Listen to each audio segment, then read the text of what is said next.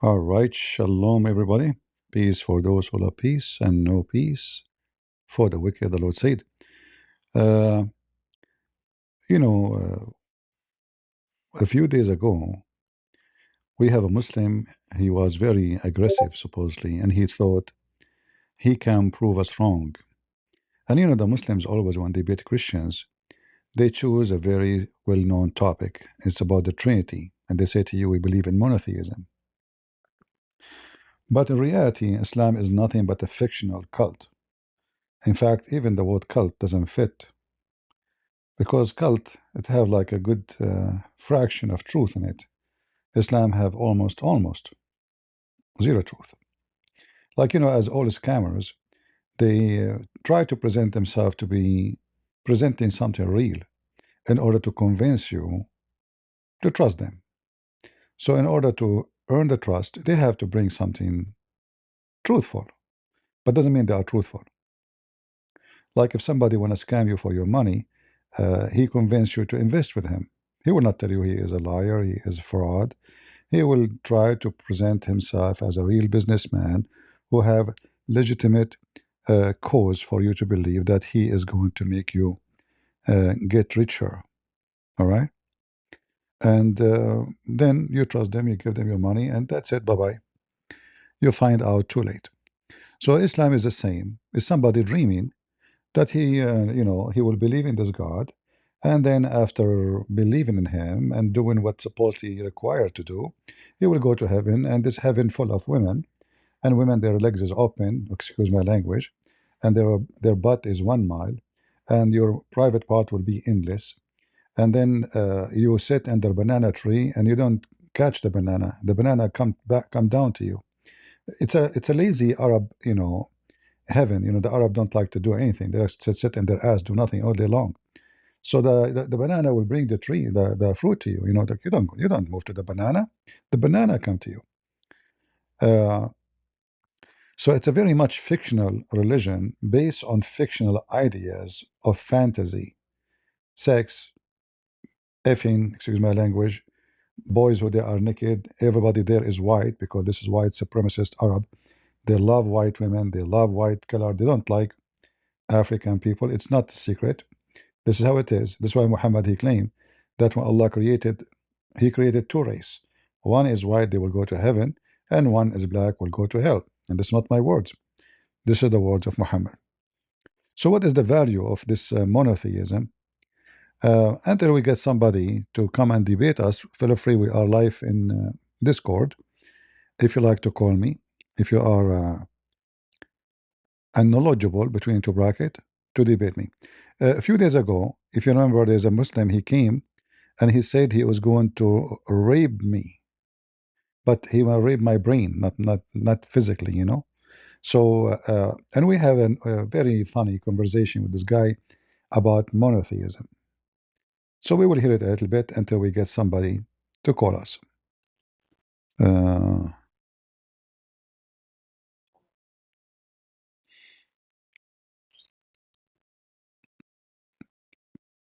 we're bringing him to the stage.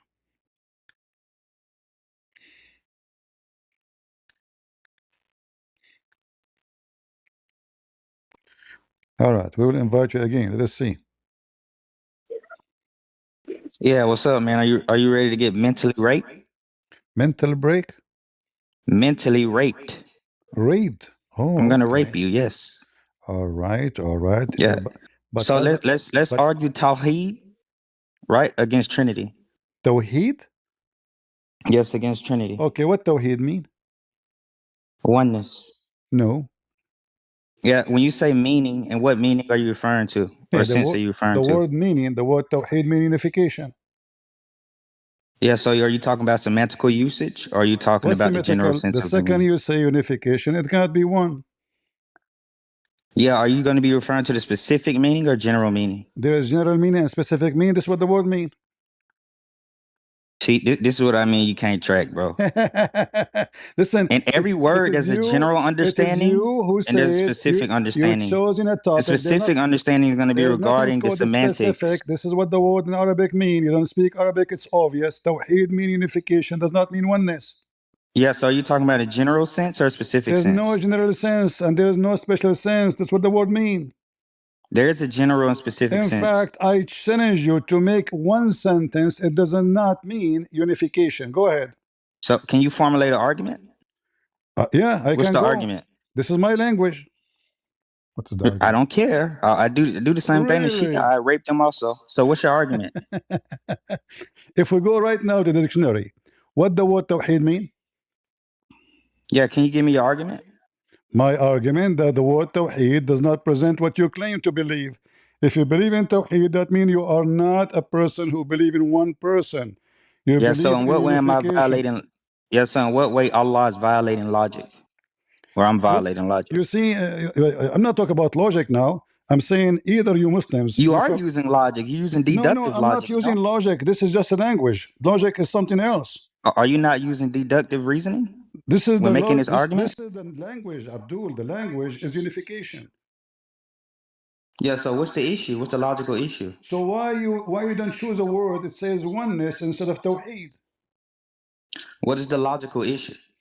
There's no logic here. It's a language. So you're not making the argument. No, I'm not making an argument. I'm getting you busted without argument. The word Tawheed means unification. Okay, well, how does that violate That means you Tawhid? don't believe. That means you don't believe in oneness. How? How did you get that conclusion? If one person, you don't say Tawheed, you do not need to unify him. Are you talking about Allah? Unify his shin with his head? Is that what you are talking about? Unify his shin with his hand? What does that even mean? Well, Allah have hands, Allah have a shin, Allah have a butt, Allah have a head, Allah have Yes. eyes. Are they one body or we need to unify them? They're one. So is the shin of Allah is They're going to Allah? be like an attribute, huh? Is the shin of Allah is Allah? What does of Allah mean? What does that mean? I'm asking you, Allah have a shin, physical shin, not attribute. What's wrong with you? Shin is Yeah, attribute. Allah has a. The volume is low. I don't know. There is something. So in the beginning it was not low, or now it's low. Is it is the volume low for everybody, or only certain people?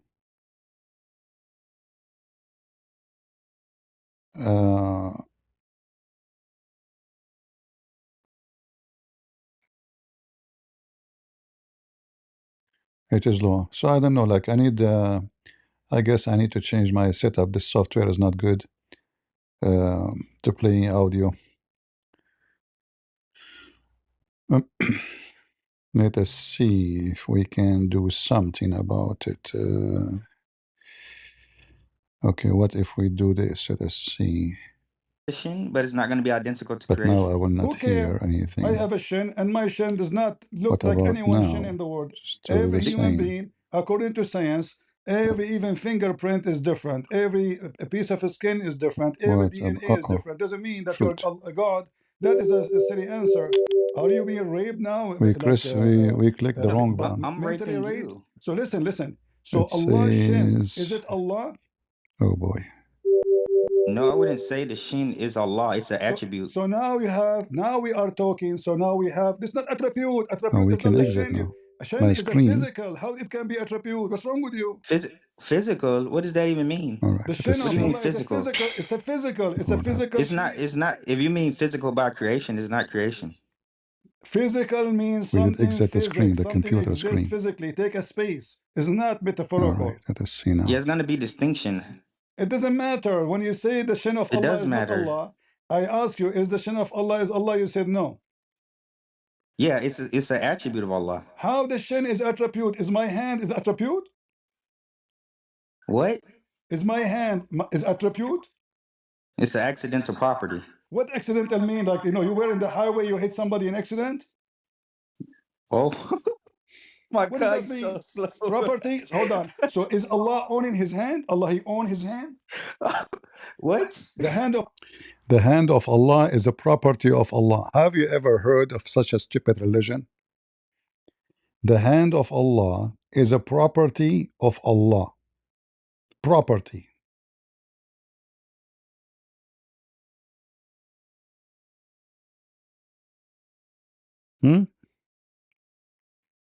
The hand of Allah is a property of Allah? Is that right?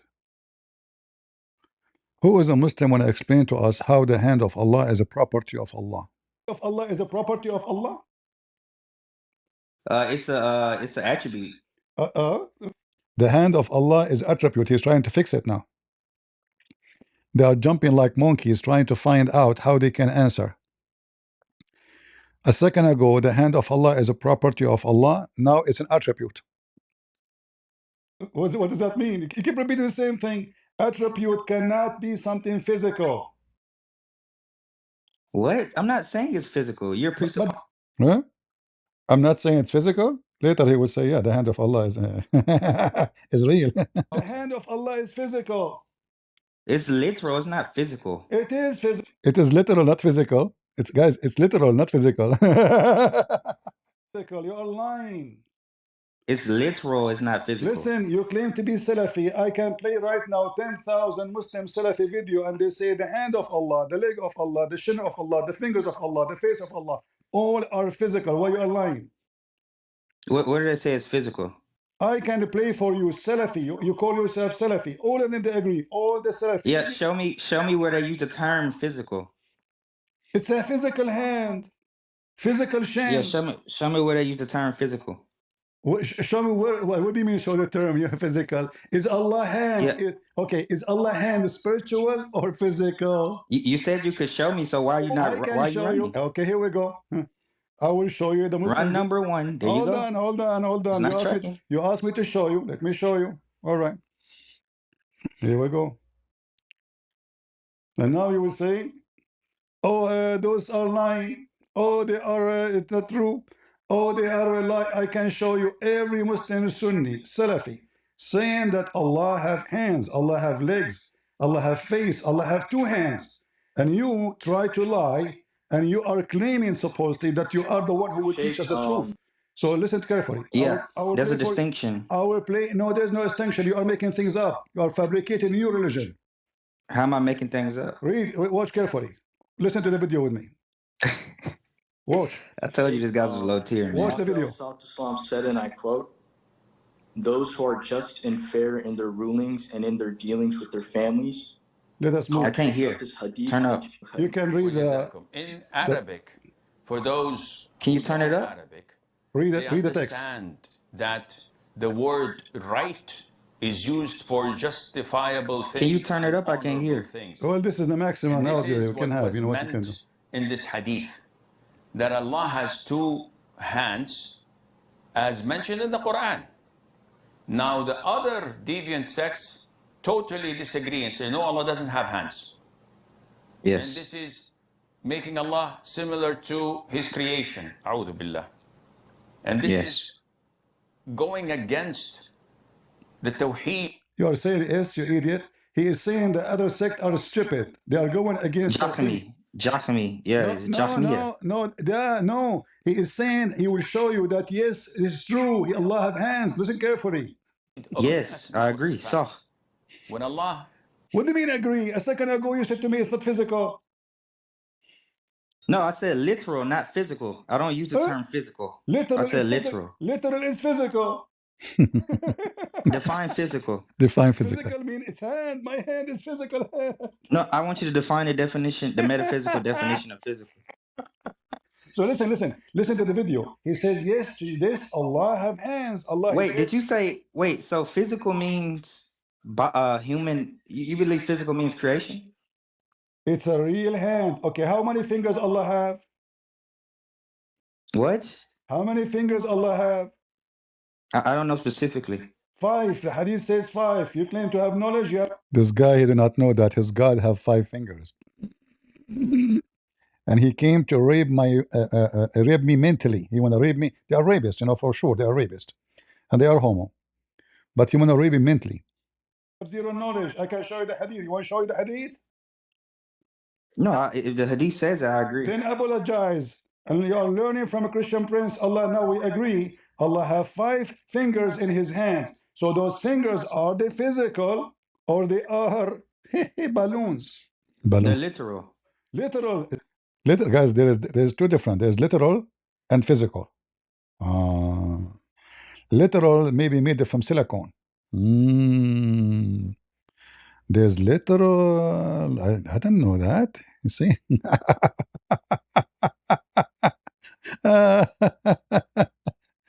The poor Abdul is trying his best.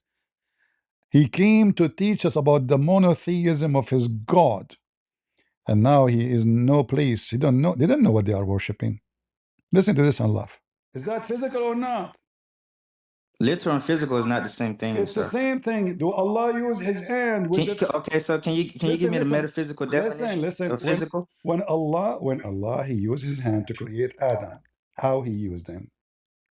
Can you give me the metaphysical definition of physical? Physical is something have a space and something if we touch we can feel, we can hold. It have a you can possess if you hold it. You can shake hands with it. Oh my God, it's amen. So I asked you for the metaphysical definition. So what is a physical? Of physical? Can you pull it up for me? Hey, no, listen.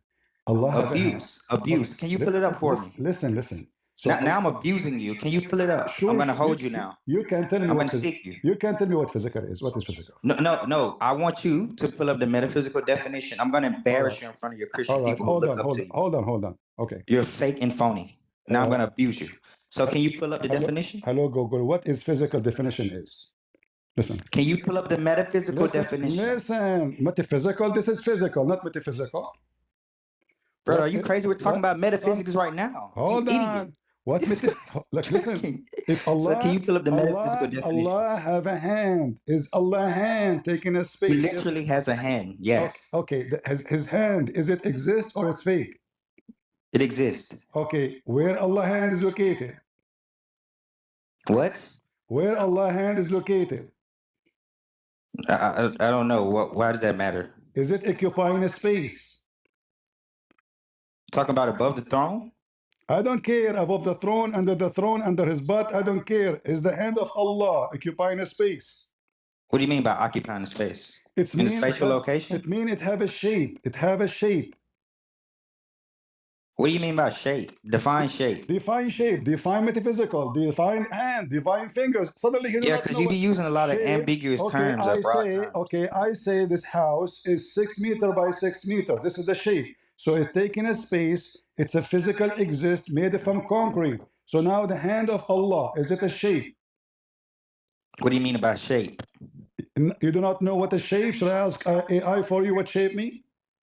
Yeah, can you define shape for me? Yeah, sure. Shape is something taking a space, inside a space, occupying a space.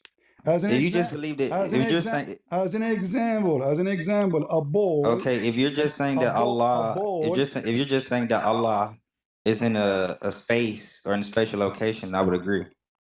So now Allah is inside the space. He's in a spatial location. But he is inside the space. What does inside the space mean? What the hell? He will say to me, now define inside. No, what do you mean inside the space? If you have a shape, that means you are inside the space. The shape, you have to have a space for it.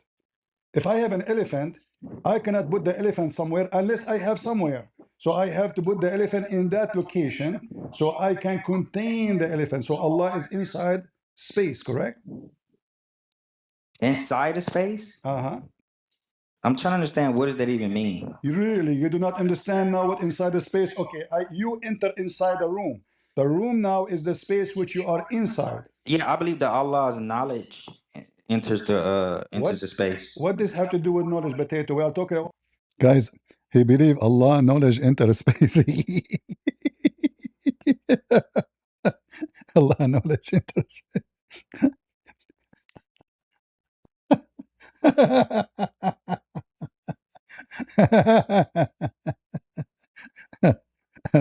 Yeah, I believe Allah knowledge enter space. Allah is a physical being. Allah don't have knowledge. Why do you say physical? He keeps saying again. Okay, in the front of everybody, do Allah come down every? If you mean by when you say physical, if you mean by concrete being, I would exist. First of all, I would agree. Your God Allah is not a spirit. He has no spirit, and He is a physical being, which means He is. Yes, He's a concrete being. He's a concrete being. Thank you, guys. He's an idol. This is why the Quran call him a samad. A samad is a concrete, hollow concrete.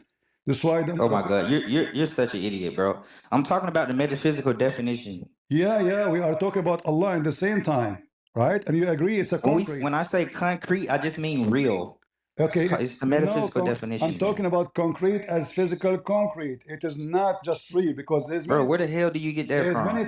There's many. Okay, wait, you just agree with me. Allah have hands. Yeah. Okay, do Allah have shape? So what's the issue with Allah having hand? Does Allah have a shape? Yes or no? When you say shape, what do you mean by shape? Shape mean physical body.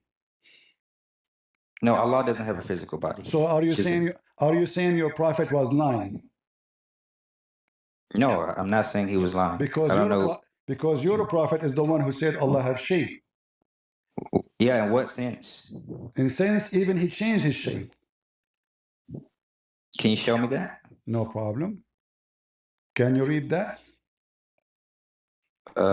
Did you put it in the chat? I will put it for you in the chat in a second. Go ahead. And this is your prophet, and I will share my screen with you. You are laughing at your prophet? I'm laughing at you, man. Okay, let's see who's going to laugh. So Allah not only have a shape, he come to the Muslim in a shape other than the one which they knew, and they will kick his ass. They will say to him, you are shaitan. Read with me carefully. This is your God. This is your God. He come to the Muslims in a shape other than the one they knew. Read the hadith with me. Yeah. Allah will come to them in a shape other than they knew and will say, I am your Lord that will seek refuge from you. Okay. Yeah, what do you mean by shape? Guys, he's asking me, ask your prophet what shape mean. He's the one who said that now. No, I'm asking you, what do you think it means when it says shape? Guys, are you asking me? Your prophet says Allah will come to you in a shape. So what does it mean? What does it mean when it says shape? What do you think that means? Shape, that means a physical existence of a physical being. So if you mean by physical, like it's concrete being, concrete, I would agree. Yes, concrete, yeah. Yeah, concrete just means real. Okay, real shape. Thank you, guys. It's a real shape. So it's a duck. Duck is a real shape. What? Duck is a real duck. Brother. Don't call me brother. You're a Muslim. How are you an Eastern Orthodox and you don't know philosophy? Never dare to insult me. You are a Muslim pagan worshipper. Blackstone. Dude, you don't know anything about metaphysics. Listen, bro. Mister, you're trash. You said you will rape me. You said you will rape me mentally. You will rape the shape of Allah. I am raping you. Listen, I am raping you. Yes. The shape of Allah is what? Define shape. Guys, he never answered a question. Anything I said to him, he said. Because I don't know what you mean about shape when you interpret this. What do you mean when you say shape? Why you do not know what shape mean? Are you a donkey? No, you're a donkey. Okay, the last name of Muhammad's wife. What does shape mean? Zainab bint What does shape mean? Zainab last name is donkey. What does shape mean? Shape mean a physical existence, shape, body. So you're just talking about a concrete existence. It's a body is a body. He keeps saying concrete existence. Concrete existence, correct? It's about a body is a body. Yeah, when you say physical, you mean concrete, yes. I just answer you. It's a body. You have a body. Bro, why are you not answering the question, bro? You do not know what body mean? Well, can you answer the question? Okay, do Allah have a body or you don't have a body? Can you answer the question? I am answering you. Allah have a body. When you say body, what does that mean? I don't know what body. Are you talking about? Okay. Anything you say to them, they try to avoid the question. So now they don't know what shape, they don't know what physical. Define what physical, define what shape, define what body, define what size, what space, define. So because they are in the corner. So as you see, this is a stupid garbage cult. They don't know what they worship. They don't know what monotheism mean. They do not know what is Allah mean. In fact, not a single Muslim can tell you what the word Allah mean. Their religion is stolen from different country, different nation, different culture. This is why they are disconnected from the names. Like if you ask any Muslim what Israel mean, they don't know. Because it's a stolen, it's a theft. They call the Messiah Isa. You ask them what Isa mean, they don't know. Okay, what the Messiah mean, they don't know. Okay, what Adam mean, they don't know. Because everything written in their book is a theft from somebody else. And the biggest theft they have is Allah and monotheism. And then when you ask them how Allah present a monotheist God if he cannot even create by himself. Allah cannot create. According to their books, Allah could not create Adam by alone. Allah could not create Isa alone. He could not. This is what their books saying. Who is a Muslim would like to join us? We are in Discord.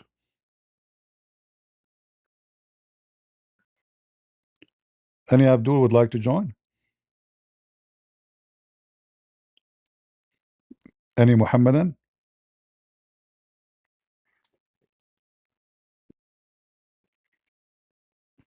Zero? So they come always to us and they think that because they claim that believe in one God, they have a good point. You don't believe in one God. You don't believe in God at all. You don't know what you are believing in. And your God cannot be one God because it's messed up. Like the Quran is not a created. Allah is not a created. So now we have two divine and a created. The word of Allah is not a created. So now we have a Trinity. Right? And then we can continue. Like when the Quran used the word Holy Spirit, just to show you how stupid Muhammad is when he stole that word from the Bible. What is the Holy Spirit? They will say to you, this is Jibreel. But how Jibreel can be holy? You know the word holy have two meaning. You know, uh, let us say two dimension. If we, I will use my funny English to explain it. The word holy present, like you can say this, like, you know, be holy like your father, as Jesus says to us. Be holy like your father. Here Jesus speaking about being ethical, being loving, giving, a human being. It's not about being holy in the dimension of holiness, like you are the Almighty High, the Supreme, the Wonderful, the Everlasting. So the holy have two aspects. Here, the Holy Spirit suddenly become Jibreel. But if you read carefully, if you know Arabic, you will never find the word Jibreel mean holy. Nowhere in the Quran says so. That's why they added for you between two brackets, as you see. It's not in the Quran. And you will notice right away that the second we says Holy Spirit, right away there's the name of Jesus connected to us, to it. And right away you will see that this is have to do with stealing this sentence or this name from Christianity. Right away you say Holy Spirit, right away the name of so-called Isa appear to it. Where in the Quran Allah says we send Muhammad the Holy Spirit? Huh? In the Quran it says in chapter 16 verse 102 it says say the one who sent it down is the Holy Spirit.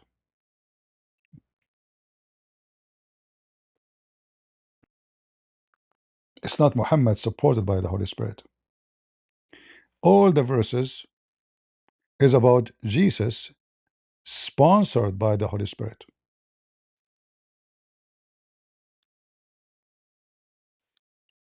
And nowhere it says Jibreel. So the definition of anything is wrong in this garbage cult.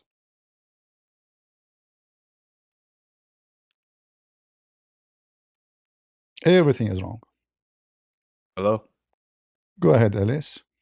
Nigger, nigger, nigger, nigger, nigger, nigger, nigger, nigger, Okay. nigger, No nigger, problem. nigger, No nigger, problem. nigger, dirty nigger. Okay. Okay. You feel better now? Do you feel better after calling those names? Hmm? Don't you know? I like to make Abdul feel better. That's the best you can do. And what do you mean by the N word? Like, are you talking about Azot, who did road your prophet all night long? Next time you come to the mic, say Azot, Azot, Azot, Azot. All right? Don't say the N word. Say Azot. And who experienced Azot as your prophet?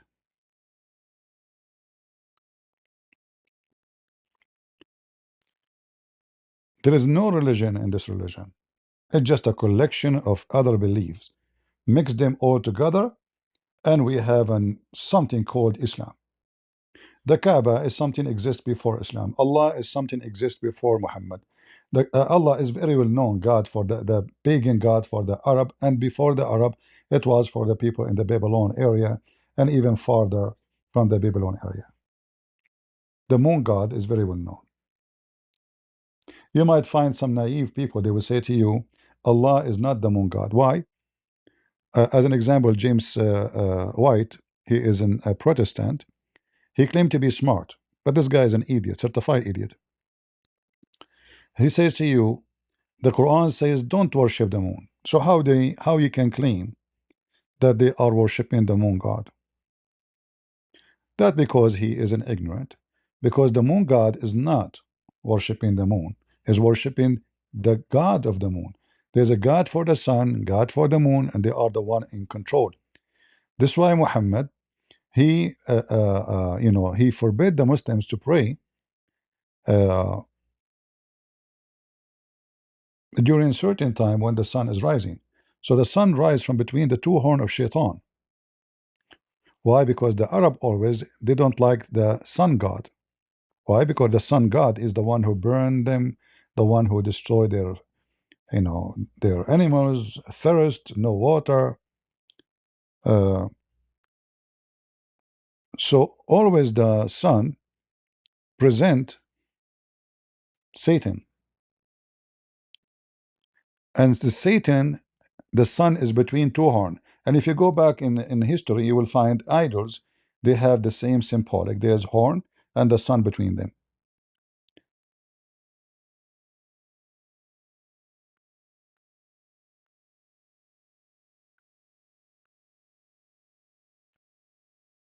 All of this is speaking about the horn of Satan. All of this in front of you is about the horn of Satan. But look at this one.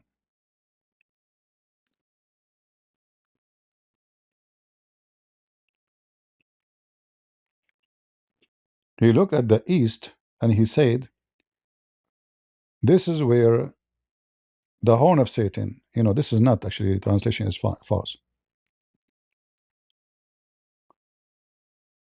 This is where the horn of Satan will come out. But let me show you how Muhammad, he forbid the Muslims even to pray in a certain time. As an example, this one. So Muhammad is speaking about the hypocrite, and the hypocrite is the one supposedly are not following Allah. The prayer of the hypocrite, they pray, they don't go to pray until the sun become yellow and between the two horn, the horn of shaitans. Why the sun is between the two horn of shaitan? How the sun is between the horn of shaitan?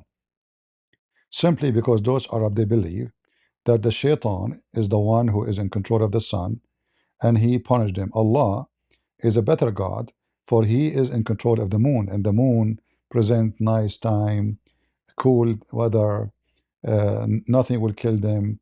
They spend the night outside. The sun is where nobody can leave, nobody can walk outside. Most of the work actually is done. Like even when they want to go to travel, usually they go during night time, because traveling during daytime is very harsh. So Muhammad, he have a very special belief about his religion. Do we have any Muslim would like to join us? Again, it's a collection of many beliefs. None of them present anything except one more fallacy of this so-called religion. They don't believe in monotheism. Allah is not one God, is not even a God. Everything they have about this God is weird. Like how Allah created things, they say to you by the word. Okay, that sound fine. Sound actually is similar to the Bible. The Bible says that in the beginning it was the word, right? But in the Christianity, the word is God. We don't have different God. The word is God. In Islam, the word is not God, but the word of Allah is not created. So how he is the only God, and then his word is what makes things happen, but then this word is not created. If the word of Allah is not Allah, and the word of Allah is not created by Allah, neither by anyone, so where the word of Allah is coming from? Any Muslim can explain to us? They cannot.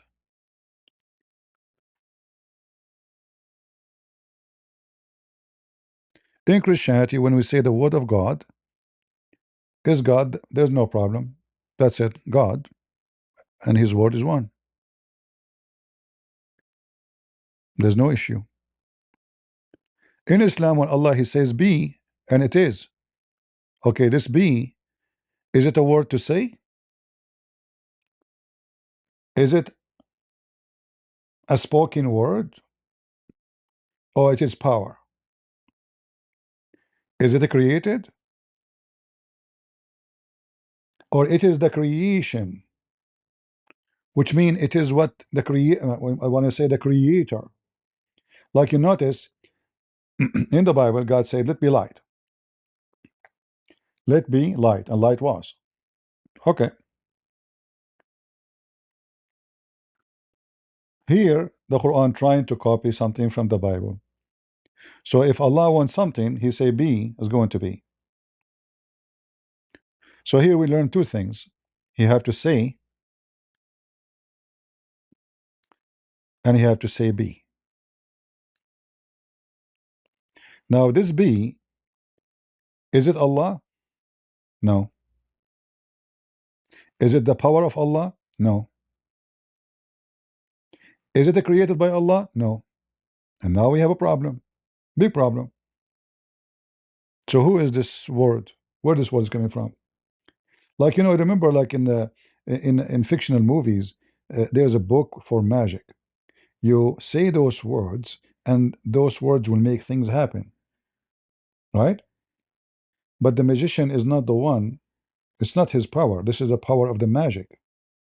So we assume by these fictional stories that there's a magical power, and this magical power make things happen. It's not the magician, because the magician without this book and what is written there, he cannot do nothing. So he have to say certain words, and then by saying them, mission accomplished. So it look like Allah is the same as somebody. He have a book. It's not his book. Reading words is not his words. And those words make things happen. And those words are not created by him. And they have nothing to do with him.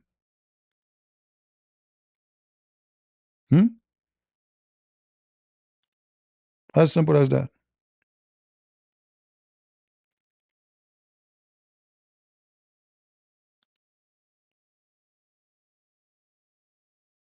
Right?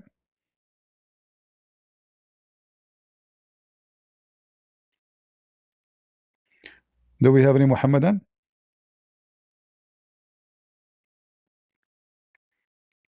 If you ask them actually what does this be mean, they don't know. They just line upwards and put it together. And we know that it's not true, because the God of Islam, he could not do any miracle for Muhammad. Actually, look at the verse here, verse number 118. It says, And those who have no knowledge, they say, why does not Allah speak to us? By the way, it doesn't say face to face, just to speak to us. Nowhere it says face to face. Or why he does not send us a sign. Well, this is legitimate. So this God, the proven in front of you that this God is fictional God. He don't speak to them, never, and he never bring a sign. So what the answer from Muhammad? Oh, you know what? Before them people they asked for the same. Okay, and he could not give a sign. You see the stupidity? The Quran itself approved to you that this God is a fictional God in paper. People are asking for legitimate reason why we should believe in you, Muhammad. Anyone can claim to be a prophet. So your God never spoke to us. The angel Jibril, he come to you, nobody see him. Only you see him. And you don't have a single miracle. So why we should believe in you?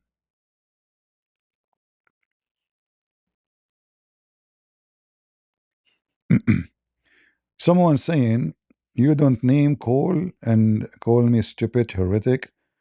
Love your enemy. I don't know what those people are talking about. But no, people can call you stupid if you are stupid. This is not name calling. If you are an idiot, they can call you an idiot. You don't know your Bible. If you are a satanic, they can call you satanic. All right? Name calling is giving something to someone he don't deserve it. So as an example, I can be making fun of you by saying you are clean when your clothes are dirty. So I did not say a bad word. I said, look, his clothes are cleaning. He's fair clean. But obviously I'm making fun of you. So don't be naive. Christianity is about saying things as it is. It's not about being hypocrite and politically correct. And loving your enemy is by rebuking them, not by giving them kisses. So whoever taught you the Bible is an idiot.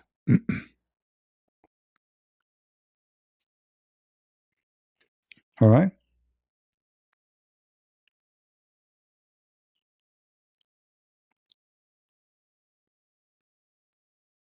Uh,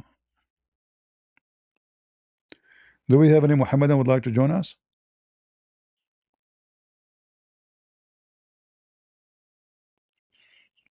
Yeah, we can call anyone stupid if he is stupid. Otherwise, you will be lying. If he's stupid, you don't call him stupid. That means you're lying. What you will call him smart? If somebody is a liar, you call him liar. Is that an insult? No. You are saying you are being truthful. Do we have any Muhammadan? Thank you for those who they made a post. God bless you, CP, and all Christian brother. Thank you, Christian. Christ. All right. Any Muslim would like to join us?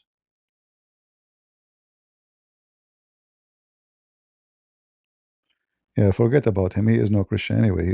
He's a Abdul. Santabaj. Sanata. Why is you guys making your name so hard to read? All right. Define properties and shape, please. He want to define a definition for every. Yeah, because suddenly he do not know. Yeah, this is the only way to escape the embarrassment. So define shape, define male, define female, define potato, define tomato. So they always like it. They try to make it about philosophy. Actually, this is what they do with the Christians. If you go to Christian channels, the Muslim they can get away with them because those Christians they right away get involved in philosophy about definition. You know, when there's no need for definition. You know, remember, those words spoken to people who they are simple. Nobody have PhD and nobody is a philosopher. In fact, in Islam, philosophy is forbidden. Philosopher must be killed. So the Muslim they try to avoid speaking about the topic, which is an embarrassing topic, by making it melt like a liquid. So where is the topic now? Let us. So we switch to talk about philosophy. Do we have any Muslim would like to join us? Abu Ibrahim, you like to join us, my friend? You sound like a very good Muslim. Do you like to come to the stage, Abu Ibrahim?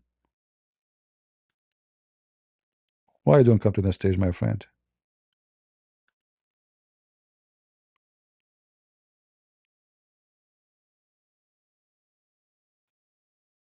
What do you think? You like to join? Put your hand up. I will put you on the stage. Who is a Muhammadan would like to join us and prove us wrong? That you don't even have God to talk about monotheism first. That everything you have in your religion is a theft. Every single name, every single story. Like Allah have 3 daughters. Who is a Muslim want to tell us how the Arab they come to this conclusion? Is it true that this is a very ancient religion about there is a God? His name is Allah. He have 3 daughters. How they come to this? Can we find anywhere in the Bible such a God? No. Remember, we have in the Bible books written long, before the era of Muhammad.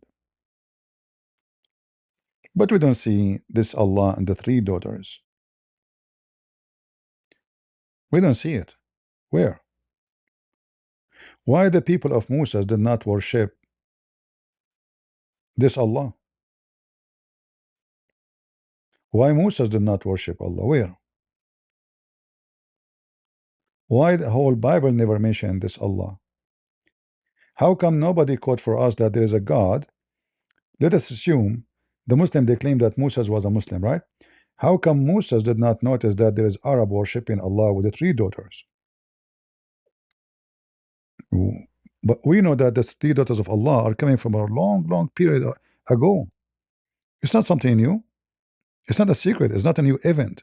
It's not like something fabricated in the time of Muhammad.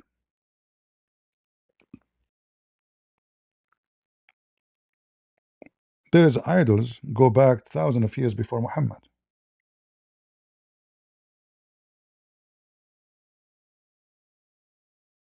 Any Muslims?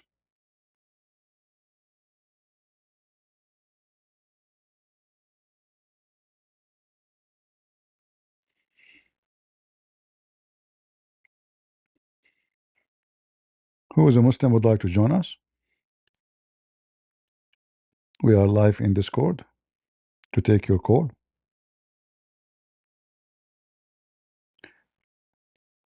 For thousands of years before Muhammad, the Arab and people, not only the Arab, because remember, this is a stolen religion. This is not an Arab religion, actually. This is a stolen religion, from other nations, as everything in Arabia. So thousands of years before Islam, why Abraham never mentioned this God Allah and his daughters? Why Moses never mentioned them? Why Jesus never mentioned them?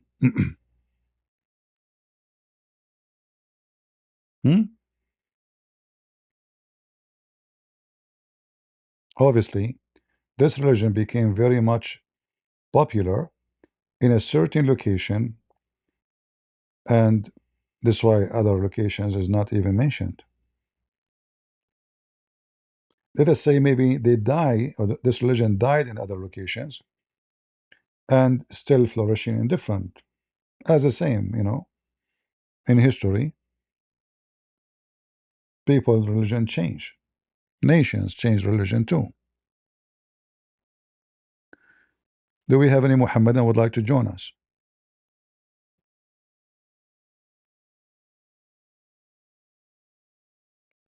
Anyone?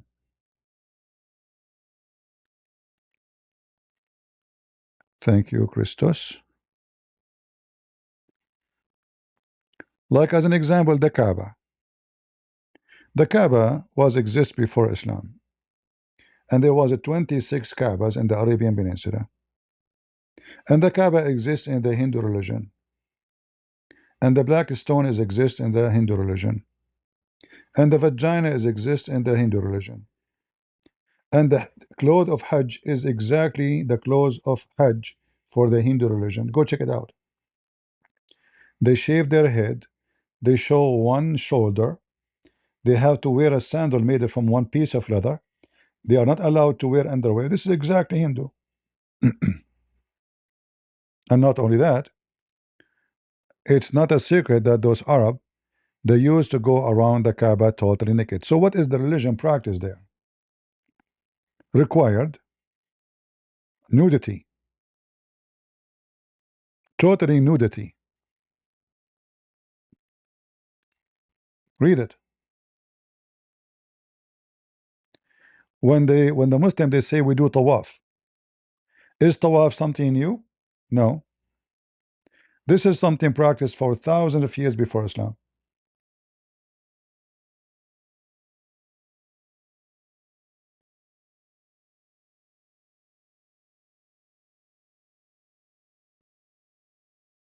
And here you will see it says Hisham narrated in the authority of his father the Arab, with the exception of Hams, who were Quraysh and their descendant, they go around the Kaaba totally naked. And by the way, it's not true. All of them they used to go naked around the Kaaba. But now the question, what is the religion of the people there they practice which is required to be totally naked, women and men?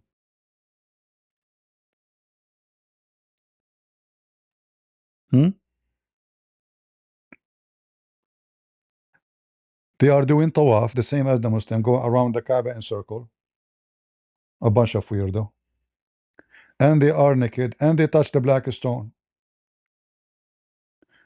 And what they did not tell you here in this story, that the women they go around the Kaaba they are totally naked and they do it only when they have their period time, which means there's a blood coming from their vagina.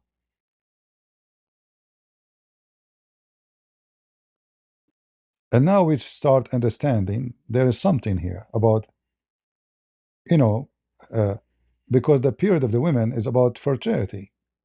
It's not happening because the woman she is injured. This is about fertility. So they are coming in a certain time when they have their period, and then they touch their vagina and they place their hand inside the black stone, praying to Allah to bring fertility to them. Those are women, they cannot have babies, obviously they are struggling, or they want to have babies as soon as possible.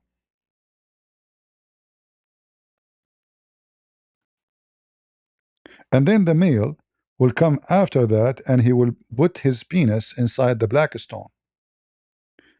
He will shuffle it, excuse my language, inside, and he do hack, not hajj, hack. Let us translate like a brush. So the woman, she put her hand with the blood first. The man come after her, her man, whoever he is, and then he put his private part on the black stone, inside the black stone,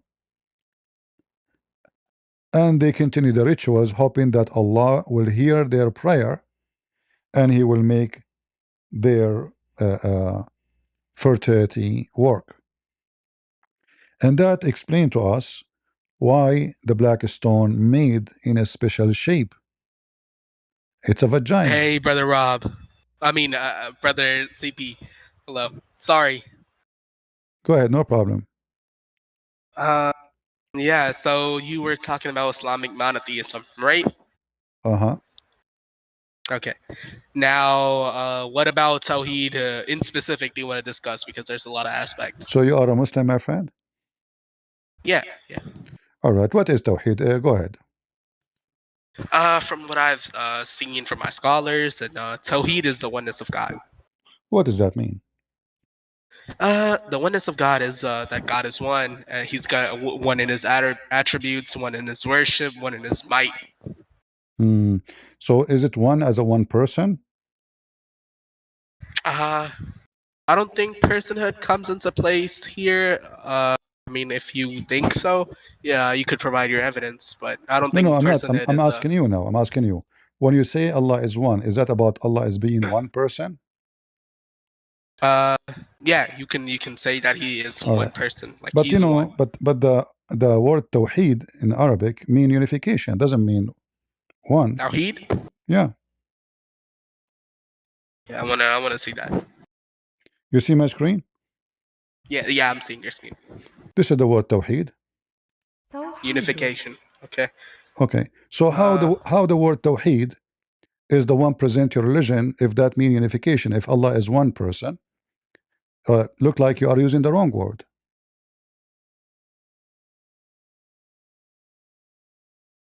I'm using the wrong word. Okay. Yeah. I'm not a scholar. I'm not saying you're a scholar. You see, I'm talking to you in a like friendly way. You're trying to understand how you Yeah, understand your religion. You know? Yeah, I understand. I understand. Okay, so Unification. Okay, and by that maybe unification meaning God is unified. I mean that could be. you cannot. You see, if you use unification, that means Allah is not one person, because you don't unify something already is one. I saw somebody said that you're using Google Translate, and Google Translate doesn't give correct definitions. Could you use No. You something see, else? I'm not Thank you. using Google Translation. Who said so? I'm an Arab. This is my language. You can open the dictionary. Prove me wrong. Go ahead. Open the dictionary and give it to me. Can you show me the Tawhid in the dictionary? Sure. Okay. I don't trust Google Translate. Thank you. No problem. Here we go.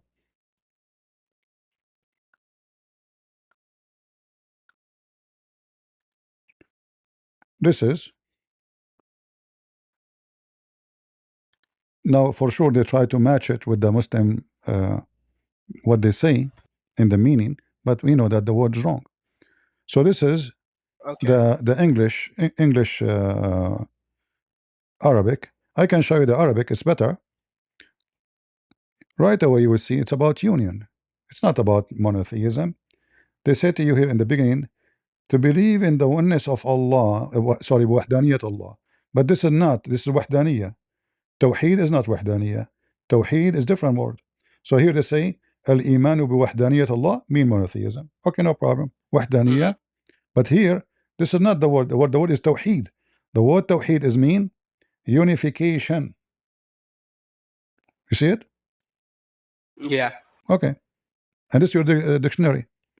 So they say this is confirming the oneness of Allah. Wrong, because the word you just said the word in Arabic, the real meaning mean union, unity, interrogation, junction, joining. You see it?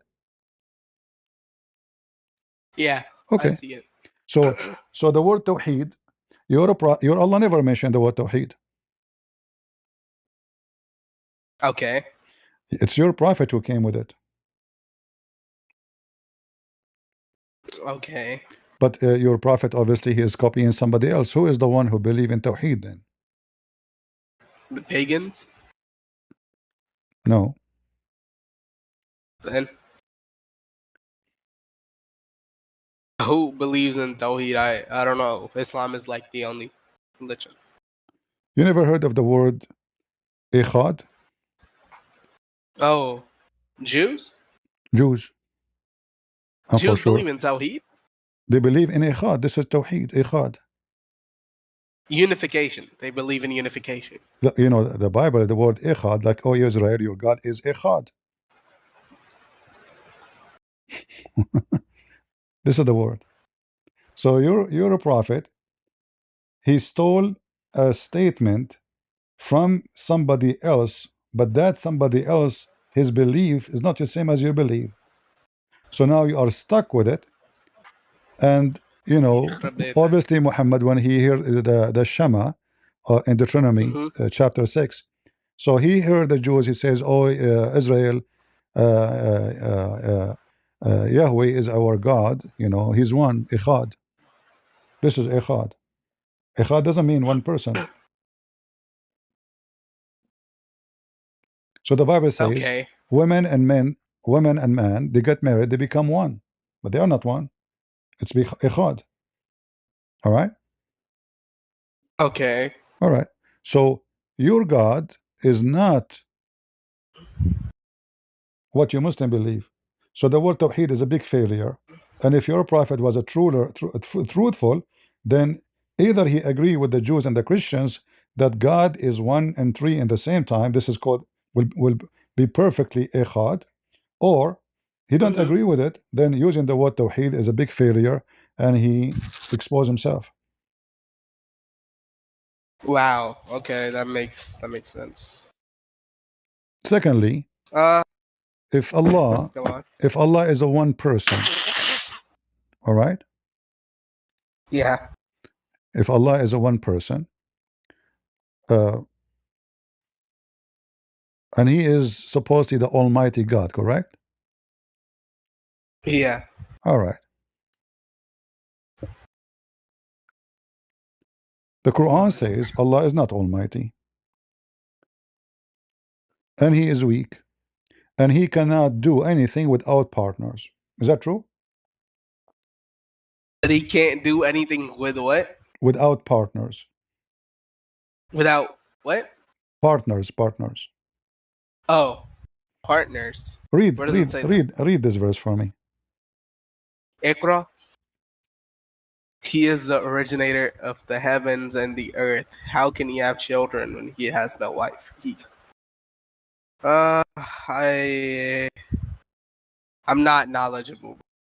No problem, my friend, but you have a brain. God, I gave you a brain, right?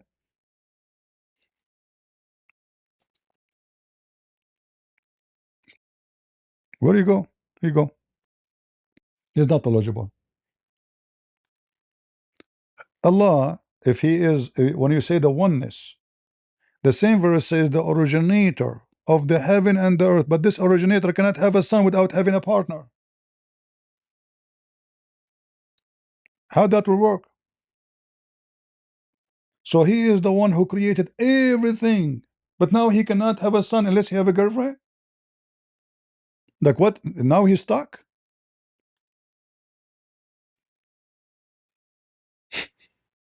You know what I mean? Come back, my friend, come back. Don't worry, I'm not saying you are a scholar. This is not about being a scholar. You are a human being. God gave you a gift, use it. So imagine I build the galaxies and the sun and the stars.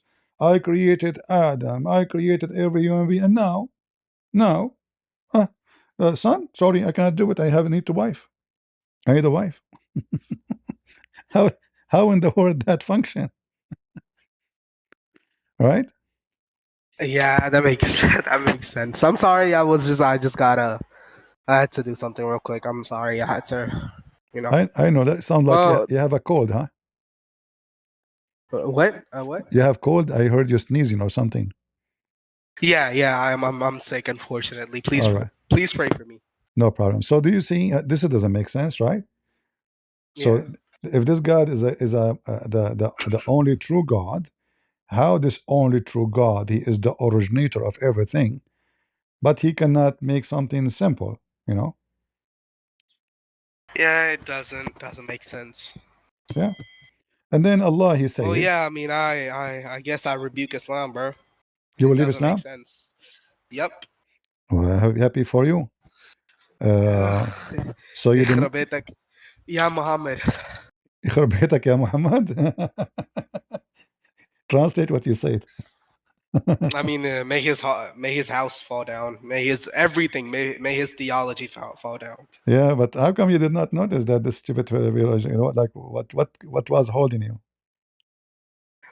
Family. I don't want Ali Dawa to be eating popcorn while I'm getting my head cut. And we're proud of that.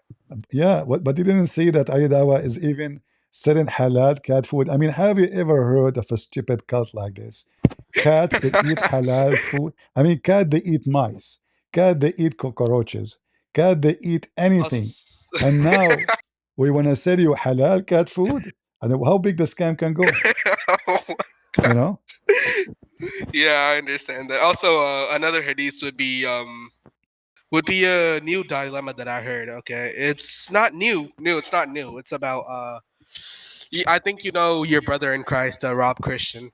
He presents that Abu Talib when the Prophet was young, used to make the Prophet take his clothes off. And then he used to sleep with them and say that his skin was soft and that he smelled like musk. And he suckled him too. Yeah. And then at the end, Muhammad sleeps with Abu Talib's wife as revenge. Do you think that's a prophet? Somebody who does disgusting things for revenge, and God, I don't think it was as revenge, but this guy obviously is mentally ill. You know, he's mentally ill. Like he slept with Fatima bint Asad. He slept with her in the grave, and when they ask him why you are doing that, he says because I want this when she is dead. In the grave. So they ask him why you are doing that. This is something nobody done before.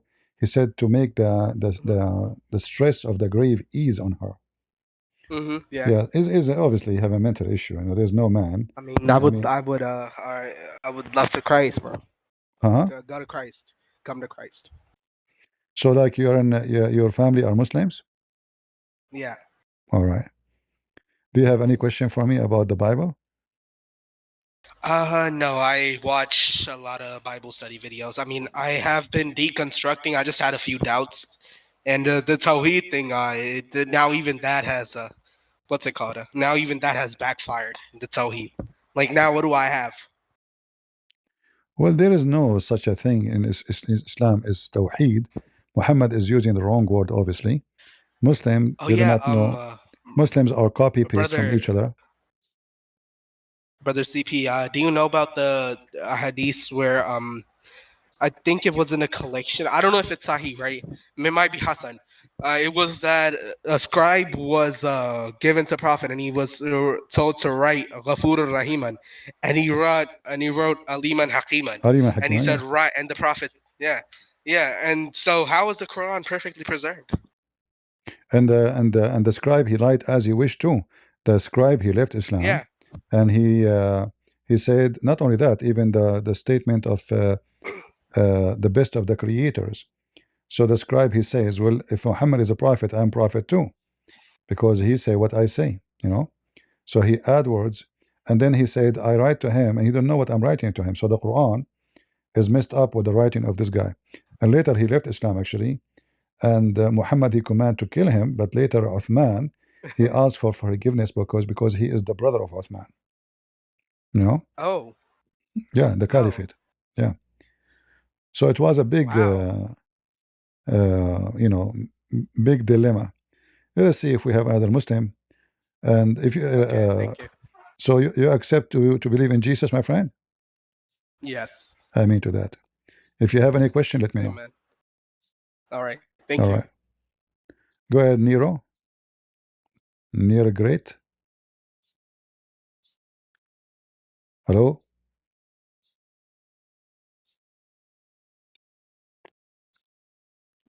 Nero Great, are you there?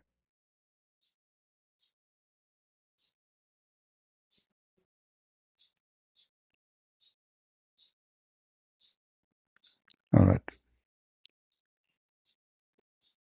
So, this is what they fool people with, that we have a monotheist religion. And this is supposedly something like better than any other belief. But, the idea of one God or two God or seven God or 20, who cares? It's about if this God is true or not. If somebody believes in 1,000 God and they are true, that means he's not wrong. So the idea that, it make more sense to have one God, how that makes sense? Anyway, is it about you decide what God can be? Since when this is about making sense? This is a very hypocrite statement. If you talk about what makes sense, like where God come from? Like the Muslim, they try to when they speak to atheists, they say to you, well, everything have to be created by something. This is what they say, right? Some Christian, they use the same method, but the same logic can be backfire, because if everything have to be created by something or someone, then God himself must be created by someone too. So their logic work until it doesn't work no more. They switch. They don't want to talk about it no more. Another way, a salesman, if you notice that you do not know anything about car, he will tell you things about the car you never heard of, because he knew that you are ignorant. But if you are a mechanic person or an engineer in cars, then he will not dare to lie to you about what this car can do. And that's what the Muslims, they do when they speak to you about their God. Their God is amazing. Their God, he can do things. Their God is so powerful. Their God is almighty. But the second you read about what their God said about himself, you will die laughing.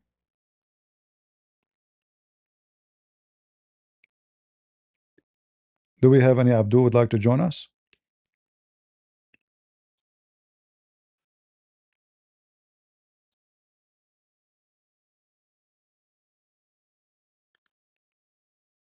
Anyone?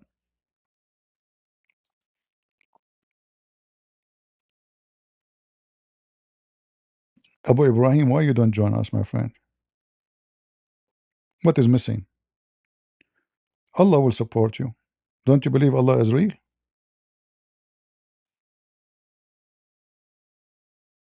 Hmm?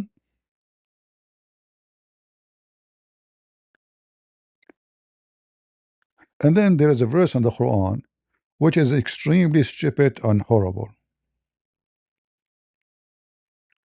which is the one saying if Allah wanted to have a son, he will take partner from his kind.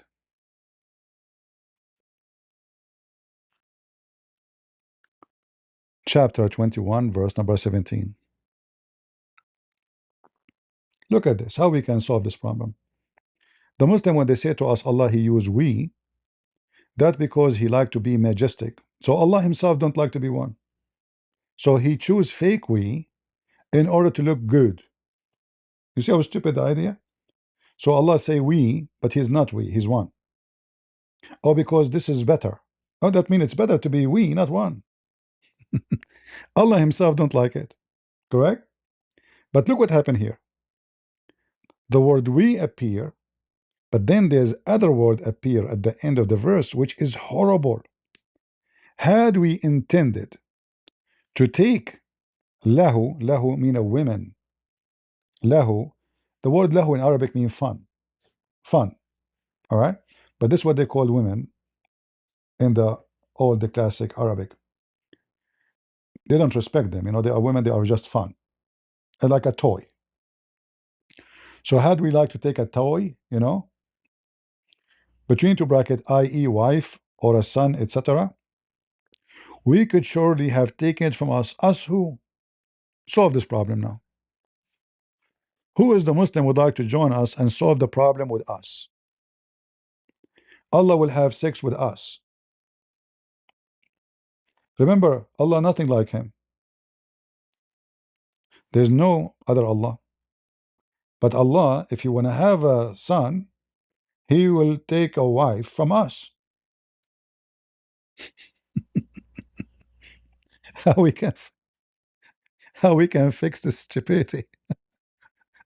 Anyone can help? Huh?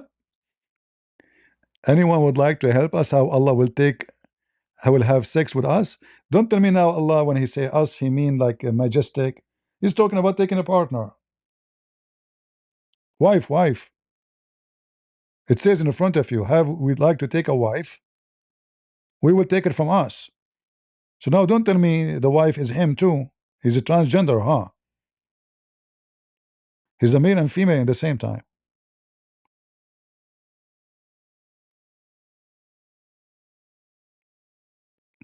Any Muhammadan?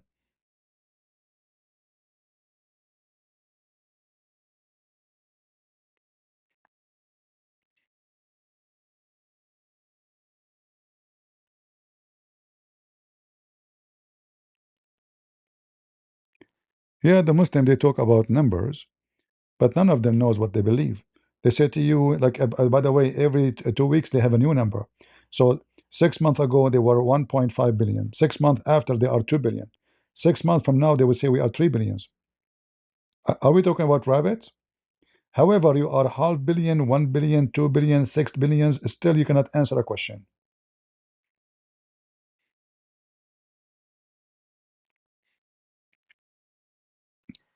And here we go. Prove me wrong. Who is us? Allah will marry us.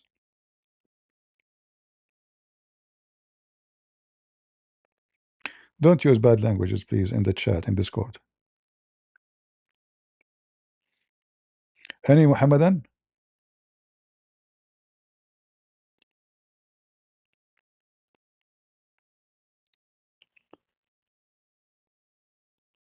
Well, you know, about Allah not having a girlfriend, I think there is like some kind of confusion.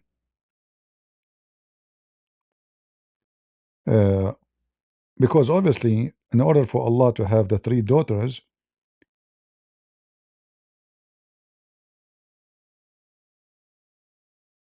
he have to have a wife. Because when you say daughters, right, and we are talking about real daughters, not like metaphorically, that means Allah he have a spouse, right?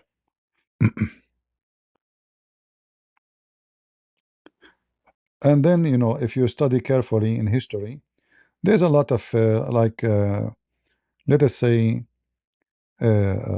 confusion. So like some they say that Allah is a daughter of Allah, but there's a lot of let us say evidence that you know the people of Quraysh they believe that Allah herself is the wife of Allah, not his daughter. All right, Allah is the wife of Allah, not his daughter. However, in the Quran,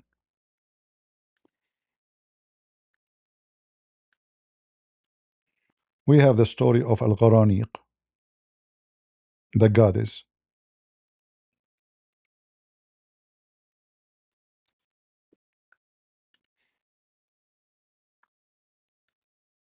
Al-Gharaniq. Hold on. Let us get it from here.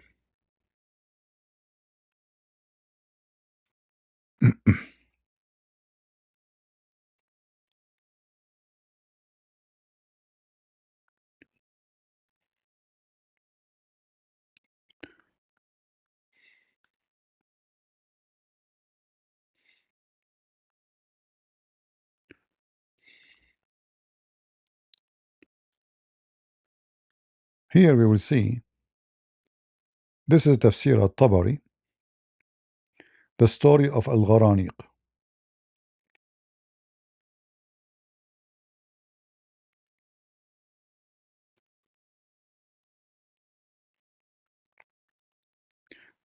And you will see that Muhammad saying, مَا ضَلَّ صَاحِبُكُمْ وَمَا غَوَى. And then Muhammad, when he arrived, he says, when I arrived to أَفَرَأَيْتُمُ اللَّاتَ وَالْعُزَّى وَمَنَاةُ الثَّالِثَةُ الْأُخْرَى ألقى عليه الشيطان كلمتين تلك الغرانيق العلا إن شفاعتهن لا ترتجى. And he mentioned them, he said them. All right, let us translate this.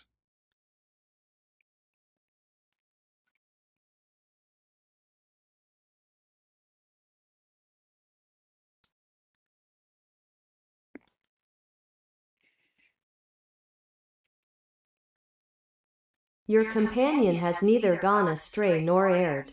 The Messenger of Allah, peace and blessings be upon him, recited these verses, yet, when he reached the words, have you then considered Al-Lat and Al-Uzza, and Manat, the third, the other? Satan cast 2 phrases onto his tongue. Those are the exalted *Gharaniq, cranes, and indeed, their intercession is to be hoped for. He uttered these words, then continued on to recite the remainder of the entire surah. At the conclusion of the surah, he prostrated, and the entire assembly prostrated along with him, save for Al-Walid ibn al-Mughira, who scooped up a handful of dust to his forehead and prostrated upon it.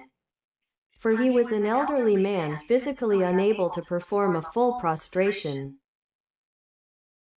So here you see how Muhammad he worshipped the 3 daughters of Allah.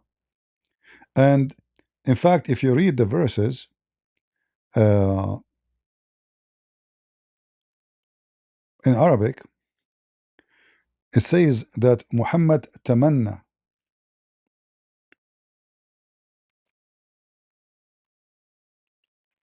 What tamanna mean? Muhammad he made a wish. And this is very, very important if you want to take a note. So never had we sent a messenger or a prophet before you, but when he recited revelation, this is a false translation. It doesn't say that. This is why, if you read the English, you will be confused. In Arabic, it says, إِذَا تَمَنَّى. Tamanna is making a wish.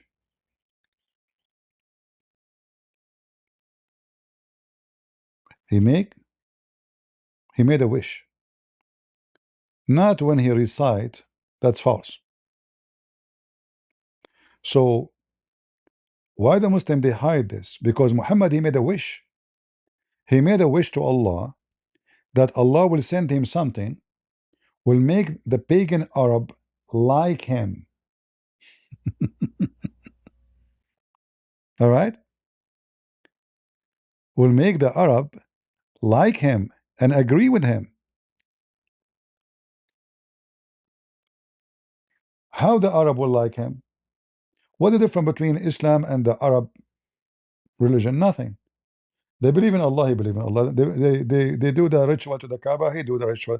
They kiss the black stone, he kiss the black stone. So what the problem? The problem, he refused to believe in the three daughters of Allah. So Muhammad, he made a wish. And in the translation, they lie to you in every single translation. In fact, if you go here in the tafsir, let us go back to the tafsir. In Al-Qurtubi, you will see right away that Muhammad, he made a wish.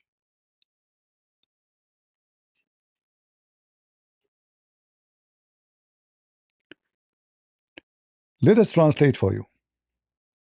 Muhammad, he said in a group of people from the group of Quraysh. It's like a club, you know, group of people, they join, like, you know, everybody have his own friends, etc. You know, they join together.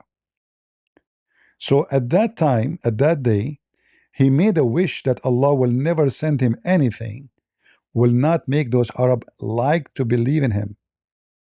So Allah, he sent those verses. Read carefully.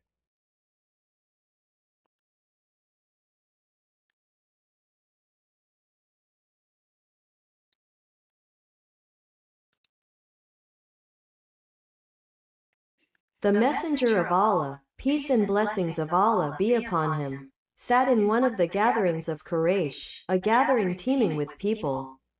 On that day, he wished that nothing would be revealed to him from Allah that might cause them to turn away from him. See? Thereupon, Allah revealed to him, by the star when it descends. Okay. How this will not make them not liking him? Because simply Allah, he sent them the verse which they like. To ask Allat and Al-Uzza and to pray to them. And this is why you see that right away the Arab, they bow down with Muhammad and they pray with Muhammad together. So when he recite Allat and Al-Uzza, their intercession is a must. The Arab, all of them, they agree. And they bow down with him. Now we worship the same religion. So this is not shaitan really. This is Allah. So Muhammad, he made a wish to Allah. Allah gave Muhammad what he wished for. But when Muhammad noticed that the other Muslim, they start noticing that Muhammad is a fraud. How you say to us that those three daughters of Allah are false, and now when you are sitting with those kuffar, supposedly pagan, you pray to the same gods, you say to us they are not true.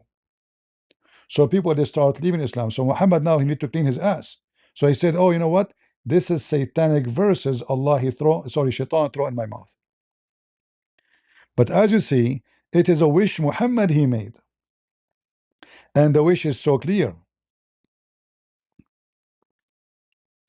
that Allah will send him something, will not make the disbelievers go away. So it was not from shaitan.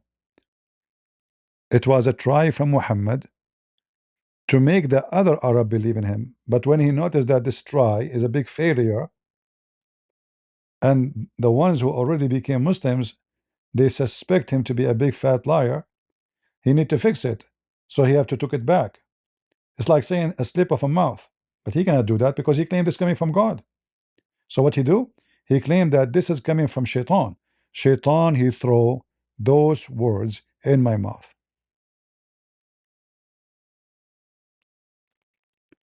Do we have any Muhammadan would like to join us? Mayday, mayday.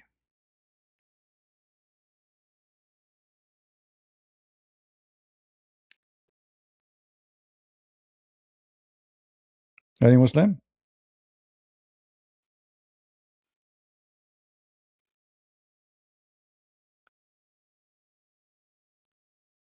Who is a Muslim? He think he is qualified to talk to me?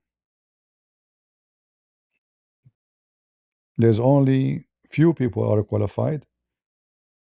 You know, those who believe there is halal cat food and they need to buy it from Ali Dawa, and those who believe that in Nagla seed, and those who buy from Mimi Hijab. I mean, the scam is amazing. This guy, he go every time live. He says, brother, sisters, buy Nagla seed. The Prophet, he says, the one who eat Nagla seed, it heal you from any, it's a cure of any disease except death. I don't know why we need hospitals. We have the Nagla seed. Knowledgeable in Islam is a scammer. It's not about being a knowledgeable person. It's about how to use the scam of Muhammad for your scam today.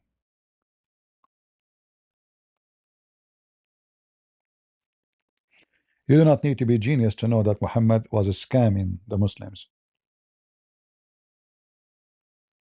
That is not a statement of somebody have word of God.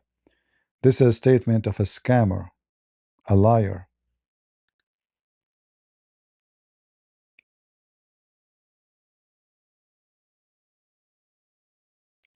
Indonesian university dealing with me?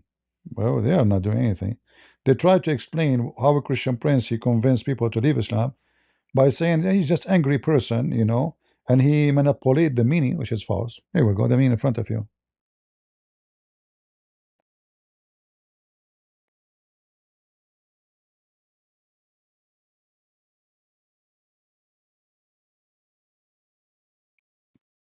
Who in the world want to believe that there is a seed, if you eat from it, it heal you from every disease? So why you Muslim go to all the you know, hospitals around the world? Why you close the Kaaba during Corona?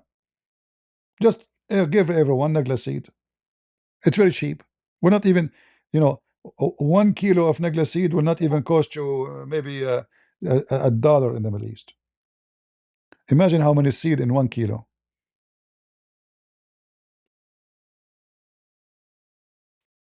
All right. Any Muhammadan would like to join us? Nagla seed, huh?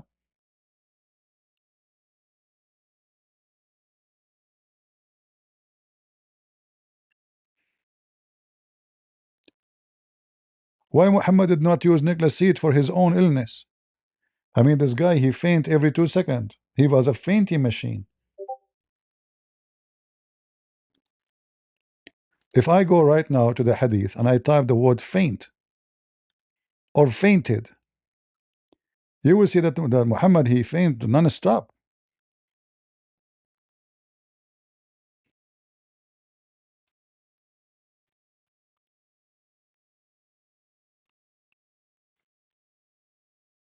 Look.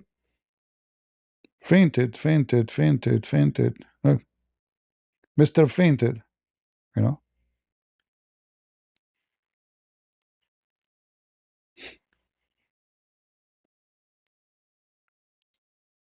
You eat Nagla seed. Mr. Fainted, what happened? He is a prophet of Allah, and he knew that the Nagla seed can fix any problem. Yet he keeps fainting every 2 seconds.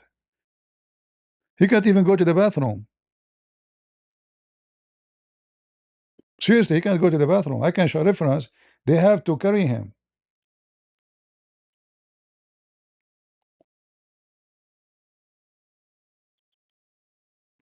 And then he says to you, Nagla seed. You know, Nagla seed.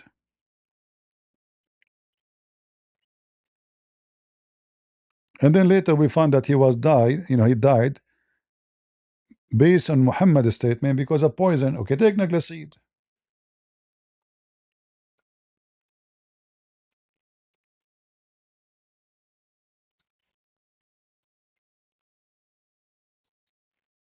Oh, we are typing in the wrong place. Hold on.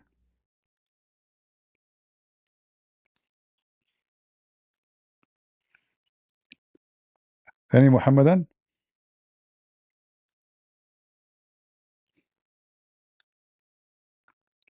Take Nagla seed. Eat halal cat food. Call Ali Dawa, he will give you halal cat food. You will be fine. Easy. Everyone knows that halal cat food. Yeah, this is Aladdin God. You are right, Nazia. This is perfectly Aladdin God. I call Aladdin. I mean, he have a flying carpet, flying horse, flying donkey. You know,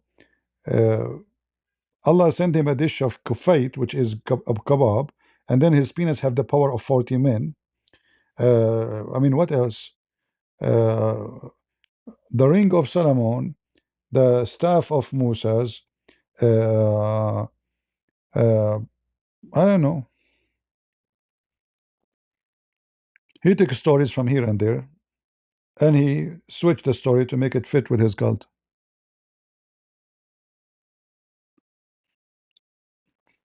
Do we have anyone believe in Aladdin religion? There's no question that Muhammad is mentally ill, you know. Like when he takes shower with dead dogs, like that's not a behavior of a person who have a brain.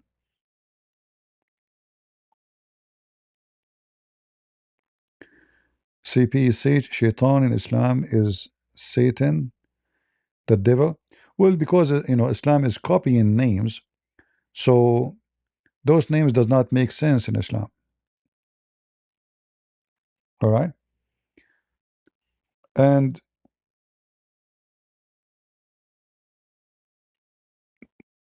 like maybe we can make like a special time to talk about, because everything have an origin, right?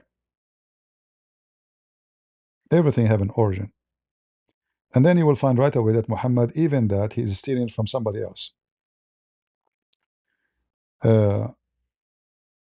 This is not in a very simple, you know, way. You will know right away that this is not an Arabic word. This is not Arabic word. The same as the word Iblis. It's not an Arabic word too. And Muslims do not know what that word means. You know, they have no meaning for it. They cannot explain it. How the name even came to existence, and how the Quran says that there's many shaitan, when in fact Allah kicked only one shaitan. So if you ask any Muslim, what shaitan mean? Here we go. Who's a Muslim here can tell us? What shaitan mean? We don't know. What they mean is this word in Arabic. They don't know. Because this is not Arabic word. However, to make it simple, Satan in Islam is not the same as Satan in Christianity. Satan in Islam is an active member of the faith of Allah, and he is a Muslim.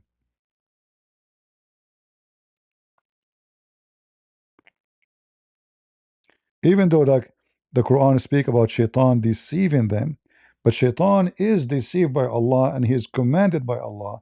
There's an agreement between him and Allah to deceive mankind.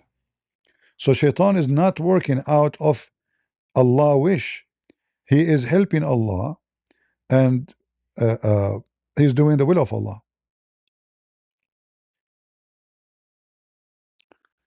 If we go here, where is the verses? This website.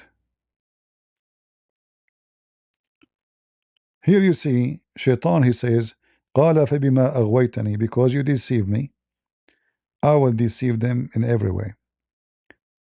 Shaitan in chapter 15, verse number 39 is a Muslim.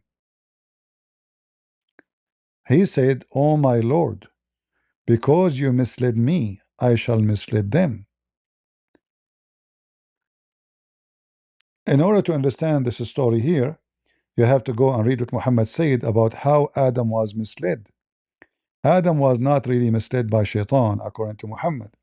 It was a plan of Allah.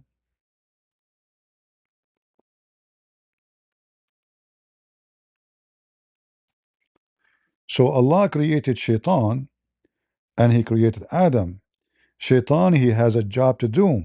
It is to do the command of Allah. What is the command of Allah? To go and talk to Adam and whatever after, so he can mislead him. So Shaitan is not a bad person in Islam. Here you see, according to Muhammad, there was a debate between Adam and Moses, which is very stupid to say, because how Moses and Adam met. Huh? Flight of time. So Adam and Moses argue with each other. Moses, he accused Adam, but because of you, we are out of paradise. Adam said to Moses, "You are stupid. Don't you know? Do you blame me for an action which Allah had written in my in my fate 40 years before my creation? It's fate. It's not me." And as you see, Muhammad, he agreed that Adam was right and Moses was wrong. He didn't say Adam was wrong and Moses was, no, the opposite. So he said, so Adam confuted Moses, and as usual, Muhammad, he repeat things 3 times, which is question mark about why he repeat things 3 times all the time. He repeated Adam confuted Moses, Adam confuted Moses 3 times. 3 times is the form of confirmation and perfection. That is the Trinity. But the important for us here, Shaitan is not a bad person in Islam. Even there is some verse in the Quran, it sounds like Shaitan is a bad person. But as you see, I mean, what bad it can be done more than this? Misleading Adam out of heaven. No, it's not Shaitan. It's not even Adam, it is Allah. Allah, he wrote the fate 40 years before his creation, which means before the creation of Shaitan too. Allah decided to mislead Adam and Shaitan to do it. All right. So Shaitan in Islam is just an actor. He is a good actor for Allah, bad actor for us. He is doing the plan of Allah. He is not a bad person. He is a believer. That's why you see Muhammad, he says that in his case, Muhammad, he claimed every human being have a qareen. Qareen, which mean a duplicate of Shaitan, a Shaitan. But Muhammad, he claimed that his Shaitan is a good Muslim Shaitan, and he converted to Islam.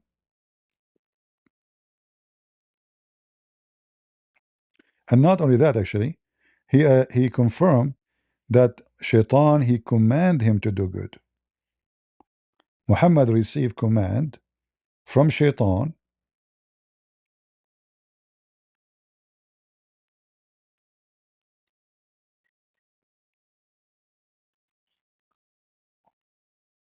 all right. Where is the translation?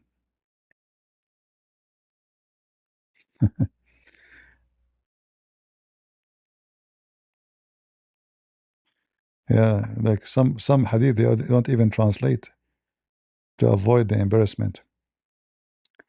But anyway, Muhammad, he admit that Shaitan, he command him to do good, as you see. So Shaitan, he accepted Islam, and he don't command Muhammad anything but to do good. So who is the one who command Muhammad? Shaitan.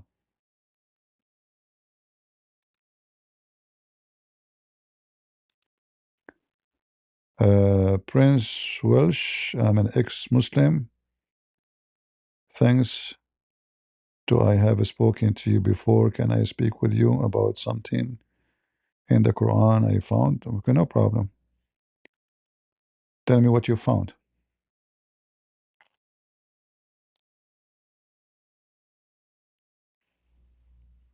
I just invite you to the stage if you'd like to join us. Do we have any Muhammadan would like to join us? As you see, Shaitan is a Muslim, and that perfectly fit with Islam, you know? I mean, why Shaitan will not be a Muslim? Islam is perfect satanic religion. So I am convinced that Shaitan is a Muslim.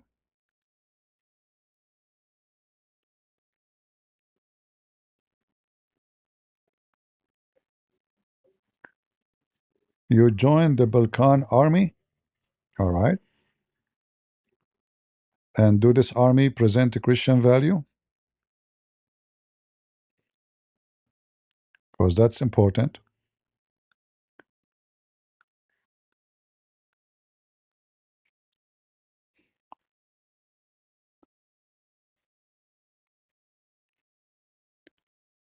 Any Abdul?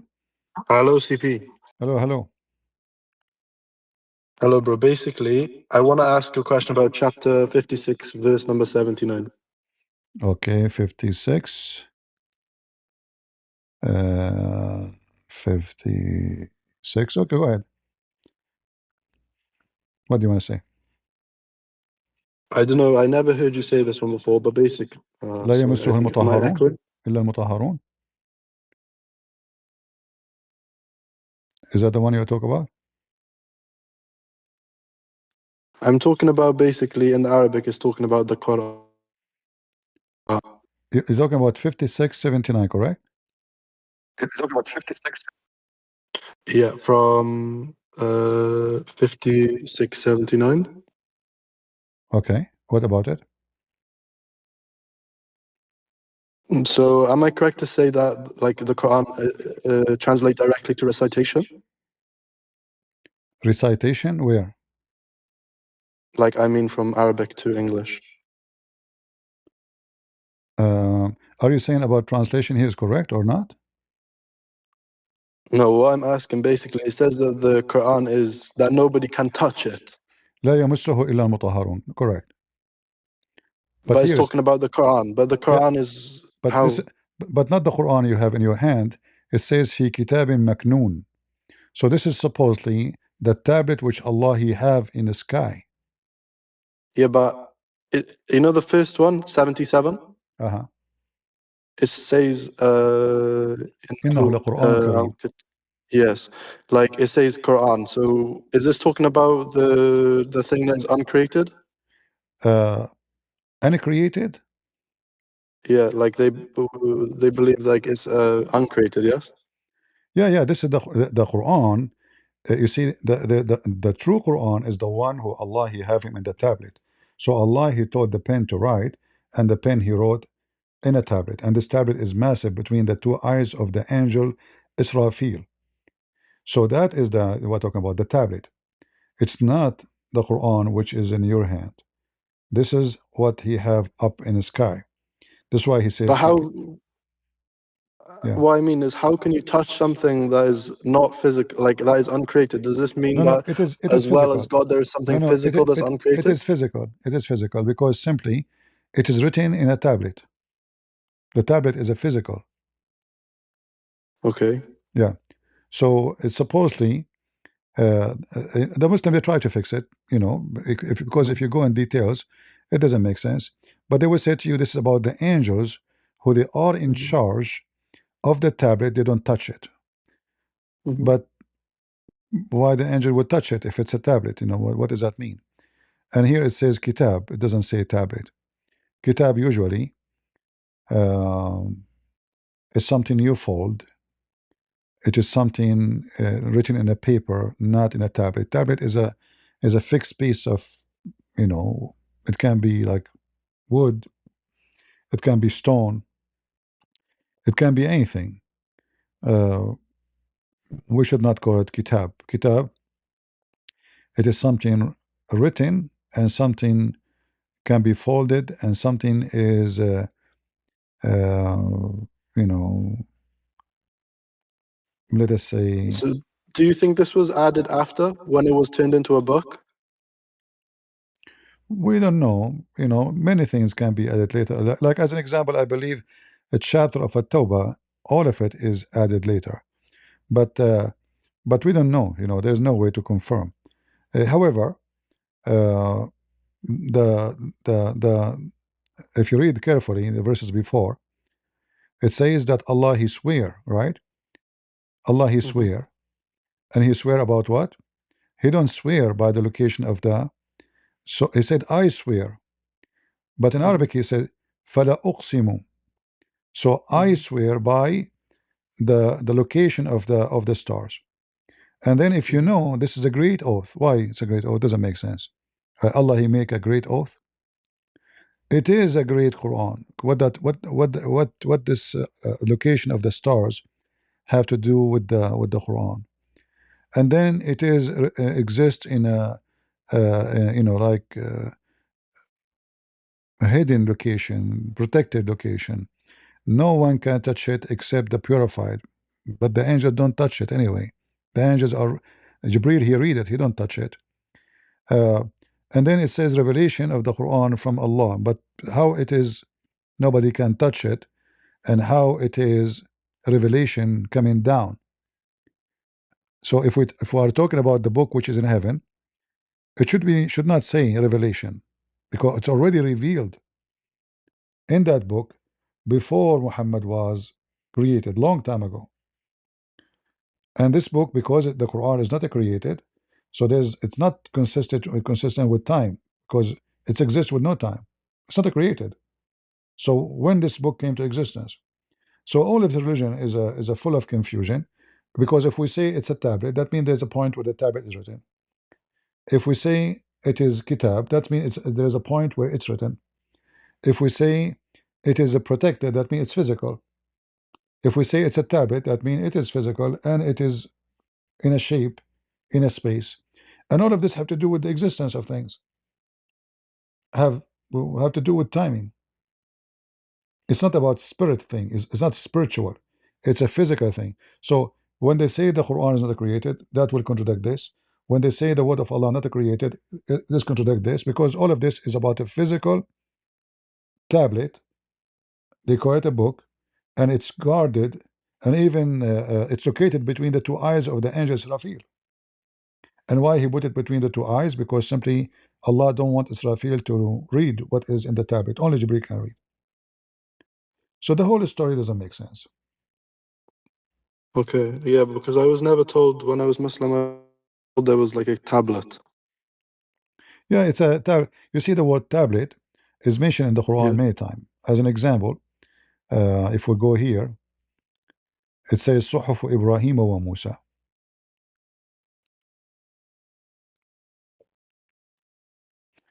And here so you the notice Quran is just not just the word of Allah, is also a tablet?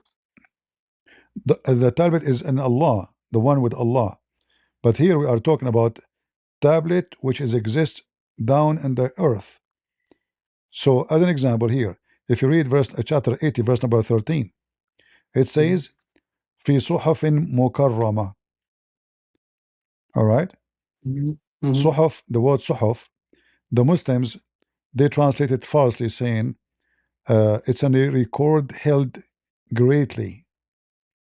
What is recorded? Doesn't say. Suhaf simply is a tablet. If you go here to different verse, chapter 53, verse number 36, it says in the suhaf of Musa's, but suhaf does not mean pages. Suhaf mean tablet. We know that God, he gave Musa's the tablets, correct? Yes. It is written physically on stones, correct? Yes, correct. And according to Islam, all the Torah is written on stones, not only the Ten Commandments. So this is a false translation. So the word suhaf, same for Ibrahim. Ibrahim, according to Muhammad, he have suhaf too. Like suhaf Ibrahim or Musa, chapter 87, verse number 19. Not scriptures. Suhaf is not scriptures. I see. Yes, I see. All right. This is why it says Yeah. in a former suhuf, not scriptures. This is lie. You see, in Arabic we say sahif. I don't know if you speak Arabic. No, I just read and write because I'm British. Okay. The newspaper, they call it sahifa. Suhuf simply is something written on a piece of material. Anything, doesn't matter what it is. We call it suhuf. It have many pages. All right.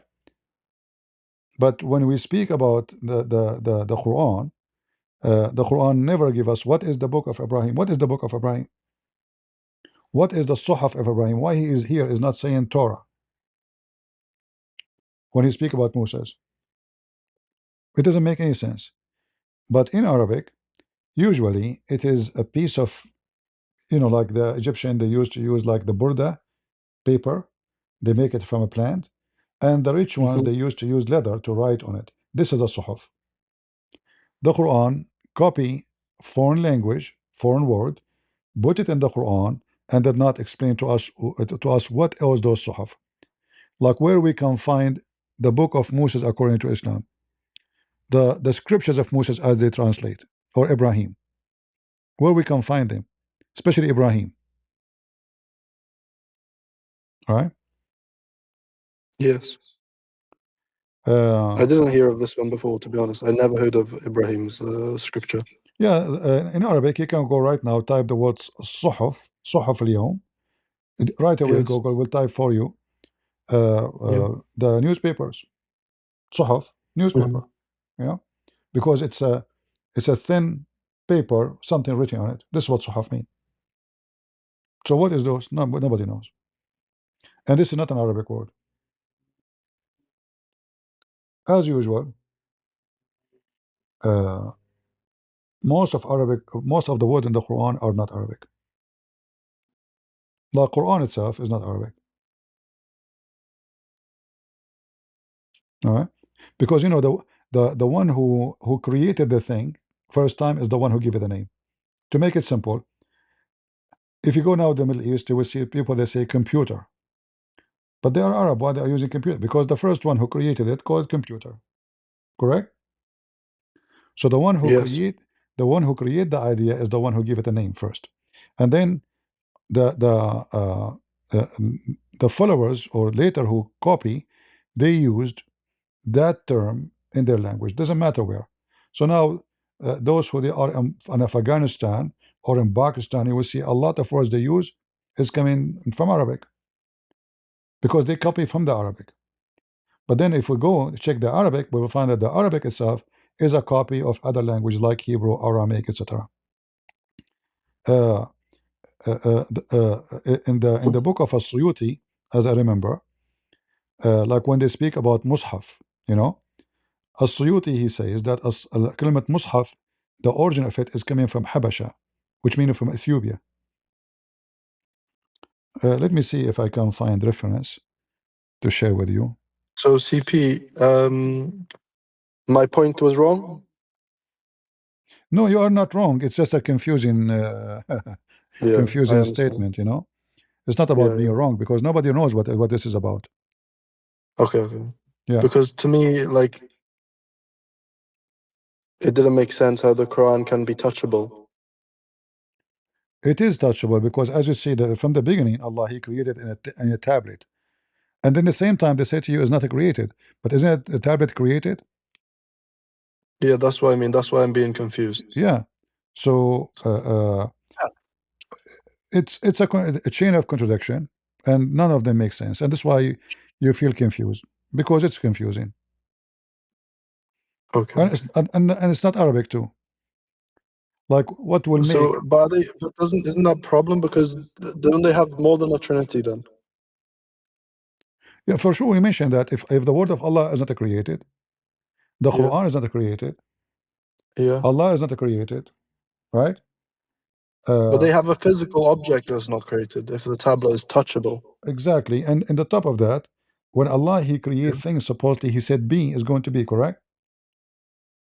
Yes. That means the one who creates is not Allah. It is the power of be, the power of the word. Because remember, the word is not Allah, right? Yes. In Christianity, the word is God. Yes. So the word, like the logos, is God. Everything created by Him and for Him, no contradiction, because the word Yes. is God. God said, "Let be light." That be light is God, the power of God. But here, when the word is Allah, He say be is going to be. That means the one who make things happen is be, is not Allah, because they are not one person and they are not a trinity, like as one God at the end. It is Allah is God, supposedly. The word is not created, which means it's divine, and it is holy, and it's powerful. But it's not Allah then. So Oh who's my the one who God. create things? It's the word. Can Allah create My things gosh. without the word? According to the Quran, no. So the word do the wish of Allah. When the Quran says, Allah, He said, be, kun fayakun. It's like a magician. I don't know if you were here. I was explaining that at this point. A magician who have a book. The magician himself, he don't have power. It is the word he read. Those words, they make things happen. So the magician, like in a fictional story, he wanna curse you and make you a mice, or a rat, or a horse, or a frog, like the story of the prince who became a frog. So the magician, he use words, he read them, and those words will make you the frog. It's not him, which means the magician without the words, he cannot do magic, correct?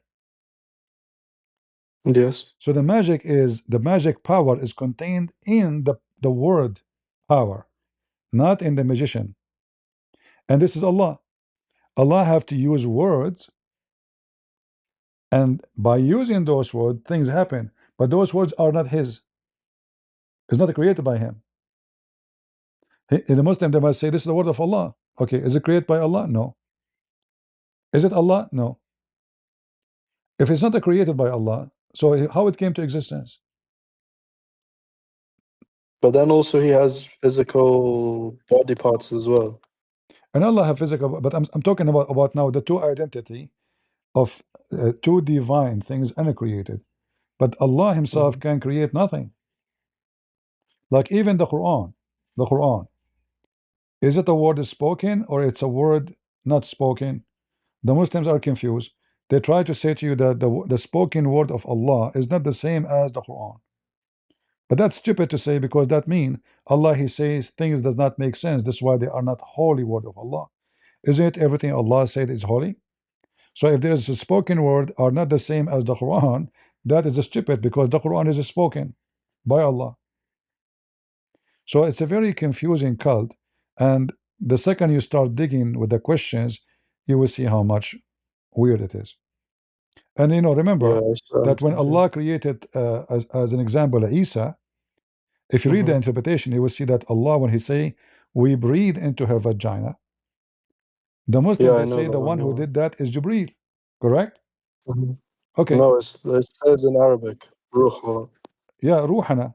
So Jibreel is the one who created Isa, not Allah. Allah is not. Yeah, you're right. Allah, He cannot independently to do it alone. He need Jibreel, He need the Ruh, He need other help. Same as when Allah, He says, how He can have a son if He don't have a girlfriend? So Yeah, this again, makes him dependent. yeah, He's not independent by His own. He need always a partner to bring a creation into a creation, or just to the state of creation, as we see here in chapter 6, verse 101.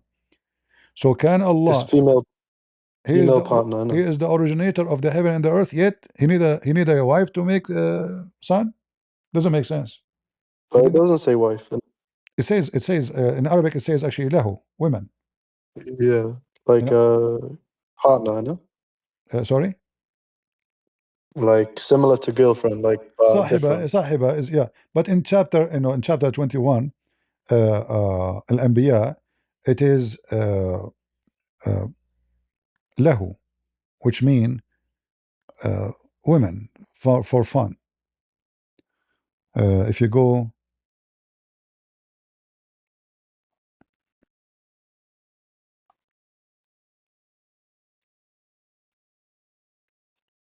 lahu. من لدنا إن كنا فاعلين. The word is used here is له. So ولو أردنا أن نتخذ لهوا. له in Arabic used as fun, but in the old days Had we it intended mean to women. So had we make it intended to take a woman for fun in order to have children, we have surely have taken it from us. But that means Allah is not the only one person from his kind, because he's talking about taking a partner, and it's a female partner. And that will bring who's the context? chapter 21 verse number 17 is about how Allah can have a son. Mm-hmm. All right, so he's saying we did not create the heaven and the earth for just to play, and if we wanted or intended to take a woman, we will take it from us. But that is a big problem now, because it's about taking a female. It is a human, and he used the word us. That means Allah must be one of us, or there is a female from his kind if he is from different kind of a species. The Muslim here, they cannot fix it. They say, okay, Allah, he used the word we as majestic, which doesn't make sense, because if Allah, he used it as majestic, that means Allah don't like, he feel disrespected for being one person, so he preferred to call himself we in a false way, because this false statement, this is false witnesses of the identity of Allah. He liked to multiply himself by language in order to feel respected, and that is dangerous. That means Allah is a liar. He fake. So somebody can take his wife? No. He if he want to take, if you want to have a son, if you want to intend to have a family, he will take a woman from us. But who is the us? Us talking about himself, not us, himself. So if I want to take a woman, I will take it from us. That means there's many of his kind, they are females. Yeah, you're right. And then the Muslim, they try to fix it. They say in the interpretation, what Allah he meant, if he want to have like a wife, he will marry the angels. But that will be another stupid problem, because according to the Quran, the angels are not females.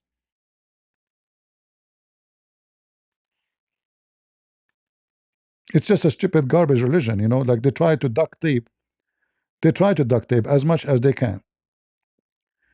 All right, so and like look, this is Ibn Abbas. So if you want to have children, if you wish to have a wife, he will do what? When he said that the angels of Allah are the daughters of Allah daughters, if he had wished to find a pastime, if we wish to have a daughter, and if it's said, it mean if we wish to have a wife, and also it mean if we wish to have a children, we can find it in our presence. What does that mean? From among the maidens in paradise, Allah will have sex with the virgins, but they are human.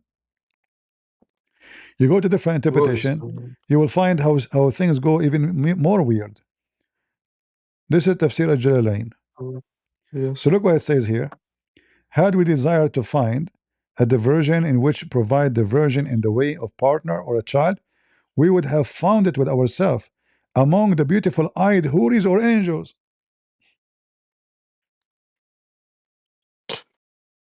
So Allah can have sex with whores? Yeah, obviously. I mean, he was saying if we want to take it, we will take it from us. But that doesn't make sense, because us always present your kind, not other kind. So if angels are us, that means Allah is an angel too. If the virgins are us, that means the virgins are us, and he is one of them. He's from their kind. The word us present the same kind. You don't say us, like if we say us and I have like a bunch of cats with me, I don't mean my cats. I mean the human next to me. Us is presenting the humankind, the same kind. It can be a same family. It can be a same ethnic. Like who is here an American? Us. All right. So it's a group of people. They share the same thing. They share the same equality. So the verse he was speaking about, if Allah want to take a partner, He will take it from His equality, His kind of equality. But that means He have a race, and there's many Allah. And now the Muslim, they try to fix it. They says, okay, possibly He meant the virgins in heaven, but those are not the quality of Allah. Those are for sex. Those are for human. Those are human actually. Or the angels, but the angels are not females. How Allah want to take partners from the angels? When the Quran says clearly that the pagan Arab, they say Allah have daughters, and they made the angels females. So Allah condemned them for saying that they are females. So Quran refused to be or to call the angels as a female. This is why when they are worshipping, if we read here,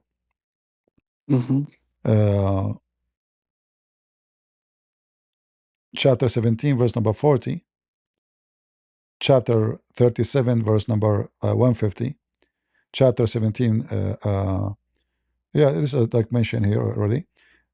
Or did we create angels females? So the Quran is saying, no, we did not. All right?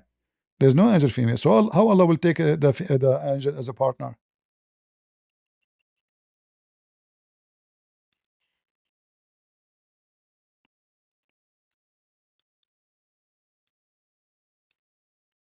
Wow.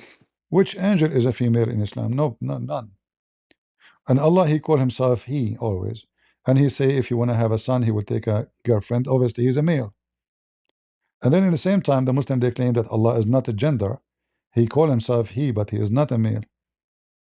But so how He say, if you want to take a son, if you want to have a wife, if I want to have a son, I have to have a wife. Obviously, you have a gender. Why did not say a boyfriend then? Why He chose the word sahiba, which means a girlfriend, instead of choosing sahib, a boyfriend? Why He chose girlfriend? Obviously, because He's a he, not a she. All right? Well, thank you. You're welcome. Do we have any Muhammadan would like to join us?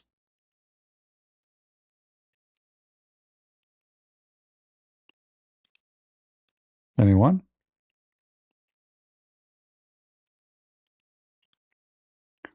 As you see, the more you study it, the more you find it is messed up cult.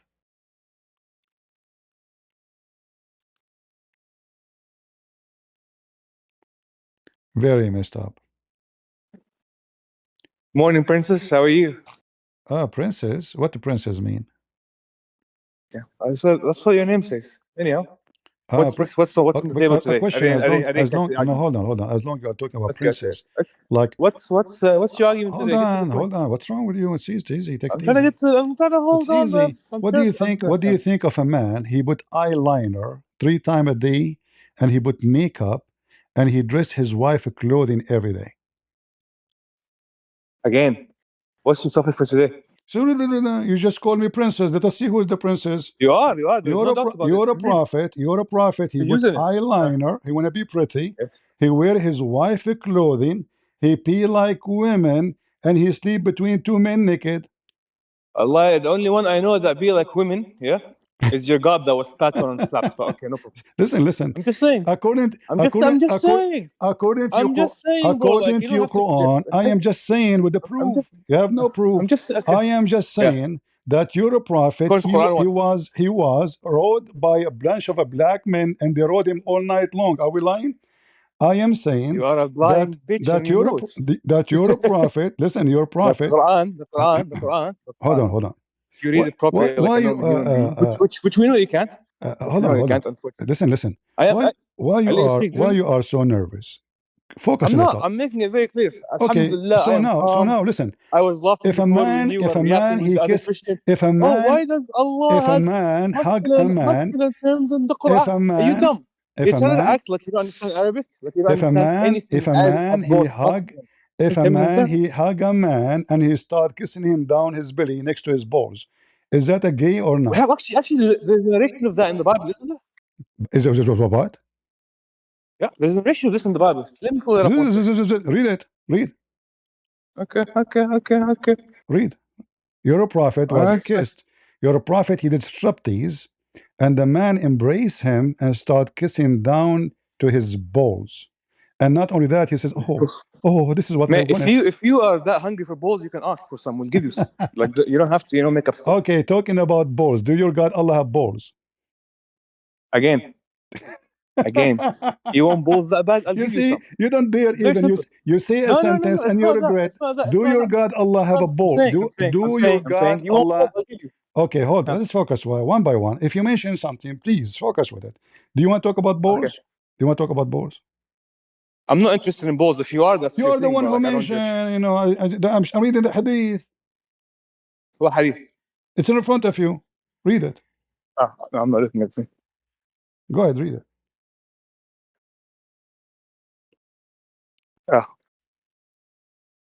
Read. Read for me.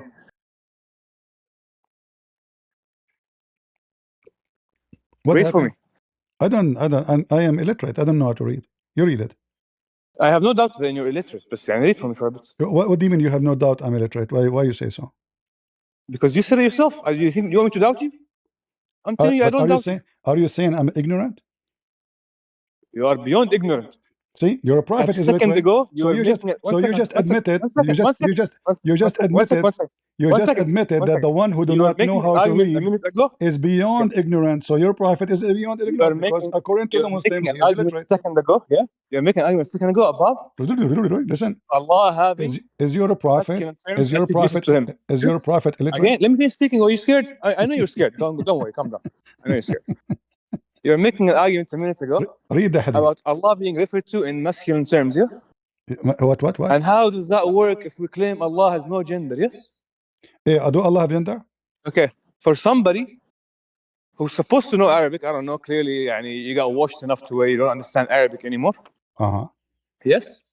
In Arabic, many things, regardless male or female, or even living things or not, are referred to in masculine and feminine terms, depending upon what it is, depending upon singular or plural, and the list goes on and on. See, we solved the problem. Let me finish speaking. We solved the problem. Princess, let me finish speaking. If you're not going to let me speak, there's no point. Okay? Thank you very much. So, at least, when you try to come up with an argument, try to make it good. Try to come from a place where I can say, excuse you, I can say, okay, maybe he doesn't know Arabic, but I know you do. And I know you're making an argument that you know is false, and you're embarrassing yourself. And I'm sorry. Done?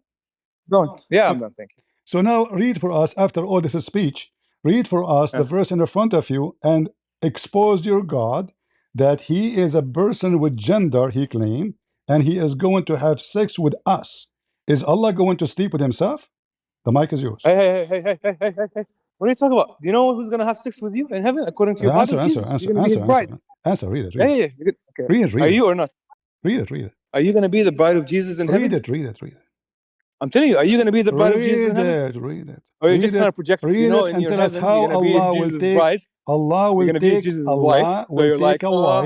Allah will take a wife from us. By projecting on the Muslims. You are scared. Allah will take a wife from us. Who is us? Mr. Arabic. Mr. Speaking Arabic. Who is us? What are you talking about? It's in front of you. Okay, read the verse in front of me. I don't know how to read. I told you many times. Okay, then don't make an argument based on it if you can't read it. Your prophet cannot read it too. Alhamdulillah, my prophet is the one that revealed it. No, he can't read it. How he can read it if he can read it? My prophet doesn't need to read. My prophet was given divine revelation. Exactly, the divine revelation according to your prophet. Anyhow, don't run away. Allah is going to have. Are you going to be? Don't change topic. Don't change topic. Are you going to be Jesus' wife in heaven? Don't change topic. Don't change topic. Don't change topic. Wait. Your topic is about God having a wife, yes? Yes or no? Yeah, here it's talking about taking children's. I will have a children's. Okay. No. You said wife before. You said wife before. Don't change. Yes, taking children. Your argument was about God having a wife, and I'm telling you, having a wife. Listen, you are going to be the wife of God in heaven. You are going to be Jesus' wife, buddy. He's going to put you in that nice white dress. Just to help you. Just to help you. He's going to walk you down the aisle to himself.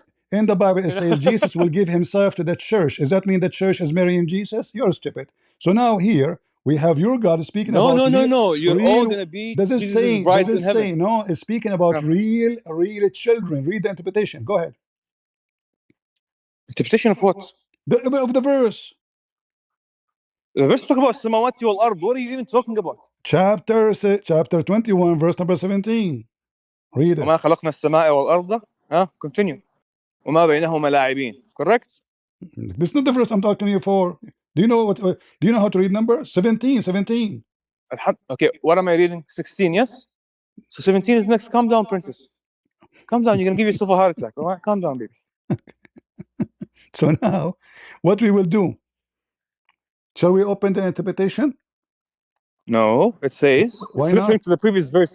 This is why I'm trying to show people how much of a hypocrite you are. Okay?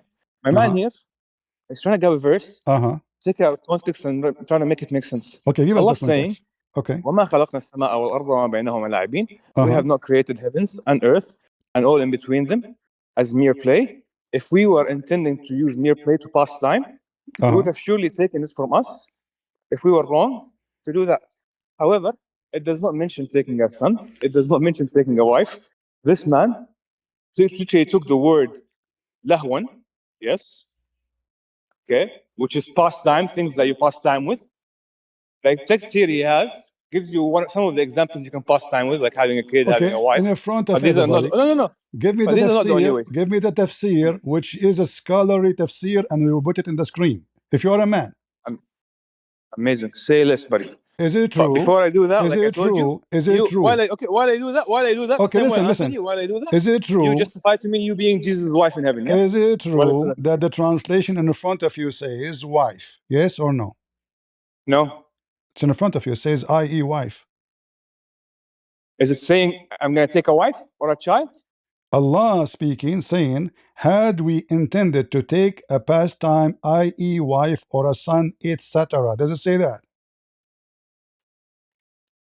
Again, pastime. Pastime. What does pastime mean? Mean women. No, pastime doesn't mean women. Ya Allah. You want to bet? You want to bet? Yeah. Okay, here we go. This is the interpretation from the government of Saudi Arabia, and this is your masters explaining the Quran. Who are you? You are nobody. You are a potato. This is At-Tabari, and you claim that you know Arabic. So now, does it say that the word lahu mean women? Yes or no?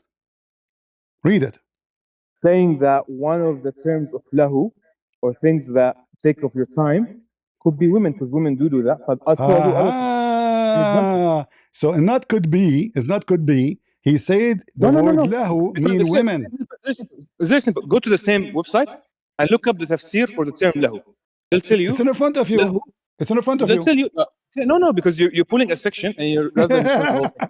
I can tell you the whole thing myself. Okay, hold on. Okay, listen. Can I share my screen? We will translate. We will translate. It says here, قال الحسن له المرأة, and then he continues as قال زوجة. Correct? Again. Can I share my screen? Again. To show that you are a hypocrite and you're a liar. You can post a link. I will put it for you. You can post the link. I will put it for you in the screen. Post a link. I will put it on the screen so we can laugh together. This is the official government website. So now apologize. Again. So guys, when I said, remember what you did? When I said, listen, when I said, I'm trying to speak, princess, please. When you're done, listen, transgender, listen. Hey, princess, calm down. Listen. I don't want you to. Can you give me the interpretation? Oppose this. Again, amazing.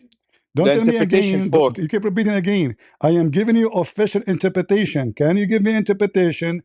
Cancel this. Yes. Okay, go ahead. Let me share my screen. Name it. Share my screen. The website have all the interpretation. Name it. I will open it. Say less, my princess. And like I said, while we do that, like what I said, like what I said, give me the name of the interpretation which can defeat this interpretation. I will. Are you searching Google? No, but I'm saying while I pull So up give my me the interpretation. Give me. Don't forget. You said you want to share your screen. So why you don't share the name of the interpretation in your screen? Again, because I've done this with you, and you know what you did? You showed a part of something. Again and again. You know, okay, again, all you're doing is all what I'm doing, I'm giving you, I'm spanking you. Down, I'm trying to speak. Listen, listen, little girl, listen. Down, let your daddy speak. So now read with me. This is the interpretation of Al-Jalalain. Let your daddy speak. Read. And there you go, people. Interpretation of Al-Jalalain. This is the guy who will later on come and say, look, I made my points, you could ask, because you don't let people speak. Okay? Read so unless you want to calm down, princess. I'm giving interpretation. Can you give me interpretation? Again, are you ready to let people speak, princess, or no? You said you have a screen to share. Just I'm saying to you, give me the name of the interpretation to put in the screen. Get you busted. Okay. How many interpretations are there for this verse? You stupid. You said to me you have something you want to share in the screen. Again, listen, welcome to another episode of... Guys, did he say I'm gonna insult somebody so they leave and then say, look, I won the argument. Buddy, if you're gonna be an insultive it is you who started insulting. Your mom didn't raise you properly. The first word he said, look, he said that the one who start insulting is the one who lose the argument. It's you who the first word you said to me, princess. Hey, that's your name, buddy. I'm honoring you. If anything. Listen. Because I'm telling you, this is Tafsir Al-Baghawi. Who are you? You are just a necklace seed in front of me. This is Tafsir Al-Baghawi. He says it's a woman. It's a woman. It's a woman. Speaking about Allah, it could be anything. It's a woman. This is Al-Baghawi. Is Al-Baghawi a scholar or not? And have all of them agreed with him? Al-Baghawi, and not only that, it says that Allah will if the virgins in the heaven. Is that correct? Read it. Where is that? Oh my God. This is Tafsir Al-Baghawi. This is Tafsir Al-Baghawi. This is Tafsir Al-Baghawi. It says, وَالْمَرْأَ مَحَلُّ الْوَطْءِ, the women who you F, correct? Where? In front of you. No, read the whole thing. I'm reading. You're like, you read. Okay, read. No, I'm waiting for you.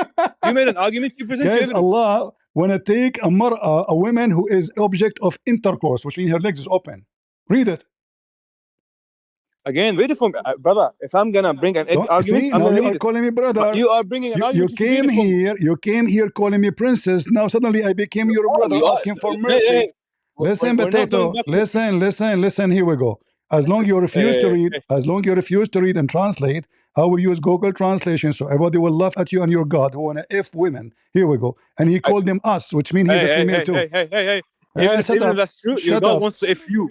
Let's play it. Okay? Your God wants to F you yourself. Let's play it. Princess, that's okay. I guess you enjoy it. Yeah, run away. Let us play it. You know, we will show everybody why you are refusing to read. Why your Christian princess is unable to answer any questions about Christianity. Sure. Is unable for sure. Because ashamed of his religion. So now read. Because he's ashamed of it. So if you want to continue being ashamed of your religion, potato, read. Again, Potato, read. Tell me, how are you going to be God's wife in heaven? Listen, I answer you. We are going very, very simple, because it's a unity. We will be in unity with God. As simple as that. Our God is a spirit. Your God unity is not a a bride. Now here, listen, you're trying to change the topic. I answer you. Your God is going to. How is unity a bride? Your God is going to F. Hey, princess, what do you do with your bride? Actually, you have a bride. You have a groom. What does a man do? You know very well. Yeah, I know. A man ifs his bride. You see, in heaven. Okay, just to answer you. Hold on, let me go. And Jesus says, in the heaven, they don't get married and they don't have children. لا يزوجون ولا يتزوجون. So those who say you're going to be his bride are liars. Yeah, so in heaven, Christian, they don't get married and they will not have kids. Jesus, he made that clearly. There's no sex in heaven. So you are stupid from the beginning. Now we go back to Allah. We go back to Allah, where Allah, he says he is going to F a women. Oh. Actually, wait. That's contradictory, you know. I'm telling you. You see. I know. Just go. Next time, bring your parents with you. Princess, huh? They had wanted to take a pastime. They differed regarding the meaning of pastime. Ibn Abbas, in the narration of Atta, said, pastime is a woman, and this is also the opinion of Al-Hasan and Qatada. Al-Kalbi, in the narration of Al-Kalbi, said, pastime is a child, and this is the opinion of As-Sudi. The interpretation regarding a woman is more apparent because intercourse is called pastime in the language, and a woman is the object of intercourse. We would have taken it from our presence, meaning, from our presence, from the Huris, not from your presence, from the people of the earth. It was also said, its meaning is, if it were permissible for him to take it in a way that would make it visible to them, he would conceal it so that they would not see it. So Abdul, in my book, we will not get married. There is no sex in heaven. Our God, the place of heaven is a holy place. All right. When they ask about who will marry this woman, Jesus answered them. He says that clearly in heaven there's no marriage and there's no sexual relationship. So your argument is very stupid and false. But as you see here, your God Allah speaking about women. You claim that you know Arabic, and you said you want to teach me Arabic. But the second we got you busted with the word lahu. You claim pastime. What pastime mean? I told you it mean women. You said no. I said let us go and read interpretation. You said no. Let me show my screen. Show my screen. Okay, what the name of the interpretation you want to share on the screen? Give me the link. He refused because he knew we will beat him. And as you see here, this is their highest scholars saying that Allah is speaking about effing women, and he called them us, not presence, as his translation says, taken from our presence. Nowhere in the Quran says a presence. It says us, taking it from us. There's a huge difference between taking it from us and presence. Surely have it. Surely have taken it from us. What presence? Us is not presence. So if I am standing, there's a bunch of cockroaches around me, I can call them us. So you came to insult, you call me princess, and the second we got you busted. You see, the one he insult, obviously he lost the argument. Petito. So now you are translating things and refusing the translation. Hey guys, I'm translating things and refusing the translation. Do you see how stupid he is? Hello. I ask you to translate yourself, you refuse. How many times I ask you? Go ahead. Are you a Muslim? I have a question, Christian. You are a Christian? No, I'm not a Christian. If I was a Christian, you are a Muslim? Yeah, I'm a Muslim. I'm a proud Muslim. But I have a question. Explain to me this verse. Why did you kick me last time? I did not kick you. Oh, yes, you did. No, I did not.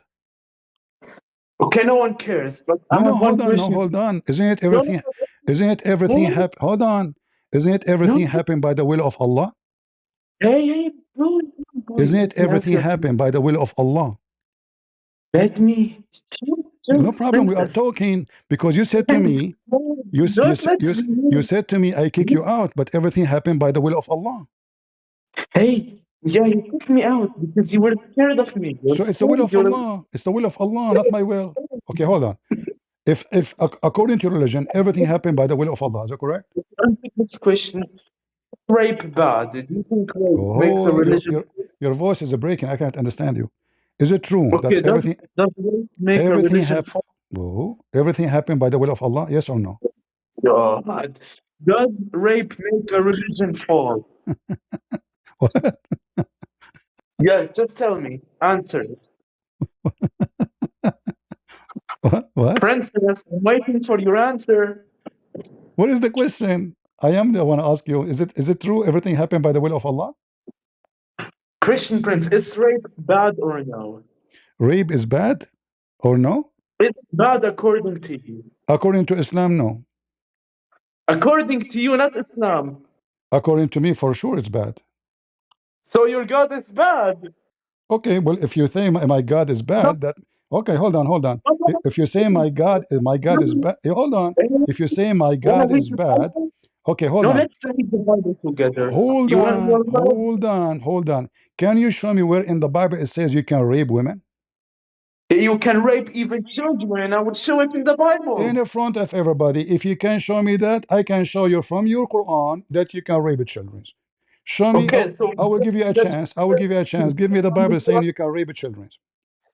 yes, okay. And Numbers 31:18, go to it. Dummy, Numbers 31:18. Read it. Go to it. Read it. Okay, I will read it for you, princess. Since you love the Bible so much, you follow it. Read it. Yeah, let's do it. Okay. But all the women and children that have not known a man by lying with him, keep alive for yourself. Okay? Where it says rape them. Explain it. Apologize. Apologize. No, I'm not gonna apologize. When it says rape them, where it says rape them. Doesn't need to say verbatim rape them. So you're lying. You're lying. It says those they will be taking captures of war. Where it says rape them. Now it's my turn. You see, you fail. You fail. You fail. No, it's not. Now hold on. It's my turn. It's my turn. It's my turn. It's my turn. Here we go. This is your Quran saying any woman you capture, you rape her. Correct? You failed. You lied. No, where's more reference than you, so you can't speak over. Here we go. I'm showing reference. You gave me a reference. I allow you to read it. You lied. The Quran, all the Quran saying you can rape your right hand possess. Is that true? Okay, I have a question. Don't change topic. Don't change topic. Don't change topic. Is it true? Is it true that look how many verses? Look how many verses. Look how many verses. It says even Muhammad, he can rape his slaves. He captured them, he raped them. Is that correct? I don't care. You can rape your slaves. Do you Is think it true? it's bad? Is it true? Yeah. You can rape your slaves and I don't give a fuck. But you play a moral game, okay, then I don't play for you. Just bring your parents next time. All those verses in the Quran about raping women you capture for more. Even the Muslims, they came to Muhammad, they said, oh Prophet, those women, their husband is alive.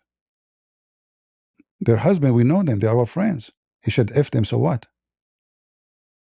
So what? This is in your book. So when you quote for me, you idiot, about take, and this is why you see it says, one who never, no man touched them. We don't want to bring filth to the community. Women who no man touched them, which means they are virgins. If they are going interested in rape, there's many women, they are very beautiful and they are young still, but they've been married before. So he's talking about women who never been married before, which a form of a purity. Women, they never have sex before. So they are not going to do the same as the other did, and they will not rape them. Same time, if one of them want to marry a woman, he can marry a woman, not rape a woman. In fact, all those women who they take them as slaves, they shave their head. And the reason for that, because they don't want the man to be tempted by this woman. She will not look pleasant. So right away she shave her head. Your God, as you see, making it very lawful to F women who they are married. So the Quran says it's forbidden for you women already married, except your right hand possess. Chapter 4 verse 24. Read carefully, guys. It's forbidden for you women already married, except, do you see it? So a slave woman, she is married, you rape her. It's in your book.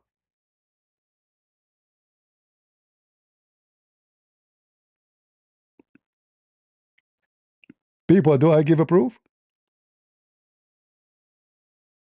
It's in front of you. It's forbidden for you women already married. So we're talking about what? Women are married, except except women who they are married, but they are your slaves. Islam promoting group sex. In fact, we know that Muslim, they can have 4 wives. That's group sex. 5 some, not 3 some. So you came to me with something, it is in your cult, and your prophet is the first rapist. And the Quran says it clearly that, O Prophet of Allah, it's lawful for you, your wives, and your slaves to rape them. Those are not slaves who they are just, he bought them, no. Those are slaves, he captured them. All right? Look, all of this. All those verses. Your right hand process, your right hand process, etc. All right?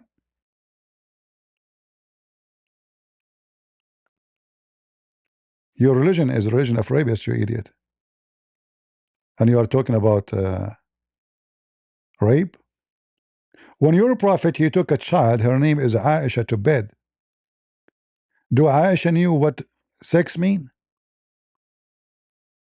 When your prophet, he asked Aisha, mother and father, to marry Aisha, and she was at the age of 6, isn't it this is rape? You're a prophet, if he arrived to America, he will serve eternity in jail, if not execution. He will be arrested as soon as he land in any airport in USA. You see, they talk about Epstein file. In Epstein, what happened? A girl, she was 15. 15. Big noise around the world. Oh, Epstein community. Oh, Epstein corruption. A girl, she is 15. The mother of the believers is 6 years old. So the first Epstein pedophile in history we knew is Muhammad. You call him the best of our men. In America, Epstein, he go to jail. Is that correct, guys? In America, Epstein, he brought shame to himself, destruction. All his money did not help. We took him to jail. In your religion, Muhammad is the best of men for you. The biggest pedophile. He's your best. If your best is the biggest pedophile, so who is your worst? And do Aisha knew what sex mean at the age of 6 or at the age of 9? What a girl at the age of 9, she knew what about sex. Did he rape her? Did he ever give her candy? In fact, this is proof to us that Muhammad, excuse me, penis is so small, tiny, tiny, hard to find. Because how he had sex with 9 years old, she did not die. You know, 9 years old, by the way, according to the hadith, mean 8 years old, because the Muslim calendar is different from our calendar. You know that, right? They use the moon calendar. 6 years means 5 years. According to Muslims, Aisha, she was engaged before Muhammad at the age of 4. At the age of what? 4. Imagine, at the age of 4, she was dating. Pervert society.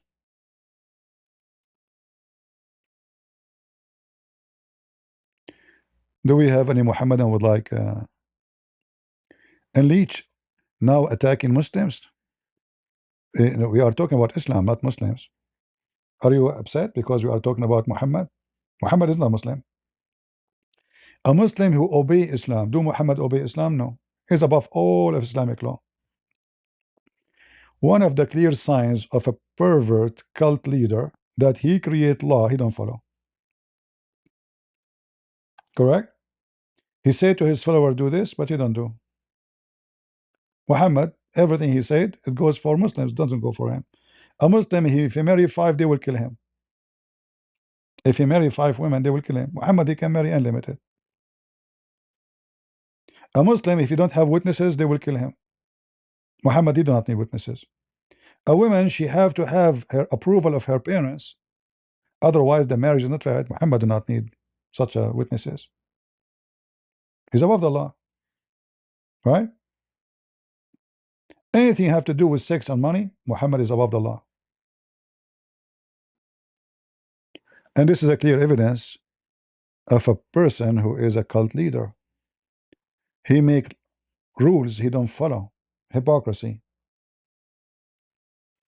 He told him not to pee facing the Kaaba. He pee facing the Kaaba. Suppose it's an insult, but he turned his butt to the Kaaba. Hypocrite. He told him not to look at women, but when women walk in the street, he got horny and he wanna F them. He told him not to look at women, but he go to his own son's wife and he flirt with the wife in her house. And then later he forced the husband to divorce her. Go ahead, disrespecter. Yes, brother. How are you? Hello. One second. Can I just fix something? 1 second, brother. 1 second. Sorry. I have to close the door. My brother is sleeping. All right.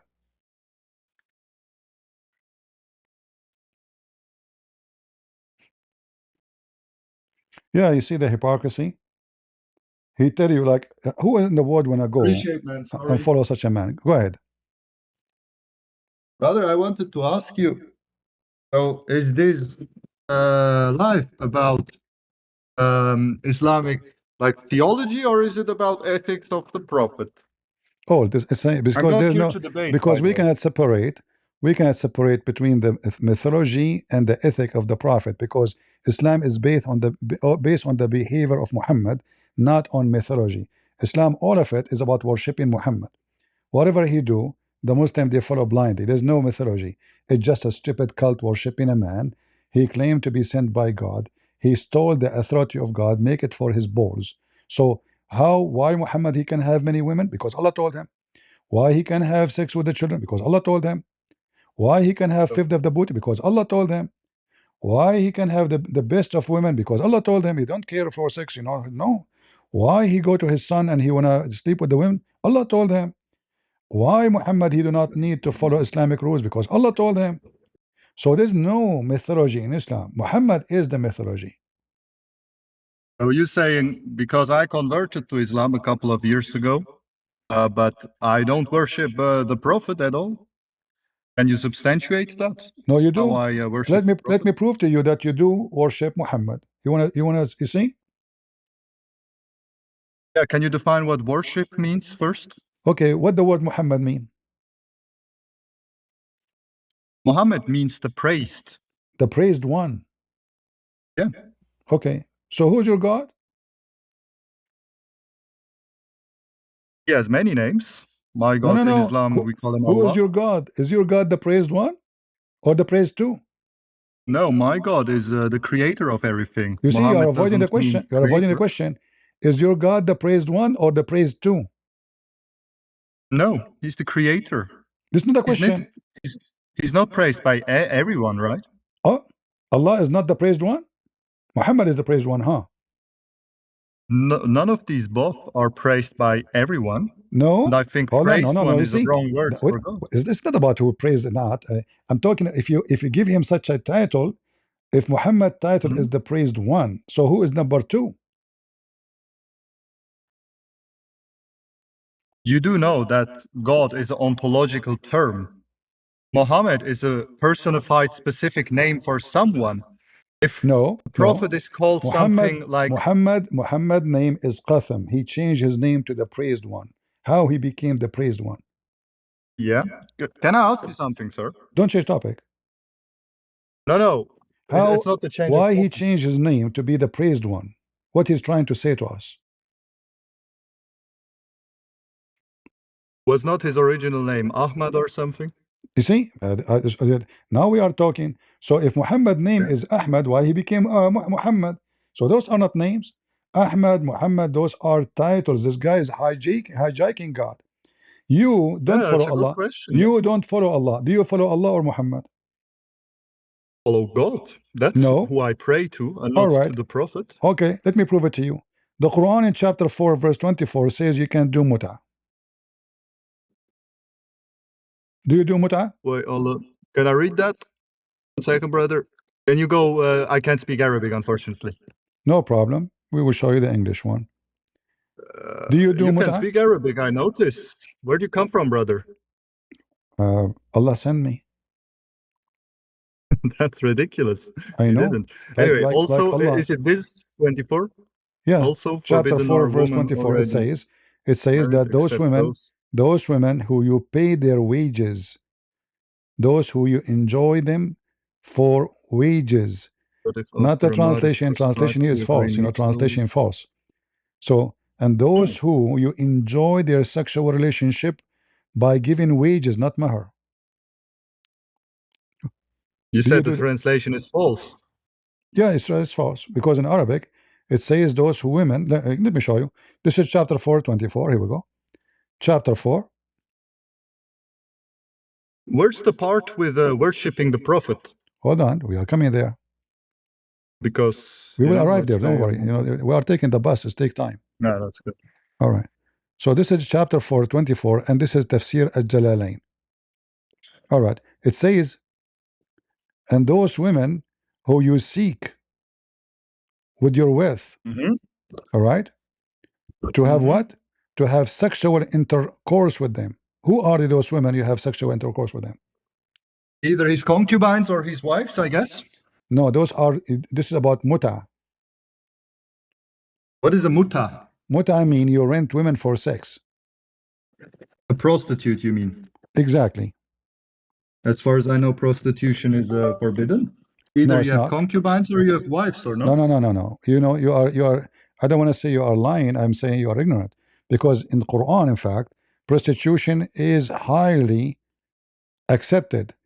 That's why the Quran says, "Force not your girls to do prostitution if they choose chastity, but if you force them, no problem." And this is here, chapter 24, verse number 33. So force not your girls for prostitution if they choose chastity. So what if they don't choose? No problem. And if you force them, Allah is on. There is no penalty. This is your Quran. Can I read that? Hold on a second. Wait. The same chapter, yeah. The chat, I can't see. The chat is full. 1 second. And let those who find financially means for keep themselves chaste until Allah for His bounty, and such of our slaves as seek a writing of emancipation, give them such writing. You know what? They are good. Yourself out of the wealth of she has been bestowed, and force not your mates. If they it's clearly written that you can't force someone for prostitution. Yeah. Okay, but if they choose chastity. Yeah, but that doesn't that doesn't mean that you can allow prostitution. It says that, hold on, if I say to you, force not your son to eat if he don't want to eat. So what if he want to eat? Yeah. Christian Prince, if a woman is in bad circumstances, let's be realistic for a second. We had prostitution always. This is not the case. It doesn't allow prostitution. Those women are your slaves. They are not women, they are outside. So already you have to feed them. Already you have to give them shelter. So the Muslims are using their slaves for prostitution. So force them not. That's why they have authority to force them. Force them not if they choose a chastity. If they don't, it's okay. And if you force them, Allah is all merciful. No problem. There's no penalty. If they choose to, you can't do forced sex slaves. You can't force if someone they choose to, if they choose, okay, if they choose to do, if they agree with you, is that okay? No, they don't have to agree with me. It's the choice on her. If she's in bad circumstances, so it became legal. It became legal. It became legal. A prostitute, she worked with the pimp. He's not forcing her. All right? He's not forcing her. Legal. It's legal. Even if I would grant you that. Listen, Christian Prince, but don't run. Let's continue this chat. Like this will be funny. So now, don't run away. So now the Quran Hold on a says, second. Listen, the Quran says that you can hire women for sex if they choose not to be chaste. Wonderful. Okay, can I ask you something? If your slave back then wanted to live in chastity, do you have to respect that? Or do you still have to force her to prostitution? No, because there's no yes penalty. Or no? Because there's no penalty.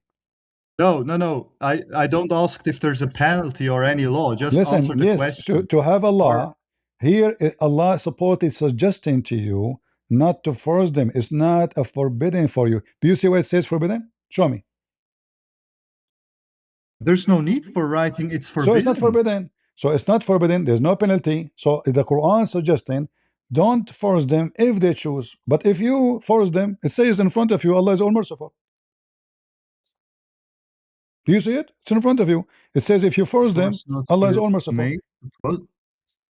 As I said, you can't force them that you may make a gain in the perishable goods of this worldly life. Listen. If anyone compels Why? Okay, them, hold on. then Hold after on. such compulsion, Hold on. God is forgiving. Is Allah punishing those who do such a thing? No. Allah is all merciful. He did not say merciful to the girls, actually. The translation is false. Yeah, he's also merciful against the killer. No. Here he's saying, listen.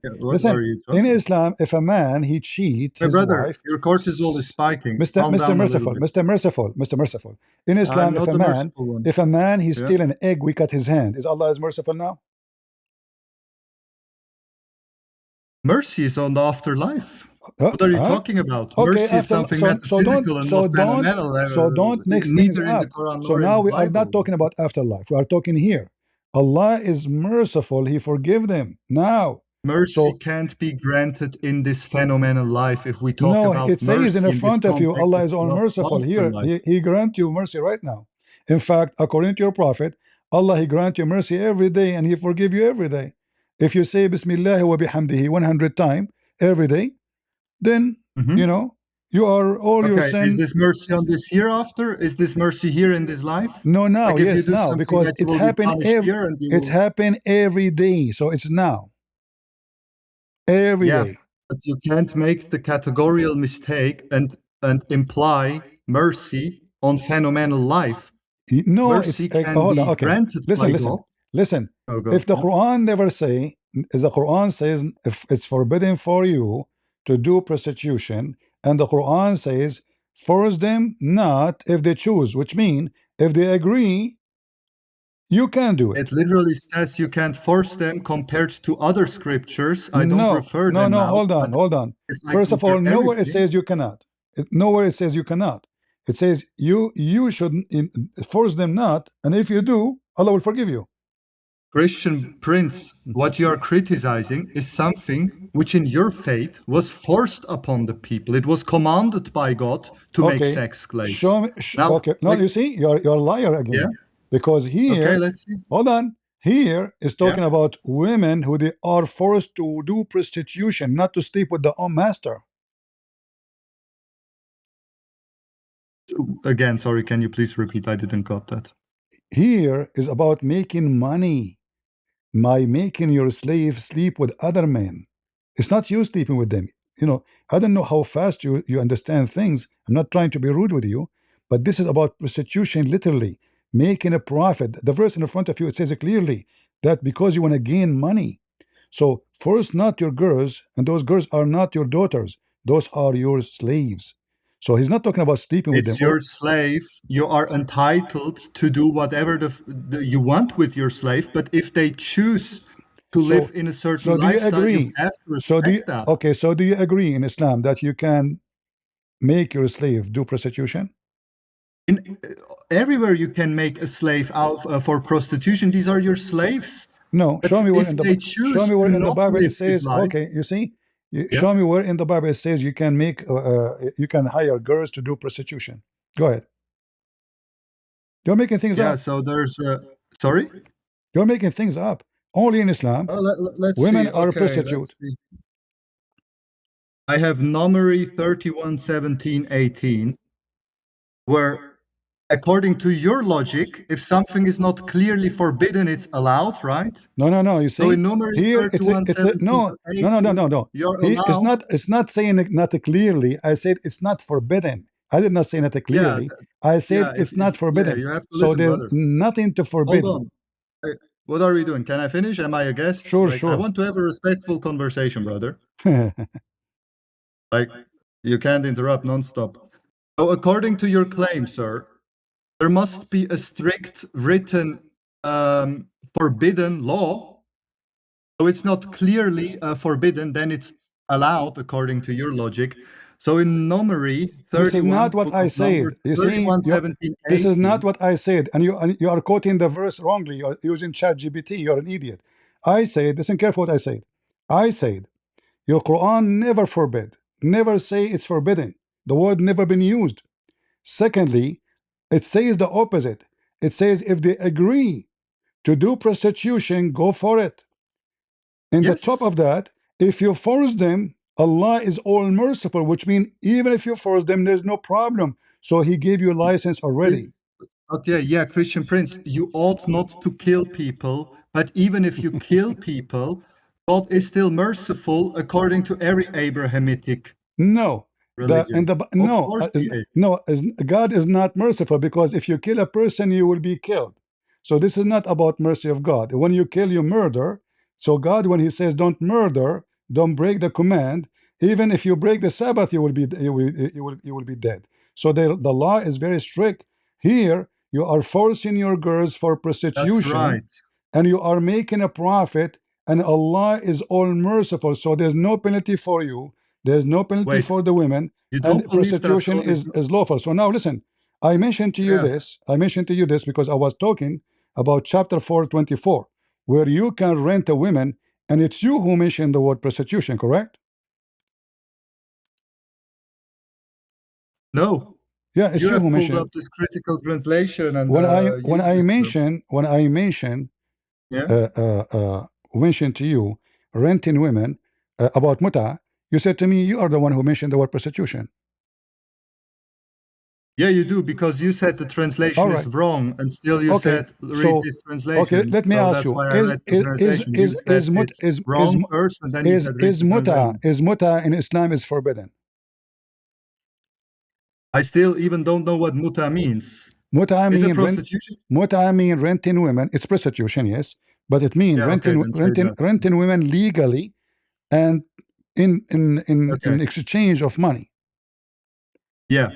Look, there's a command in the Quran, for example, you ought not to kill, or you ought not to take substances. No, this is don't change topic. Don't change topic. We can go there. But still, God is merciful. Like you don't. This is not about the merciful. You can kill somebody, ask God, you repent. This is not. But you make the reference. This is lawful. This is lawful. This is not sin. Why you are being stupid? This is not sin. This is not sin to be merciful to you. You're stupid. Oh, Peter. According to the Quran, you can legally. Allah gave you permission to rent women. Why you want to be merciful with you? If you go to the verse, it was very clear that there's written it's forbidden to do that if she chooses not to. Like, don't twist your own words. No, like where it says forbidden, you idiot. If you can show me where it says forbidden, you are a hero. You are a liar. Yeah, go to the verse you showed me in the beginning. Where is the word forbidden? Wait, hold on.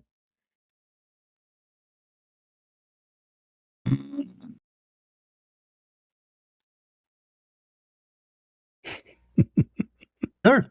Don't force your slaves for adultery. Okay. Where it says forbidden? There's no need to write forbidden. No, you see, if it's forbidden, according to your logic, just to show you how ignorant you are. The word forbidden connected to penalty. As an example, if you do something forbidden, there is a penalty. If it's not forbidden, there's no penalty. And this is the rule of Islam. I have degrees in Islamic law. So if there's no penalty, that means it's not forbidden.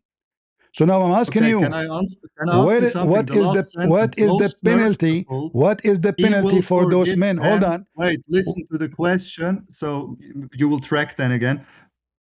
He will forgive them. What is he forgiving? He forgive them for the practice. He forgive them for the practice? Yeah? Yes. Which is obviously wrong, right? Obviously wrong, yes. Okay, but God is merciful according to both of our faiths, but it's wrong, right? Only. It's wrong only. Hold on. It is wrong only. It is wrong only if he forced them. But if they agree, it's okay. Do we agree on that? No. It's say if you force them, but they don't agree, then it's wrong. It is ultimately still your slave. Don't twist my words. I don't agree on these topics. It's old ethics. I don't think it's a good thing. Prostitution is evil, and forced prostitution is evil. Okay, anyway, focus with me. Focus with me. You do realize in the beginning, you agreed with me. It says, "Force not your girls to do prostitution if they choose a chaste." Okay, so now, what if the girl, she did not choose a chastity? You said, yes, no problem then, correct? If your slave choose to not live in chastity, yes, you could by law force her to do whatever you want. So guys, yes, you could open a pimp house of your slave, agree, correct? No, you can't open a pimp house because adulterous is still forbidden. Are you stupid? Listen. No, it says, there if are they choose a chaste, Allah, can't even the difference Quran, between the Quran made a condition. ethics. Listen, the Quran made a condition. What is the condition? Sorry? There's a condition here in the verse. What is the condition? If she lives in chastity, you can't force her. So now, if the girl, she don't want to be chaste, she like it. Can we open a pimp house according to the Quran? That's a good question. Wait, let me see. That's a good question.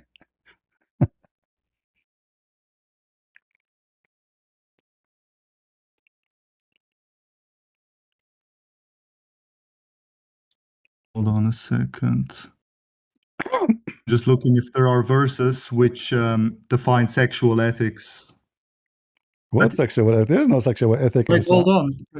Can you go to Surah 17:32? Don't change topic. No, wait. You want a verse about sexual ethics that you don't think that you can open a pimp house because according to your logic, you can open a pimp house. That's ridiculous. This is not my logic. The Quran says so. That's the first time the seeing Quran, that. Okay, hold on. Okay. Let's adult enough. Go to hold Surah 17:32, where it's a strict ethical guideline to not do sexual things outside of marriage. Are you stupid?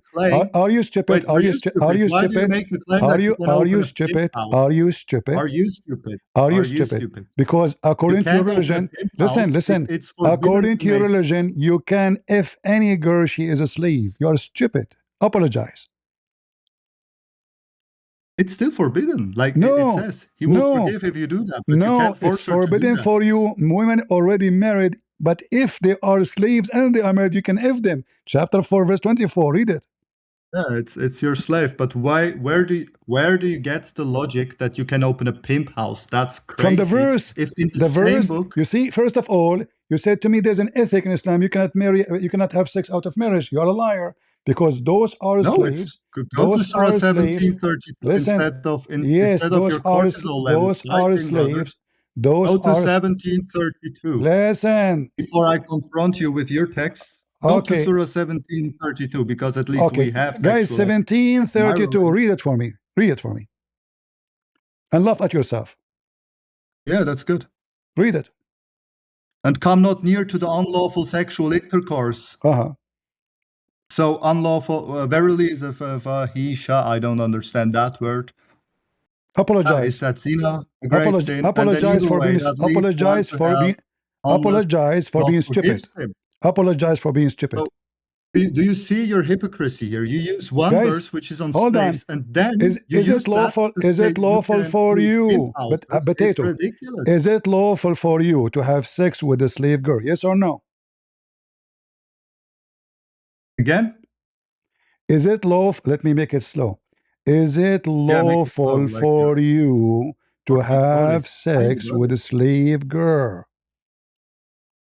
Yeah, if you have a slave by so why you law, are quoting for why you are quoting this verse for me, you idiot? So it is forbidden for you to do unlawful, but having sex with a slave is lawful. And those girls and those verses about this, the women you use them for prostitute, they are slaves. So you are a monkey. You know what's the craziest part? The crazy part that you are a monkey. You said to me in Islam, it's unlawful for you to have sex out of marriage. The crazy thing is, hold on. Okay, wait. Out of marriage. You know, it's not lawful for you. When the whole Quran, the whole Quran says it's lawful for you to F slaves, and those are slaves. Okay. So we are talking about slave girls. We are using them for prostitution. Did you get it? Okay. Now don't run and let me tell you what's funny of all of this entire story. You know what's actually funny? I know it's funny. Yeah, no, let me tell you. So I assume because I saw your background earlier. Uh-huh.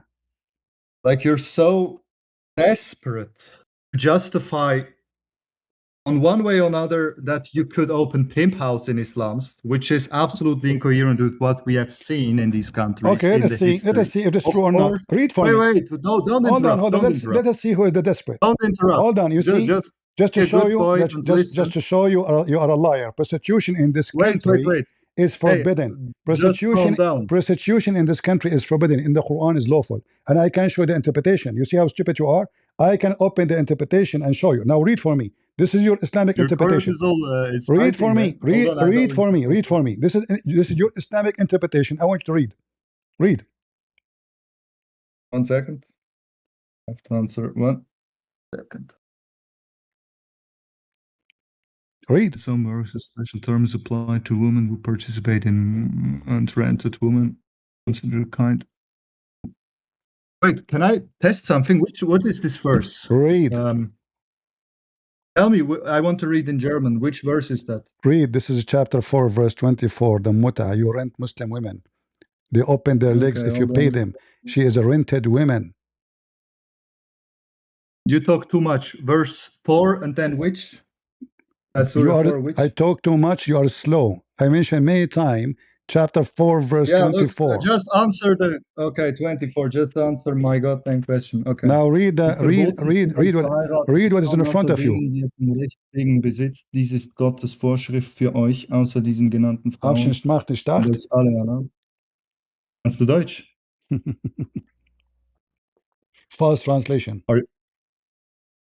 I think, as far as I heard, it's a good translation from Max Henning. As far as I heard, it's a stupid translation. Okay, in front of everybody. Does it say in the translation muta? Hold on. Does it say you pay them for sexual joy wages? No, that's not written. See? So it's a stupid translation, and you are stupid too. But how do I know now which translation is good? If you have something which is not seen okay, you see, you do not need. I'm helping you. This is islam.org. This is your Muslim website, not my website, and there are explanation for you. The Quran. It's not my website. You can open any interpretation you want. I don't deny that it's not your website, but I'm curious. In my translation in German, there's all Islamic translation is meant as a sale, especially in the West. Because simply Western are a bunch of ignorant, and they believe the translation to be. That's why if you change the translator, you will see different thing. Just to change the translator, you will see totally different new Quran. Now read for me. Does it say a Muslim woman? She is a mustajara. Wait, hold on. If you don't hear my voice very good, just let me know, okay, brother? I hear you. So now, does it say? I'm going on the terrace. Does it say rented women? Does it say in the front of you, it's a rented woman? No, it's just, I think it's still, I'm curious. I'm very surprised that even in Islam, in the Quran, you have those specific laws. I think this is a beautiful thing, honestly, like for real. It's a beautiful thing to rent women. It's a beautiful, guys, where it's a beautiful thing. It's a beautiful, woman, so it's a beautiful thing. Okay, hold on. You can take the virgin girls for your own sexual pleasure. I think compared to that, nowhere it says what you are saying. You are a liar. You are a liar. You are a liar. And instead of hopping on to some pimp stories, then go to Numbers 31, 70, 80 now instead of running away. Nowhere it says sexual joy. You are making nowhere it things up. says. Okay, then be a man now, and instead of trying to project your dirty thoughts on the Quran, which actually has laws, go to Numbers 31, 17, we 18, have where you're allowed to nowhere it says. Nowhere it says you sleep with them. Nowhere it says you rape them. Instead of yapping, holy shit. Instead of yapping, we did read it already. We did read it. We did read already. You are trying to find an excuse for rented women. You're trying I'm not finding an excuse. So now, if you would okay, listen. In the front of everybody, let us finish this one. Let us finish this one, and we'll go to number. Listen. What I've said is, I'm surprised that you have actual law. Listen. You're trying to find a solution. Shame on you. So now, does it say? I'm not trying to find a solution. I'm surprised that we have law about does it say rented women? Does it say in the front of you rented women? Hey, brother, if you want to engage in a serious conversation, I don't brother with rapist. You are a rapist. You are a Muslim. You follow a rapist.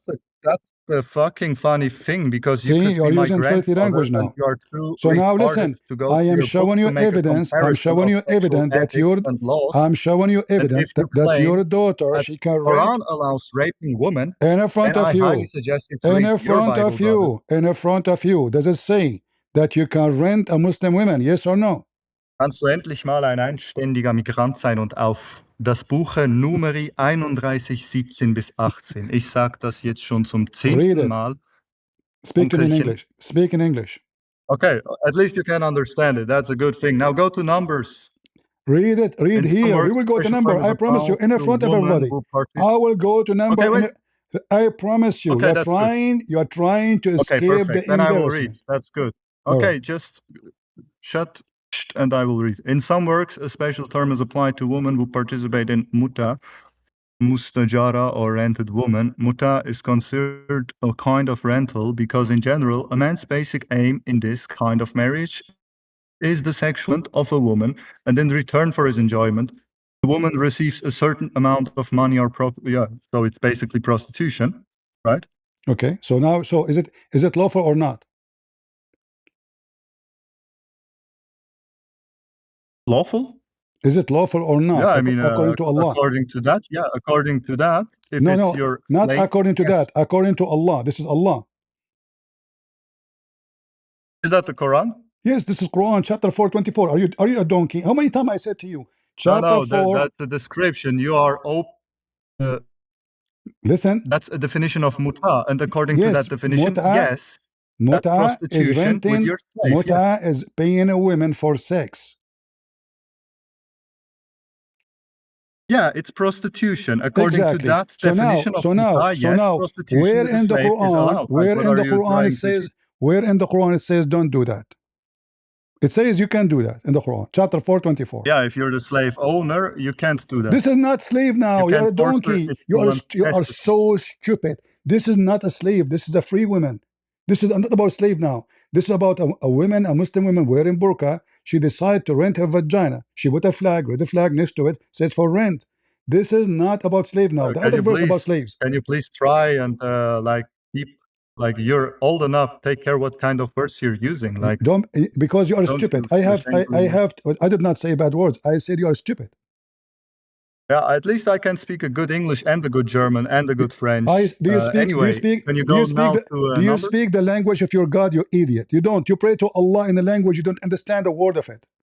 So don't talk about being smart. No, you pray to your God 5 times a day, repeating words you do not know. Now don't change topic. So now this is not about slave. Apologize. Apologize. Apologize. You are a German donkey.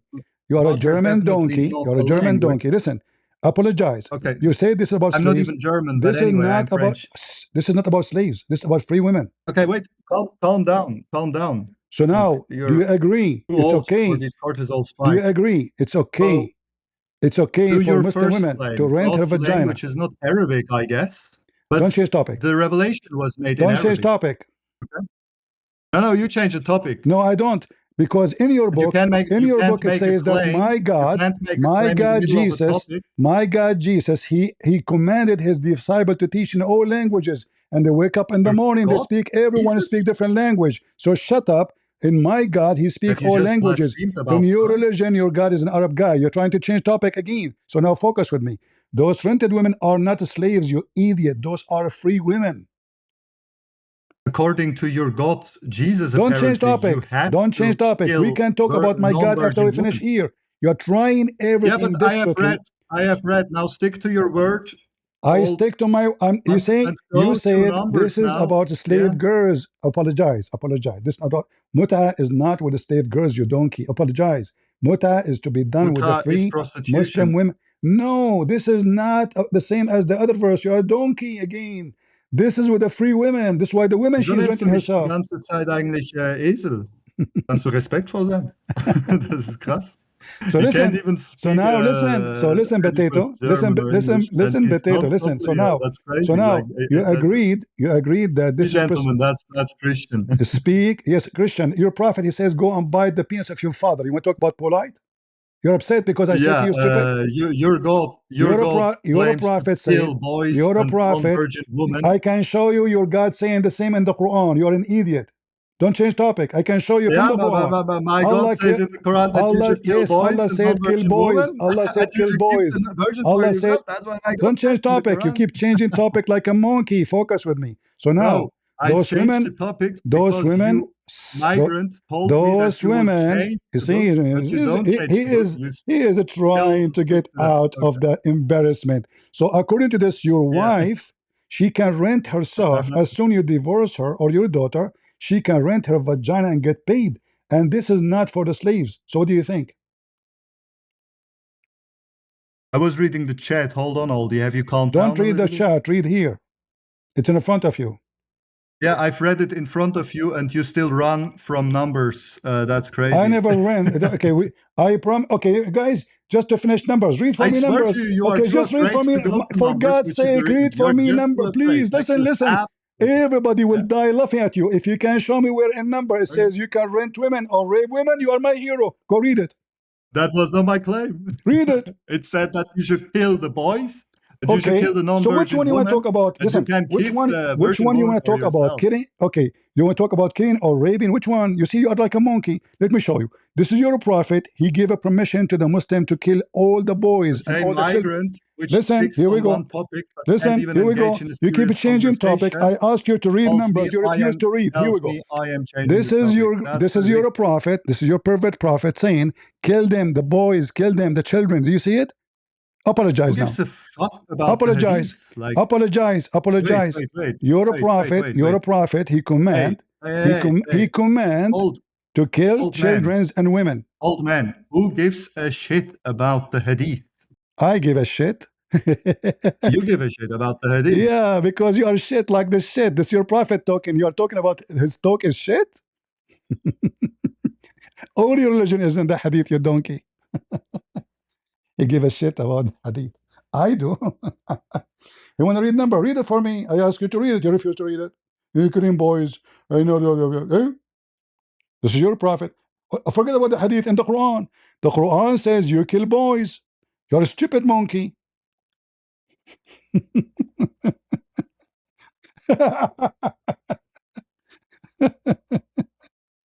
This is your Quran?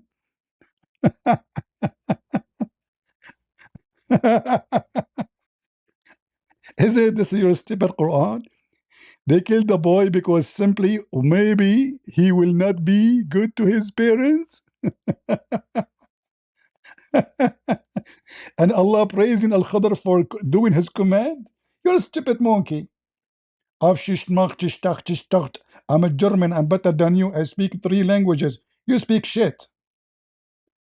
You pray. You are a slave of the Arab. We enslaved you by Islam. You have to pray to your God in my language. You are our shit. You are the shit of the Arab. Did you change your name to be an Arab name now? Did you dress like us? Did you try to grow beard and like us? But did you put eyeliner like your prophet 3 times a day? Do you wear his wife clothes 3 times a day? This is your stupid prophet. Allah, he sent Musa to learn how to be a prophet from Al-Khadr. And Al-Khadr, he killed little boy. Why he killed little boy? How he killed him? He smashed his head. He slit his neck. He slit his neck. He cut his head and he smashed it with the wall and the ground. 1874. And notice he don't want to read what I'm showing him. Yes, this is prostitution, but this is not.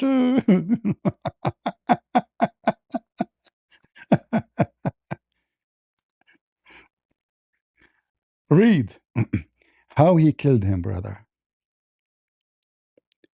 So they left set off after leaving the ship, making their way until they met a boy who had not yet reached the puberty, playing with other boys. Among them, his face was fairest. Al-Khadr slew him by slitting his throat with a knife while he lay down, or by tearing his head off and with his hands or by smashing his head against the wall. And you are telling me, my God, he says kill children? Are you there, Potato? Auf Schmacht Schnacht? Hmm?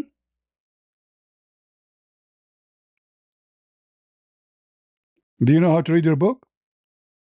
And this is your prophet saying kill women and children. Read it. He said they are from them, so what the problem? They said when we attack them, we are killing the women and children. He said, so what? They are like them. Kill them. And this is authentic. And the muta, just to show you, you don't follow Islam, you follow Muhammad. What kind of a man he allow women to rent their vagina? And this is Quran. When you say to me the Quran says don't do unlawful sex, you forgot that Islam switched things upside down, because as you admitted, renting a woman is fornication. It is prostitution, but Islam make it lawful. A Muslim woman, not a slave. A Muslim woman, a slave, she can be forced to work in prostitution. But this is a free Muslim woman. She rent herself for a man for one purpose, not for love, not for family, not for kids, for one night stand. Muhammad, he said, any women and men, they like to F each other.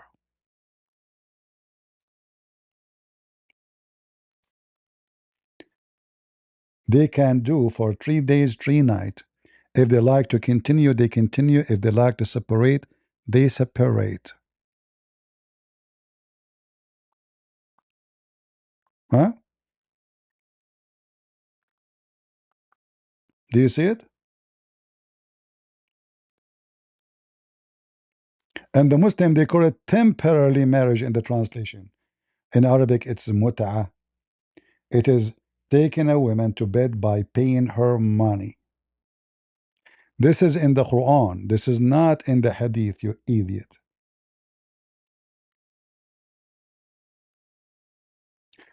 Even Muslim, they used to offer women even anything to F them. A dress, food. This is how cheap the Muslim women are.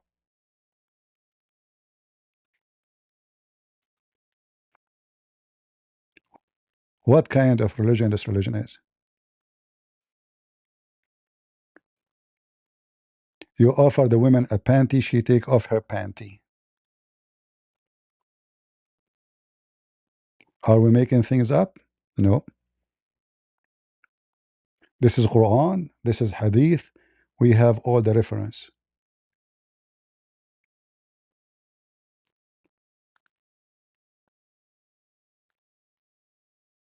Do we have any brave Muslim? You notice right away when we put them in the stage, the second they are stuck, they try to talk about something else. And then you challenge them to read what is in the Bible, they refuse, because that doesn't say what they are saying. And the funny, they say to you in the book of Numbers says, kill children. Don't you Muslim believe in the flood of Noah? Did God kill everybody? Suddenly you are against it now? Isn't you Muslim you were dancing in October 7? Huh?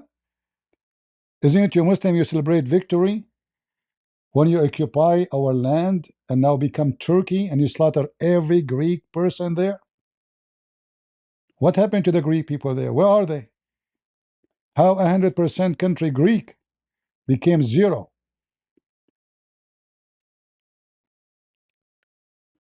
Aren't you Muslims celebrate the killing of the Armenian? Now you are talking about killing and what is forbidden, you coward liar?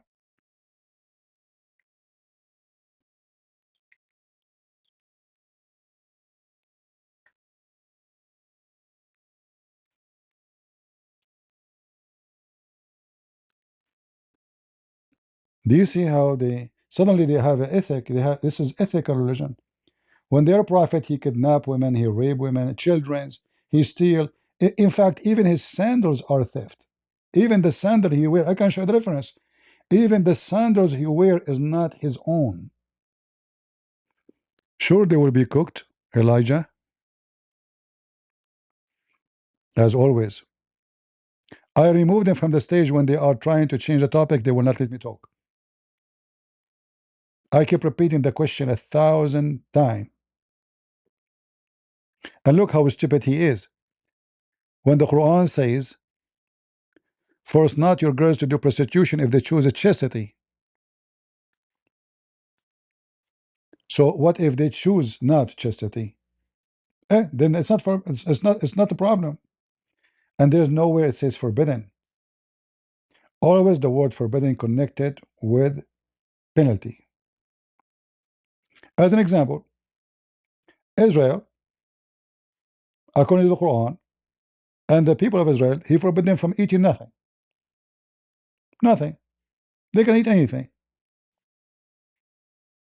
But Israel himself, he decided to forbid himself from some food. It's not Allah command, but there's no penalty. So when the penalty come, the law is a law. If there is a law and there's no penalty, that means it is not a law. It can be an advice. Always when we say law, that means there's a penalty. If there's no penalty and there's no sin, and there's no penalty in heaven, there's hereafter there's no penalty now. So what the penalty of prostitution in Islam? None. In fact, if discovered there to read, I can show you that you can marry your own mother in Islam. You can if your own daughter in Islam legally, if she is daughter from adultery. Are we lying? Who is a Muslim wanna bust me and say you are lying? You cannot marry your daughter from adultery in Islam. In fact, the biggest Islamic sect in Islam allow you to marry your mother and your daughter and your grandmother and your niece, and there's no problem with that.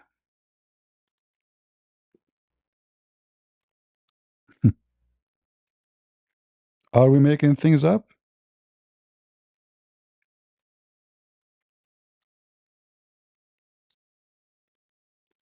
Let me show you. The sect of Abu Hanifa or Hanifa is one of the biggest Islamic sect in the world. Look what he say.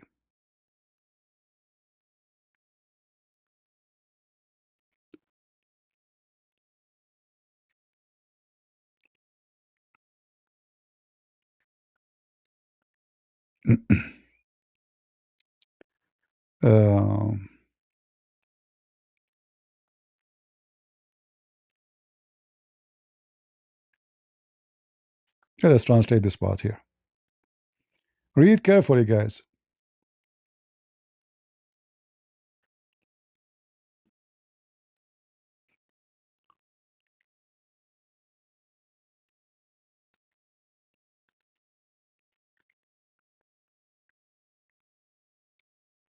Abu Hanifa stated, no prescribed punishment applies to him in any of these instances, nor is any such punishment incurred by a man who marries his biological mother, his daughter, his sister, his grandmother, his paternal aunt, his maternal aunt, his niece, daughter of his brother, or his niece, daughter of his sister, provided that he is fully aware of their kinship to him and fully aware that they are forbidden to him, and subsequently engages in sexual intercourse with all of them.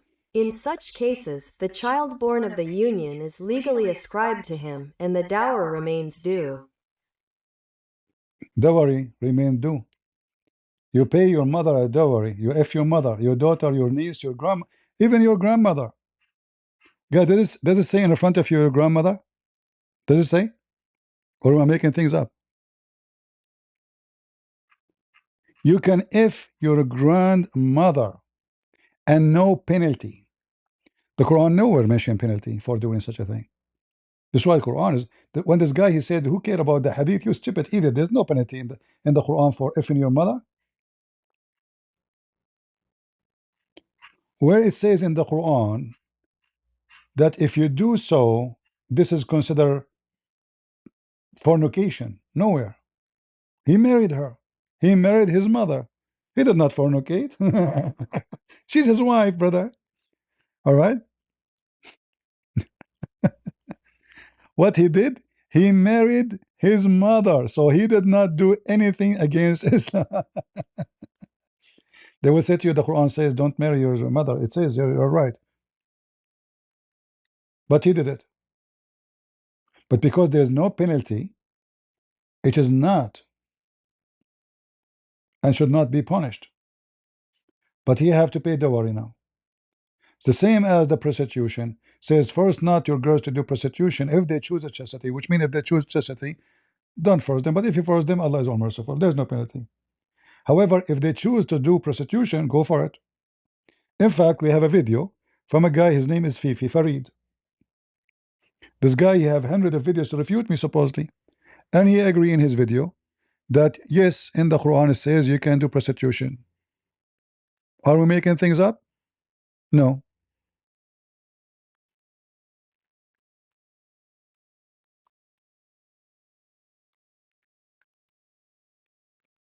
You can search right now Farid saying you can be a pimp. You can be what? A pimp.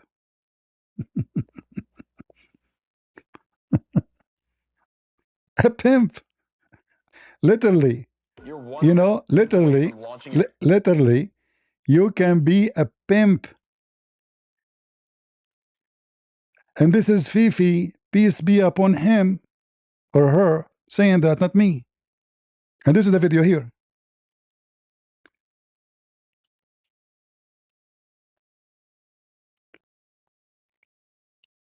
Yeah, what I see from that verse is that you can be a pimp. Exactly. Exactly. Those are Muslims meeting together. Do you see it? So in a private talk, they admit, but when they want to refute me, CP, you are lying, CP. Let me expose you, CP. But when they speak together, brother, in this verse, you can be a pimp, and Fifi admit and agreed. Yeah, see from that verse is that you can be a pimp. Exactly. So oh, no, that's funny.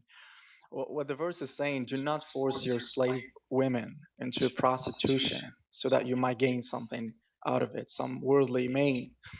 But if you do so, if you force them, then after that, Allah is forgiving, most merciful.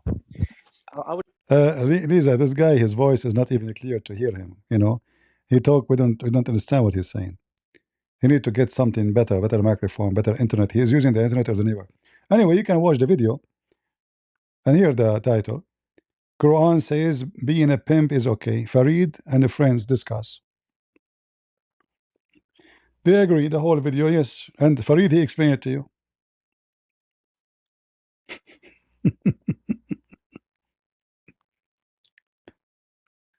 Right? They deny it until they cannot deny it. Do you remember when they start talking about scientific miracle of the Quran? Do you remember? Almost every day. And Ali Dawah, he says he converted to Islam because of the scientific miracle of the Quran. Didn't he say that? Until we spank them. And then he come and he says, scientific miracle debunked. Did he say that?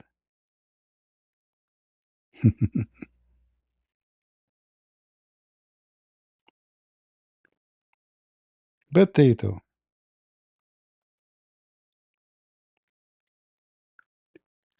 The scientific miracle, brother, debunked, brother. All right? We cannot keep lying to those Christians no more. It's over. It is history, brother.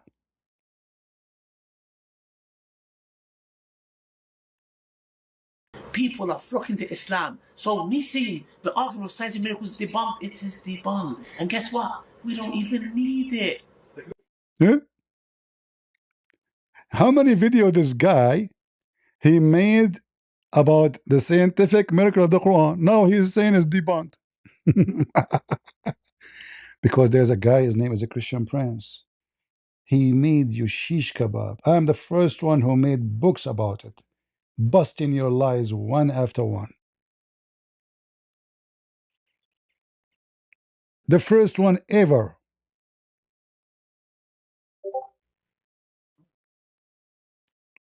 Yes, it's debunked. It's debunked, brother. Scientific miracle in the Quran, yes. And he have a beard, but his voice is the voice of a girl. It is debunked. And guess what? We don't even need it. Really? Halal cat food, brother. Don't forget to buy halal cat food. All right? Look at those eyes.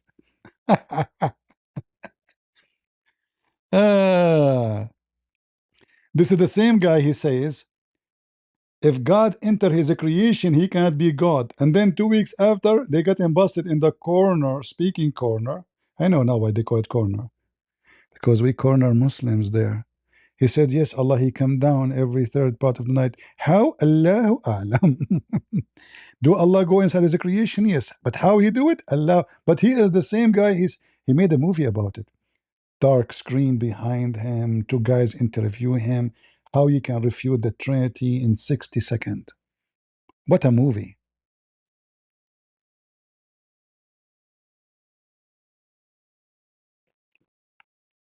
Do we have any Abdul? This is why this potato, the German guy, he don't want to read. You can rent your wife, she can rent her vagina. As soon you divorce her, she will be available. In fact, there's no marriage in Islam. All of it is rental. All of it. Because you can divorce your wife by saying a statement. It's a contract for sex, not marriage. It's a contract to guarantee liability, let us say. So in case you have a son, you cannot say it's not your son. And actually, this is one of the most funny, stupid things about Islam. Imagine if your wife, she sleep with the town. She is the bicycle of the town, where everybody can take a ride. According to Islam, the sons of this woman is your sons, even if you can prove that their DNA is not yours. This is why Islam is the most wicked, stupid.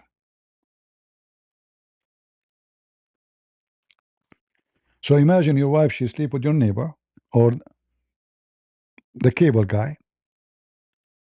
Still, you are going to give your money, inheritance, your name to the son of the one who effed your wife. This is what Muhammad make it. الولد للفراش والزاني للحجر والعاهر للحجر. Read it. So everybody F your wife, and all those who have kids from your wife, they will inherit you later. You know, this is a good plan. You go and you F the Muslim women. She have a son from you, like find the rich woman. Then she gave birth. And now the Muslim man, the husband, he have to give his name to that son and his wealth. He will inherit his father legally. Even he can be the caliphate if he's a son of the caliphate. And then after the father he die or he divorced, you go to him says, listen, I'm your real father, huh? 50-50. Yeah. No way you are my real father. Yes. 50-50. If not me, you will never get you will be a son of a poor man like me. It was my plan to have you so we can get rich, me and you.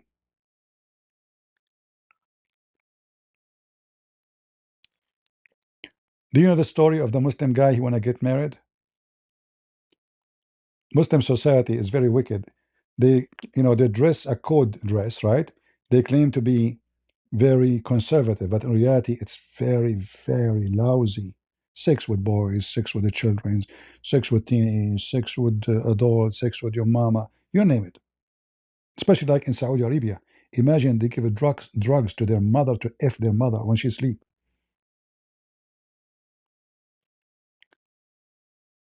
So a guy, he want to get married. He come to his father happy. Hey, dad, I found a woman. I want to marry her. His dad, it's my dream to see you getting married, my son. Wonderful. Who's she? Tell me her name. He tell him the name. Oh, no, no, no, no, no, no, no, no. No, no, no, no, no. Why that?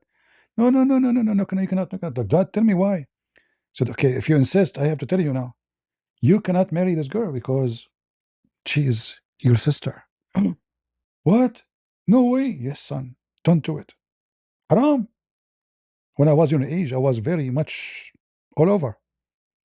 The son, he goes. He is desperate now, sad. He found a new girl.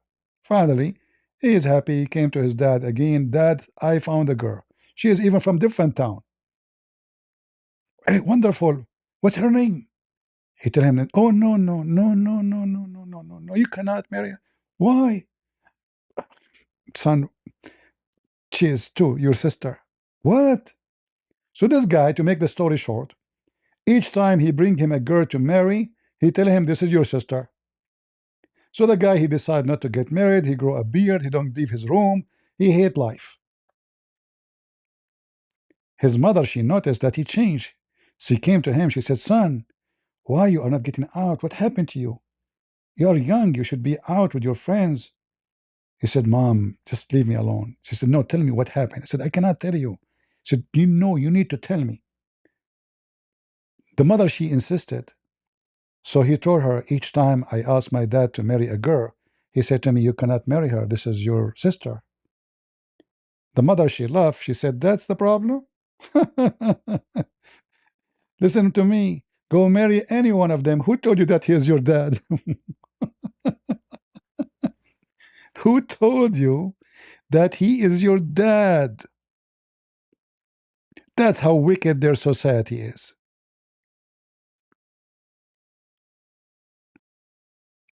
Pretend to be himself is not the son of his dad. Not everyone else is not the daughter of their dad. Go and marry any woman you want, all of them. Don't worry about it. None of them is your dad. They don't. They have nothing to do with your dad. Do we have any Abdul?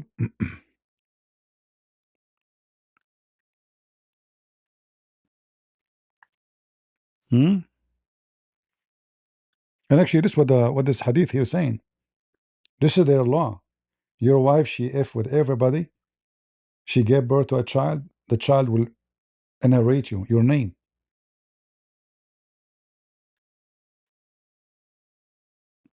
Your wealth. And imagine how angry will make you that, because you might divorce your wife now. You know that she is a cheater, right? But you are stuck with the child. The child who is the result of the effing of fornication between your wife or your ex-wife and this man. So now you have to give him your name, your wealth, your house. This is the intelligence of Islam.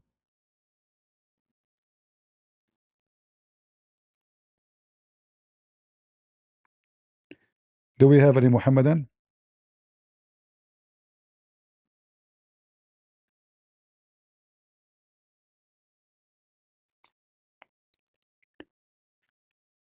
Yeah, this poor German. Each time they come to us, they say in the book of number, in the book of number, in the book of number. Obviously, you never read your book. And you do not know what numbers is about. In fact, your prophet, he is very funny in numbers. Who wanna come? Who's a Muslim here is a good in mathematics? Anyone?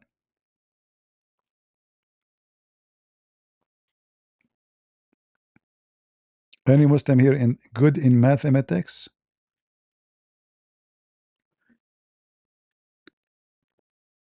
Liberance, How is it going? It's going very good. As you see, we are sitting in the beach enjoying the scenery of the burqa. Yeah, they go to the beach to wear burqa because they are conservative, and then they go in the water, and then the burqa is stuck in their vagina, in their nipples. It goes between their butt line. So you see everything, but they are conservative, brother. Go check them out when they go in the water with this burqa. I mean, you see everything, literally everything. There's no bikini can show you what you will see with the burqa, but they are conservative. Isaiah, Muhammad needs to know that they have been lied to. Muhammadans. Muhammad mentioned Moses but ignored the Ten Commandments. Muslims only have names of prophet in the Bible, but they corrupt the stories of those prophets. Even the names, they have them wrong. As an example, in the Quran, Moses is the uncle of Jesus, and the father of Mary is the father of Moses and Aaron. I mean, even if this guy, he have a flight of history.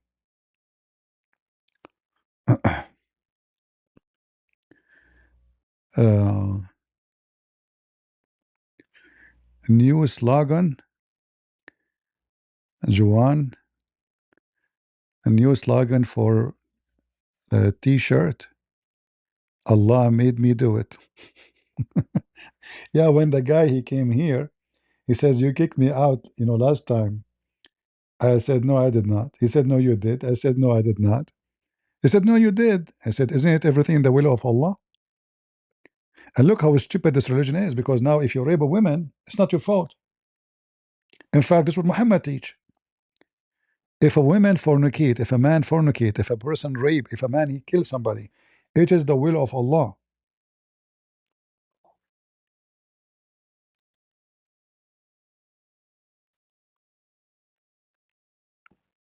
Read it. It's not, none of things you do in your life is a choice. So when you say Allah made me do it, you're right. Good one. Why you fornicate? Allah made me do it. Why you rape? Allah made me do it. Even when Muslim they kill, the Quran says, وَمَا رَمَيْتُ وَإِنَّمَا اللَّهُ رَمَى. I did not shoot my arrow, it was Allah.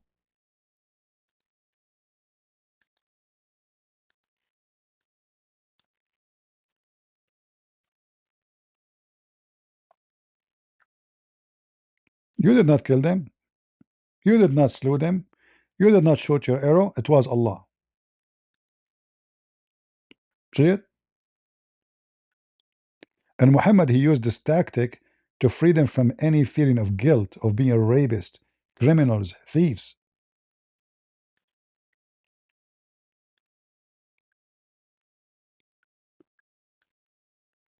Victor, all right, thank you, Victor.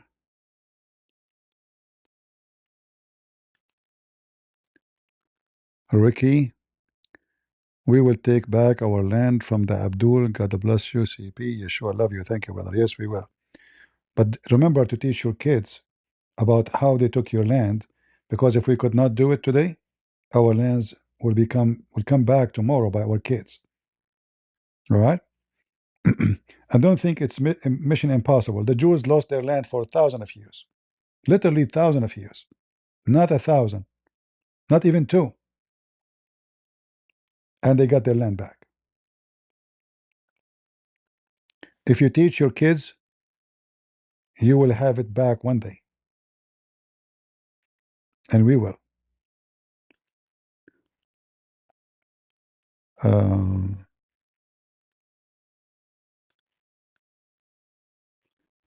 We have Sabrina. Hi, CP. Advice for Christian Muslim interfaith couples. It seemed like a Chinese path to navigate. I don't believe in those interfaith things. There's nothing called interfaith. It's against the Bible actually to say that word. You see, the Bible says, light and darkness, they cannot be under one roof, right? So what faith we are talking about? Like, do we think they have faith or they have evil? And the Muslims, when you speak to them, if they are like the kind of they do so-called between two bracket interfaith, they will practice taqiyya. Islam is against rape, Islam is against discrimination, Islam is against killing Christians, Islam is against killing Armenian, Islam is against, all the lies. But in reality, the story is different. So those interfaith is a joke.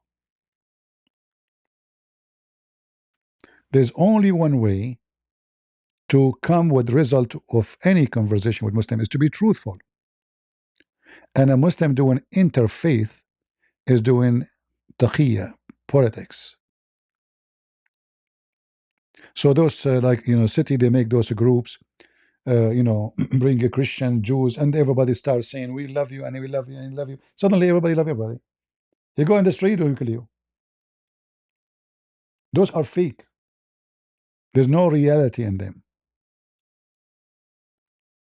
It's like a group of people trying to fool each other.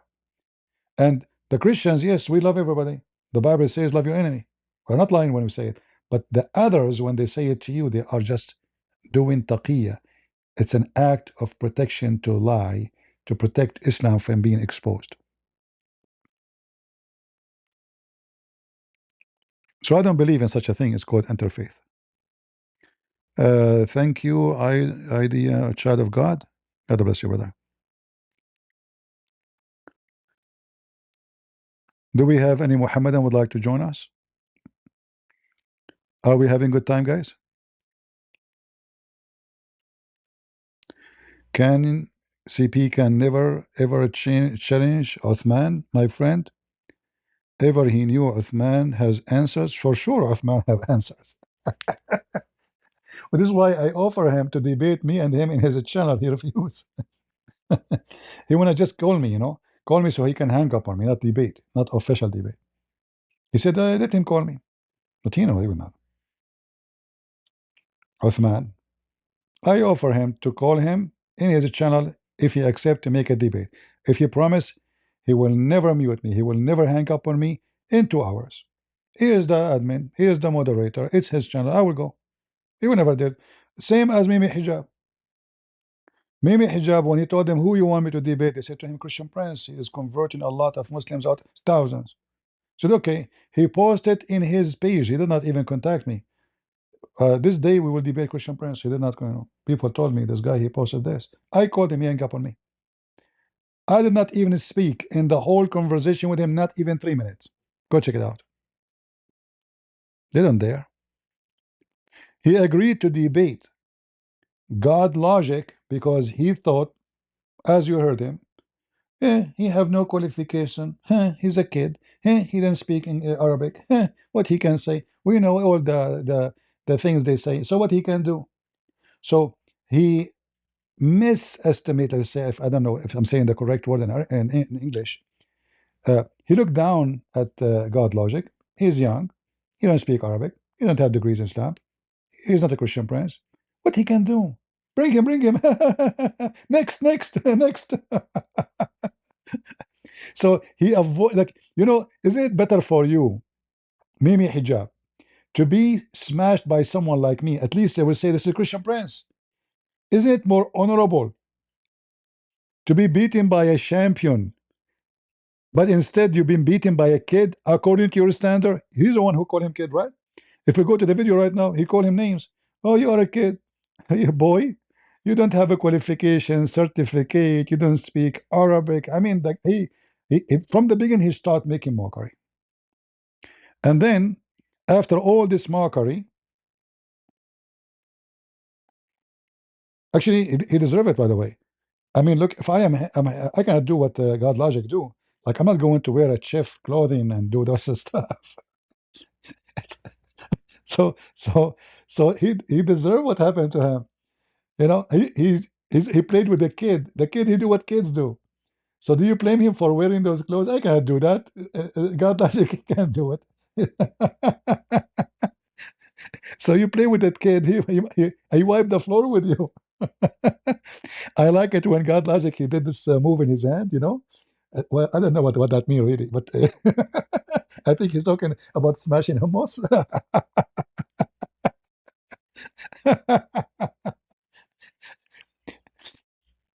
You know, in the beginning, I thought this will not be good. Why?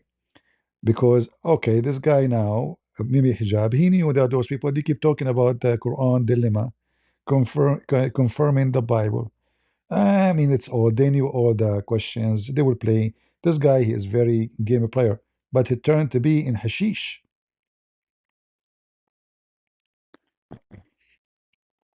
He is using a new microphone. Okay, QT, put your hand up, QT. I will bring him to that. I don't think he is using new microphone. He's using taqiyya, but we will take him to see. Put your hand up, QT.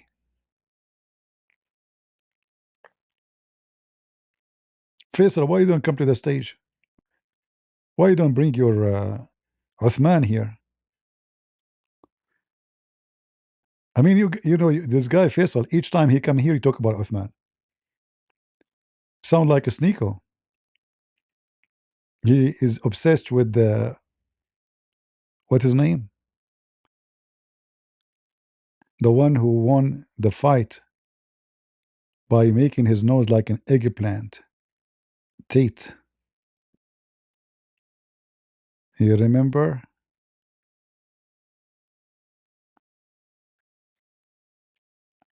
Any Abdul?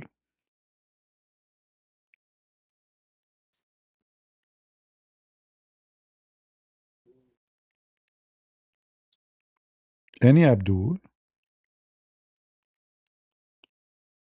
You like to be officially busted? Do you like to have a tattoo? All of you avoid to have my tattoo. Whoever spoke to me, he have a tattoo of 13, the size 13 shoes in his butt. Prove me wrong.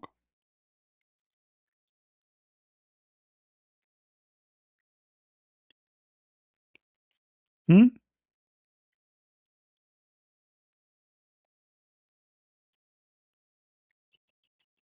Any Muhammadan?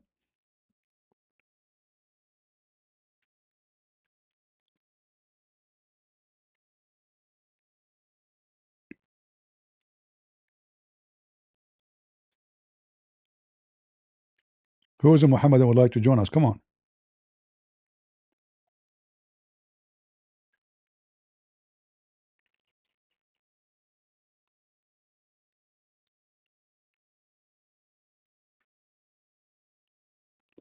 Well, I told God Logic, you know, you need to learn Arabic. And I told him to go my other page, you know, Arab for Christ, he can learn. Because, you know, he will do this for a long time. And learning Arabic will give you a big boost in what you do. He said it is very hard, but nothing hard if you decide to learn. He's still young, he can learn it. Because, you know, Arabic is the key for this garbage cult. As you see, every translation you see in front of you is false. Not a single translation is valid. Even the Muslim, by the way, don't accept the Quran translation. Do you know that? Muslims don't accept any Quran translation to be Quran because they knew it's a lie. They knew. Like when they mention about the Quranic dilemma about the Bible, every translation is false. So what is between his hands, the Muslim will translate it as what came before it.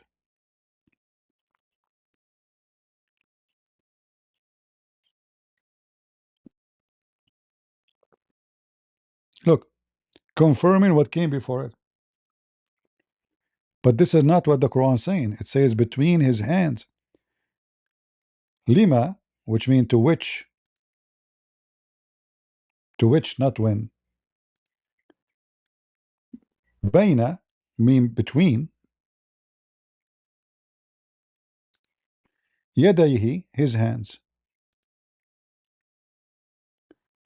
Here There's no between, there's not to which, and there's no hands in the translation.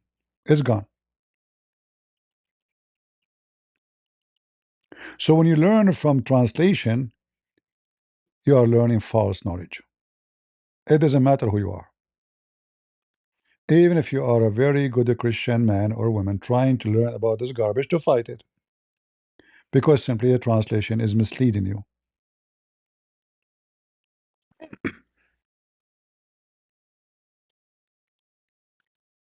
And that goes for everything in the Quran.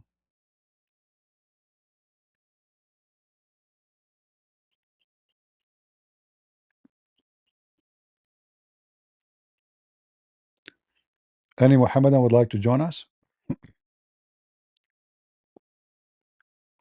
Yeah, this is certification is good.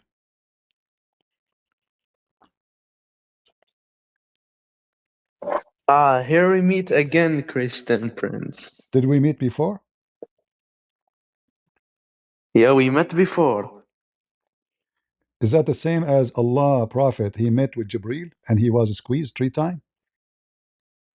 Oh wow, that's so good. Okay, then let's read the Bible. Hold on. No, you need to defend your faith. What do you mean, wow? No, why are you running from Christianity? Why don't you defend it? Hold on. You say, I said to you that your prophet been squeezed 3 times. You said, wow. Okay, good. But do you want to defend Christianity or no?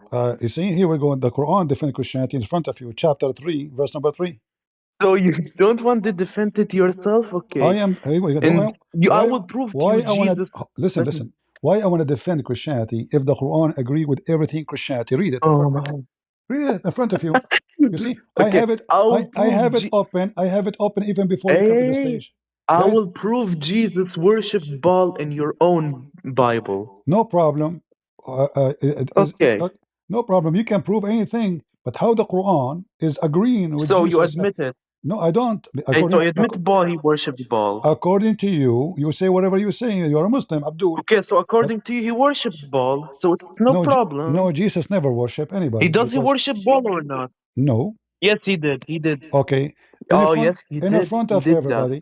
In front of everybody, you talk about Baal, and I will talk about Baal. Is that fair in the Quran? Okay, I will talk about Baal, and I will firstly. So you don't defend Christianity. You just want to attack Islam. No, you're not a real Christian. You are the one who's attacking Christianity, but you are going against your Quran because you're ignorant. Because Brother, the Quran, I debate many Christians with the Quran. You are not debating. And you don't. You never debate Christians. Never debate Christians. You? Who are you? Wallahi, I debate Christians every day. I go to their Mr. Wallahi, who are you? I'm better than you. You're nothing to me. You're a donkey. Okay, what the word donkey mean? You are a donkey. What does the word donkey mean? What are you, Charlie Kirk? So why you're a prophet? Hold on, one by one. Okay, let's go to Matthew. Let's go to Matthew. Anything you say to me. Okay, 2:14. Okay, hold on. Before you go to Matthew 18, you said 18. Matthew 18, you want to read? No, Matthew 14. Look, I will read it for you. He got up, took the child and his mother by night. He withdrew to Egypt, where he stayed until the death of Herod. He fulfilled what the Lord spoken through the prophet. Out of Egypt I called my son. Now, do you know what's the problem with it? This prophecy is to Hosea 11:1. When Israel was a child, I loved him. Out of Egypt I called my son, but they were more called the more they went away from me, and they sacrificed to the Baals and birthed incest to images. So according to your Bible, Jesus, your God, was worshipping Baal and sacrificing to him. Guys, anyone see where it says Jesus did that? Brother, he's fulfilling a prophecy in Hosea. No, it's fulfilling. It's fulfilling what? Jesus sacrificing to. Hold on. You see? Yes. Okay, hold on. When somebody he says something, is that you are saying because you know what you are reading or because you are stupid? No, I'm back. Yeah, but what did you say? Okay, hold on. You said something. It's not mentioned there. You are making things up. Brother, he fulfilled the prophecy. The prophecies. Are you dumb? Listen. Please. Be honest. Listen. The prophecies about Jesus is about him worshiping Baal? Yeah, because should I read it to you again? Should I read Matthew and Hosea? You fucking dumb. Brother, you believe in a God who don't use bad ordered language. rape If you use in bad language, 22, listen. Deuteronomy If 22:18. you use language, You go. before we talk, if you use bad language, I will kick you out. Don't use bad language. Don't use the F word. Okay, sorry, All Christian right. princess. Okay. I don't mean it. And don't say princess. I can Otherwise, call you princess. You otherwise, call Muhammad a bad. Otherwise, I will put your prophet picture when he's wearing his wife clothes. Don't say princess. Shame on you. Okay, don't worry. Then I will put Deuteronomy 28, where your God said that a rapist can marry his rapist. So okay, I can do that also. I thought you want to talk about this. I thought you want to talk about the same the first verse. Now you jump to the rape. You want to talk about rape? What if I show you that your prophet command you to marry the women you rape? And not only that, Umar, when a man he raped a woman in the desert, she came to Umar and she said to him, he forced me to sleep with him because I was angry. He said, this is your mahr. Wait. Listen. So you admit the Bible? So the now Bible he raped her, rape, and the caliphate he forced him to marry her. Is that true? Wait. So your Bible admits that he rape is good, but it's good because it's in the Quran. Is that you are what a you're liar. saying? So rape is good. You are a liar. Yes, in This is not Deuteronomy. first of all, this is not a rape. The women, they found a man and the women laying together. Because if it's a rape, hold on, you fucking want to read it together? If it's listen, you get it wrong. Princess. You get it wrong. So now hold on. So if your God worship Baal. Before we go, hey, your God worship Baal. Your God worship Baal. See now, guys, he was talking about this topic. He want to go back now. No, I'm not gonna go back. You also change topic. It says Muhammad rape, Muhammad mut'a. It is you who will change. Just go. You can't even focus in one stupid topic because you are a monkey. From Jesus worshiping prophecies, he don't want to talk about it. He jumped to a different topic. Okay, you want to talk about rape? Marrying the rape? According to all Islamic countries, a man who rape a woman, he have to marry her. Let me show you. This is based on Sharia law. In the Bible, it doesn't say. It says if they found a man with the women. You might read the wrong translation. That was because you're stupid. If they found a man laying with the women. And why she did not scream? Because she is not being raped. Why she did not ask for help? Because she is not being raped. Why she did not report him? They found them, not got them busted. They got them busted, but she is not screaming. So, and those, the old society, when a man he do something with the women, even if it's not rape, nobody will marry her. Nobody will talk to her. People will look at her down. So there it's offering solution. You marry her and you cannot divorce her ever again. You cannot marry a new woman. You cannot divorce her. And this is if she agree. It's not forced on her. However, if we go to your Quran and your Hadith, we will find that every Muslim country agree with the Sharia law that you should. Let me show you. Marry the woman you rape. That's why Muslims, if they want to get a woman, she refused them, they rape her. Because now she have no choice.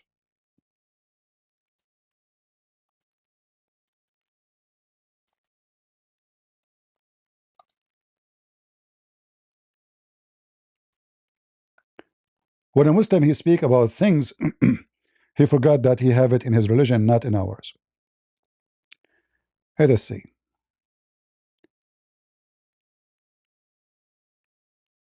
In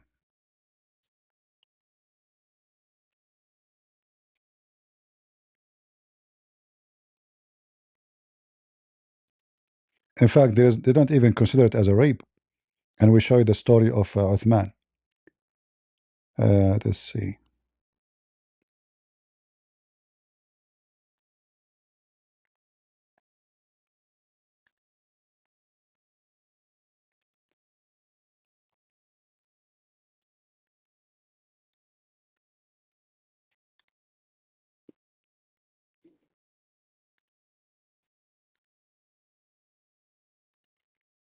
This is your religion, Abdul. This is what you do in your Islamic countries. Hold on. Not this one.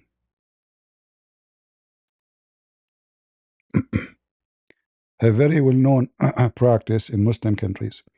Why? Because it's total agreement with Sharia law.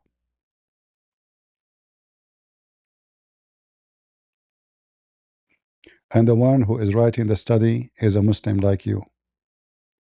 Marry your rapist. Law changing in Arab countries, reforming culture, or exploring others. What the topic is? The topic is that for centuries since Islam, the rapists, they marry the women who they rape in Muslim countries.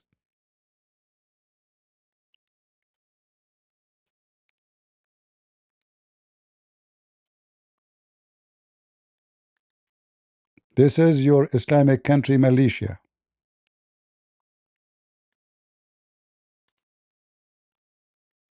All of this based on the Hadith and Sharia. Malaysia MP, okay for rape victim to marry their rapist. Do you see it, Abdul?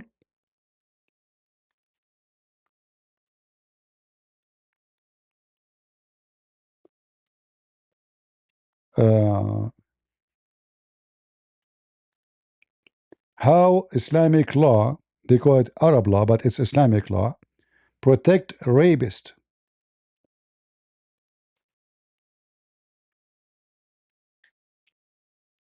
All Islamic countries. And this is an Arab person writing the study. Iraq, Syria, Lebanon, Libya, Kuwait, Bahrain, Algeria, Tunisia, Palestine territory, Egypt, Morocco, blah, blah, blah, blah, Jordan, you name it. Who's left? They protect the rapist. The Abdul is a fool. He's like a camel. He don't see the hump in his back. He think it's a pimple.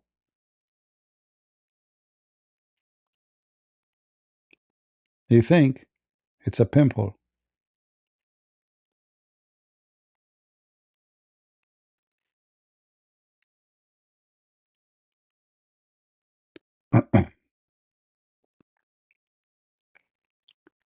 And not only that, by the way, you can even rape your wife in Islam.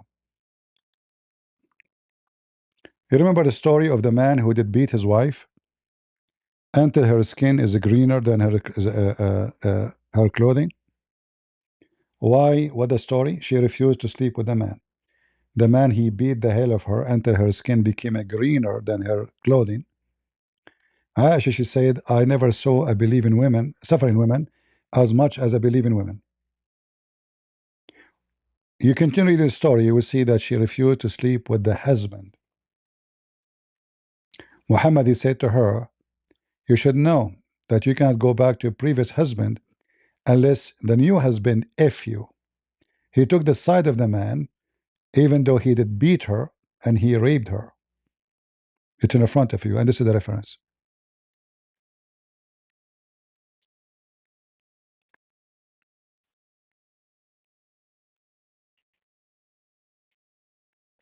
Any Abdul? So you are the one who married a rapist, and your prophet is a rapist. Did Muhammad marry the woman he raped himself, Safiya? He kidnapped her from her family. He took her right away to a tent, and he effed her immediately. One of the companions of Muhammad, he guarded him all night. Muhammad, he came out, he said, what are you doing here? He said, I was afraid she will kill you. You just killed her father, her husband, and her brother, and her tribe. So I was afraid she will kill you.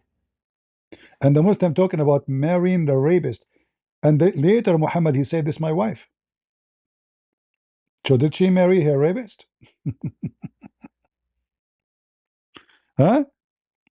You see how hypocrite Muslim, the first one who practiced marrying rapist is your prophet.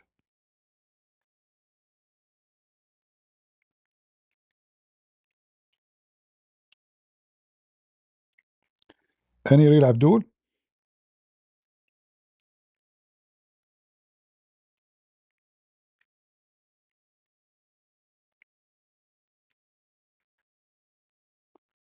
You see, if the Muslims, they have different prophet, different character, I would say, you know what, they got a point. You know, they are like, they are coming from a high quality.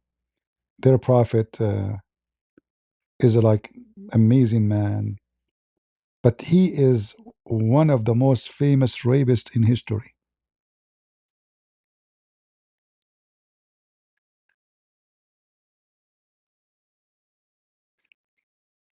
If I'm you, I will be the last one to open this topic.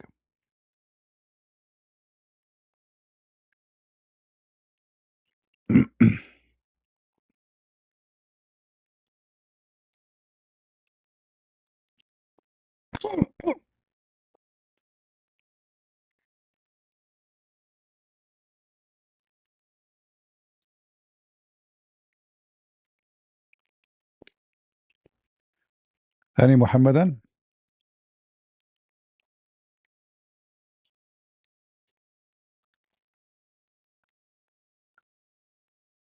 We have the story of Safiya,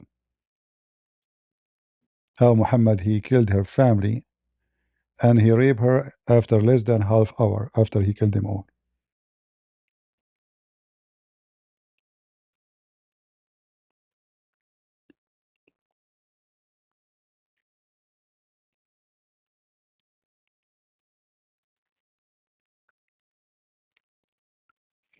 Those things you can mention to someone who do not know your garbage, not to me.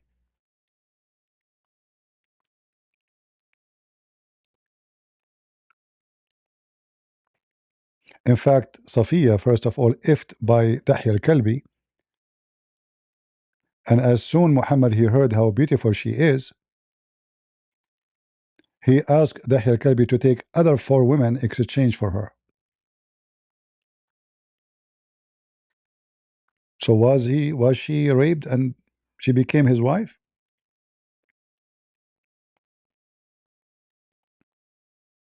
Hmm.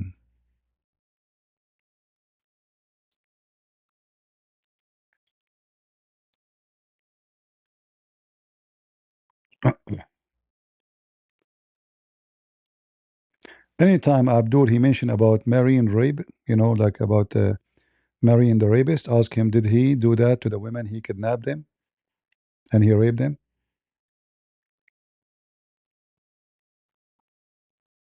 The answer is yes.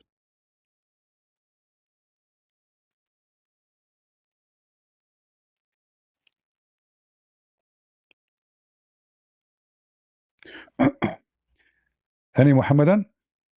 Mayday, Mayday.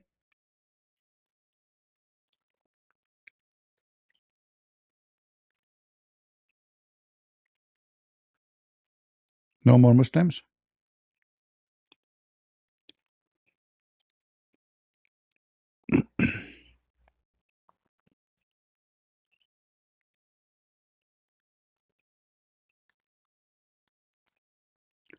Who is a Muslim when I talk about marrying the rapist? And the second you open a topic, you have to stuck with it. Stop being a coward, changing topic every 2 seconds. Any Muslim will do so. They are like monkeys. Every second they change what the topic is.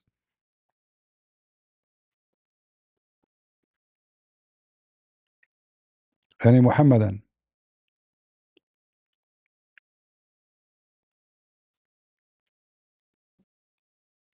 Hmm? Hey, Rooster. Each time I see your name, brother, I remember what Muhammad said about the rooster. That Allah he sit on a rooster. I mean, have you ever heard of God he sit in a rooster? Have you? Hmm?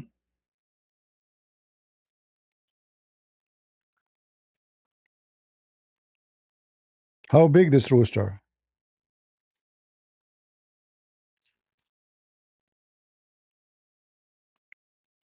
Now, for sure, the roosters of Rooster here, our friend, I saw the pictures of his roosters in his farm. They are beautiful.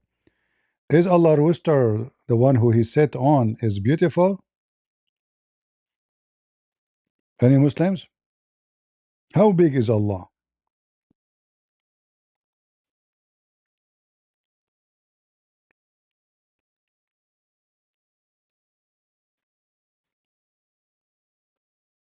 Hmm.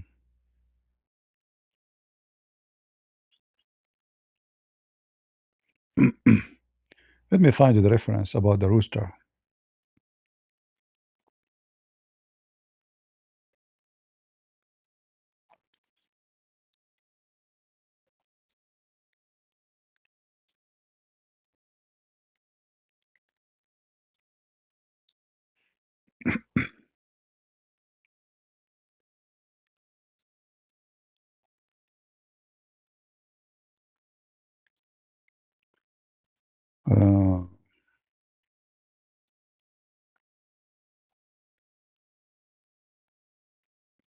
I mean, Muhammad, he have tons of hadith, by the way, about roosters. Let me show you. Many, many. All of those is about roosters. But this one is my favorite.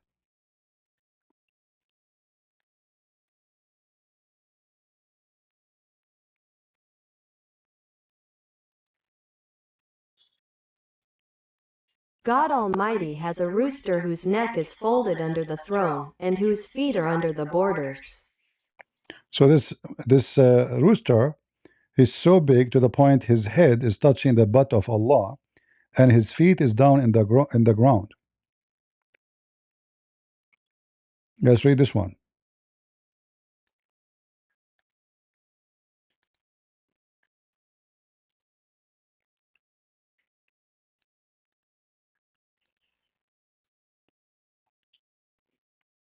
The messenger of Allah, peace and blessings of Allah be upon him, said, "Indeed, Allah the Exalted possesses a rooster whose talons rest in the lowest earth, and whose comb lies beneath the throne.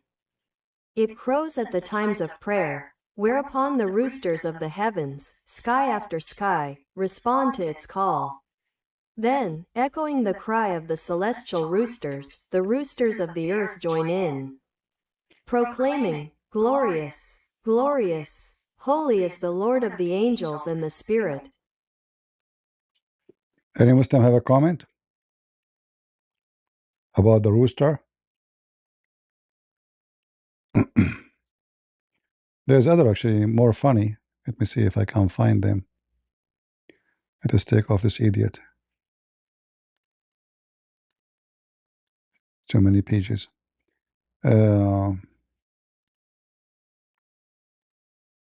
Let us see.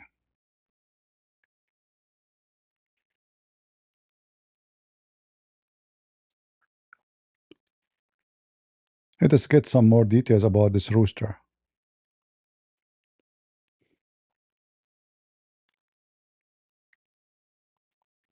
And this is, by the way, agreed upon by Sunni and Shia.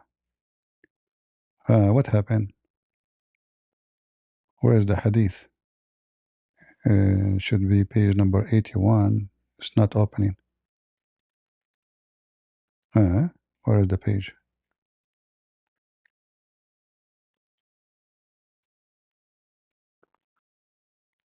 Something not right.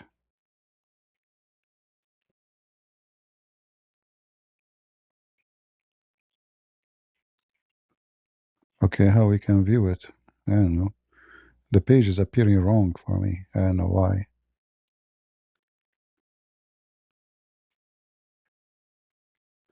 Too bad.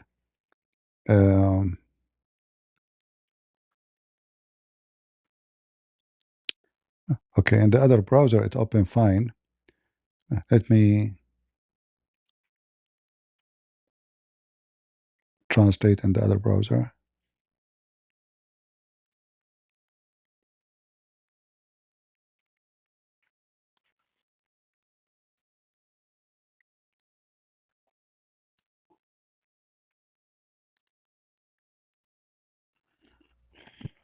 No, it's not opening. I'm trying.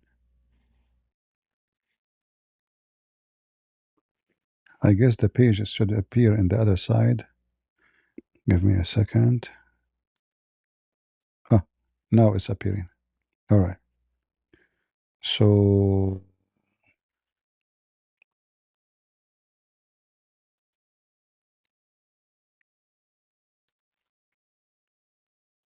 God has a rooster whose comb is under the throne, and whose feet are in the depths of the seventh lowest earth.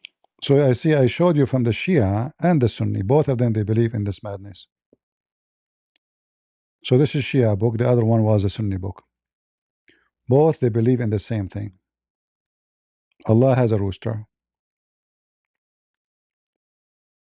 Do we have any Muhammadan?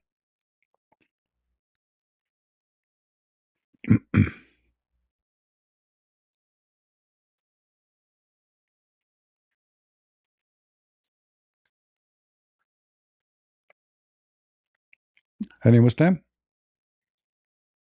The rooster? There's no roosters here. All are chicken.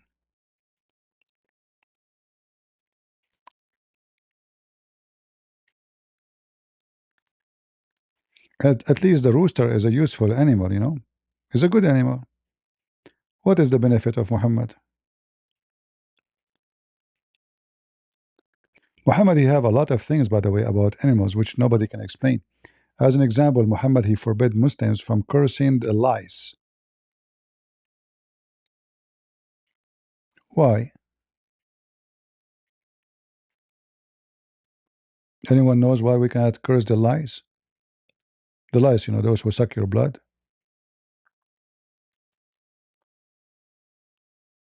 Why? According to Muhammad, Allah, he sent the lice so they wake you up to pray. And they did that to a very well-known prophet. Muhammad trying to explain why he is full of lice. I'm serious. His body was full of lice. And why he is full of lice? Because Allah sent the lice. It's not because he's dirty.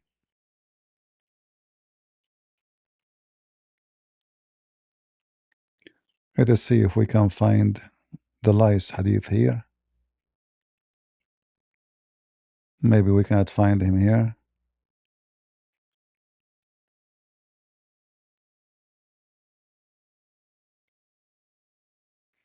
Actually, the Muslim, they were always full of lice when they pray.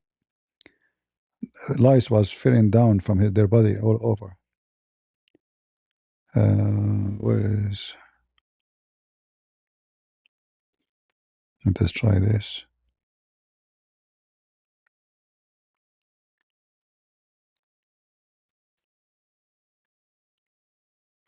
Yeah.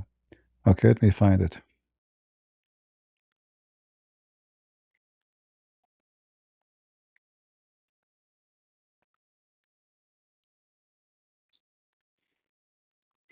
We cannot find it in the English website, so we will find it in the Arabic one. This is the name of the book. It's called غذاء الألباب في شرح منظومة الآداب. And this is a translation for the name, very long name as you see. And this is very number 2, page number 49. And this is Muhammad talking.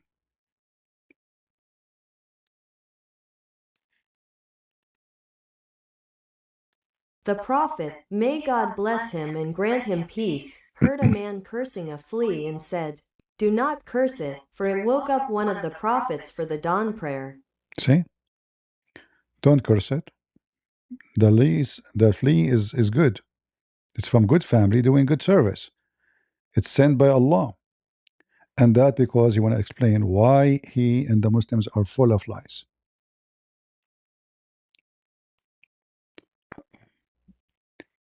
Here, they ask about the benefit of the lies. They say, what we would do with the lies.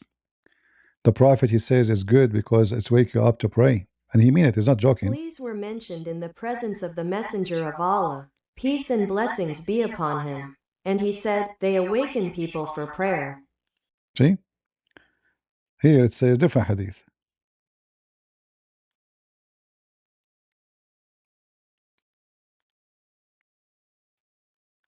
A man cursed a flea in the presence of the Prophet, peace and blessings be upon him. So he said, do not curse it, for it woke up one of the prophets for prayer. Even the Muslims, they made a poetry about it. لا تسب البرغوث إن اسمه برغوث. It's a very stupid poetry. It's not even good quality. But just to show you, you know. Do not curse the flea, for its name is Bar and Goth, if only you knew. Its bar is sucking corrupt blood, and its Goth is waking you at dawn. See, it's useful. All right.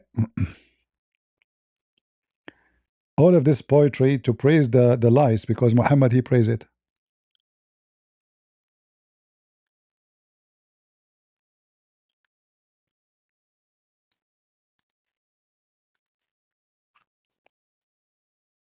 Mosquitoes, fleas, and bedbugs clung to me fast. They deemed my blood wine, and found that wine a delight.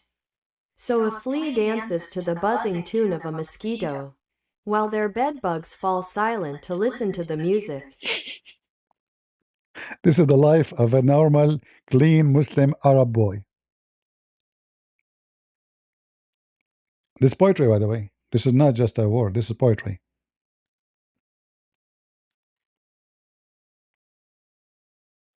The winter fleas danced, and the mosquitoes answered them with a practiced song.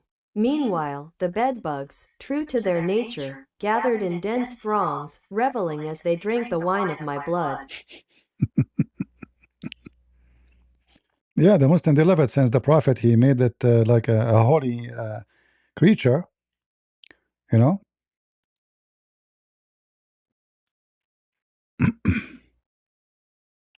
I spend the night held captive by despair, enduring within it every form of torment.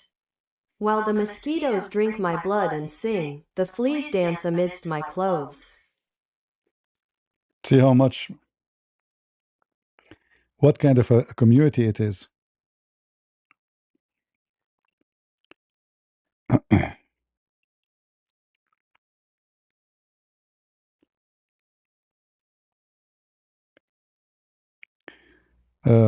It's not allowed to kill lice, as we see here. It's forbidden during the Hajj to kill lice. So the Muslims during the Hajj, they will be full of lice. So it's not allowed to kill them. And this is taken from the Buddhist, you know, religion, as well as their nets from his head and body, even with something like mercury, and likewise to throw them away, because it is a luxury. The translation is not too much correct.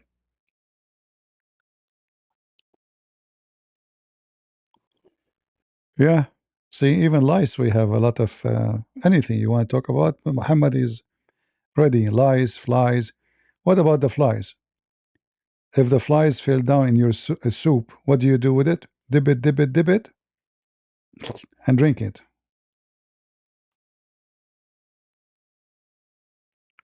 There's no other prophet ever come with such amazing teaching.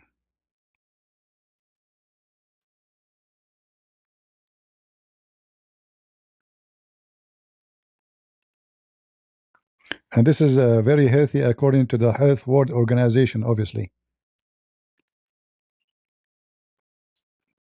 Any Abdul want to explain? And this is authentic, as you see, Al-Bukhari.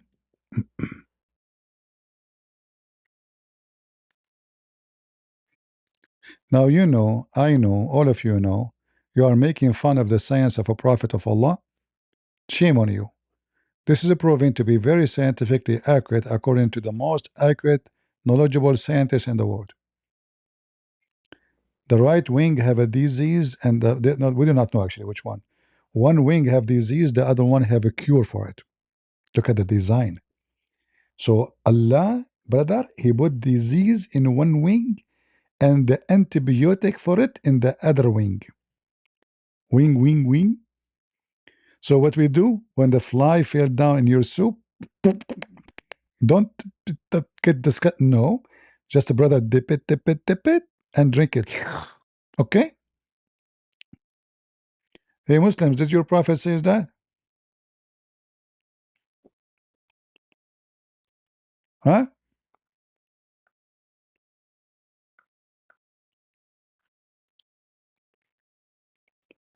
Did your prophet say that?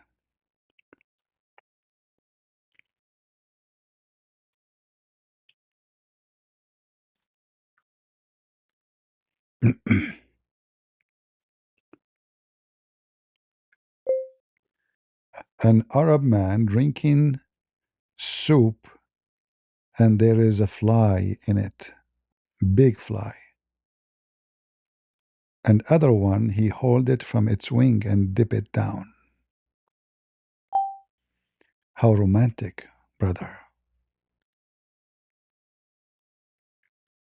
Isn't it?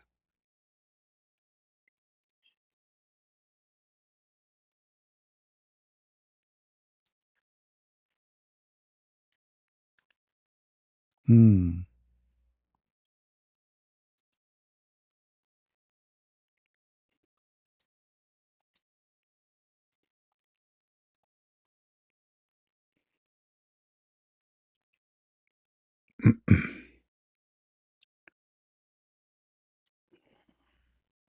And Abdul,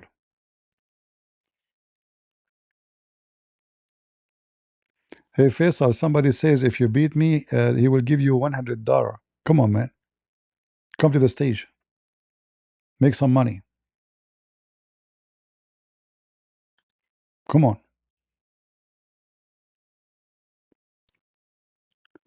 CP, is it possible for one man to steal all this information from various source? Are you sure the Quran did not was not manufactured by different group?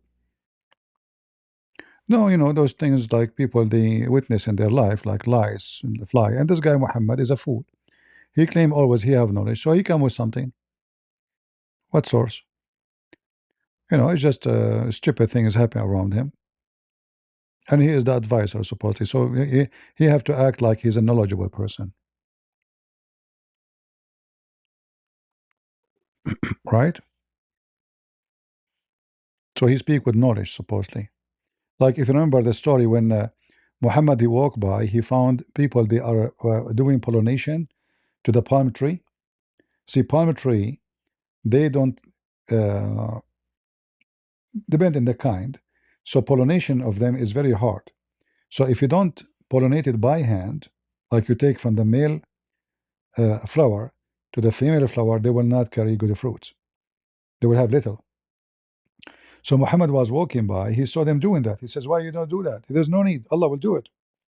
So those guys, they stopped doing it. They listened to him. They did not pollinate the trees. They have the worst crops ever in their lifetime. Then Muhammad, he claimed that, no, you should not listen to me. Because this time he got busted. Other things, there is no way to prove it with those people who don't have knowledge. How those people know this? You know, okay, he's saying that, it makes sense. They saw him drinking the soup full of flies, and they were wondering why he's doing that. So he want to cover his ass because he's mentally ill. He told them, oh, if a fly fell in your soup, do this. You know, it's just to cover his stupid behavior. The same when they found him taking shower with dead dogs and women blood from period and stinky garbage. Why any man want to do that? Right?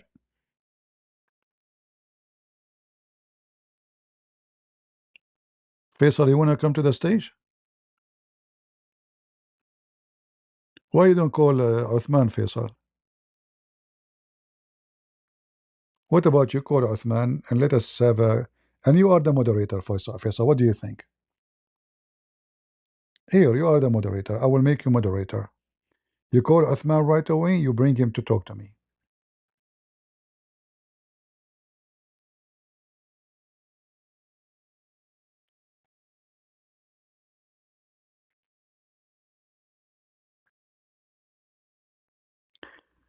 Any Muhammadan would like to join us?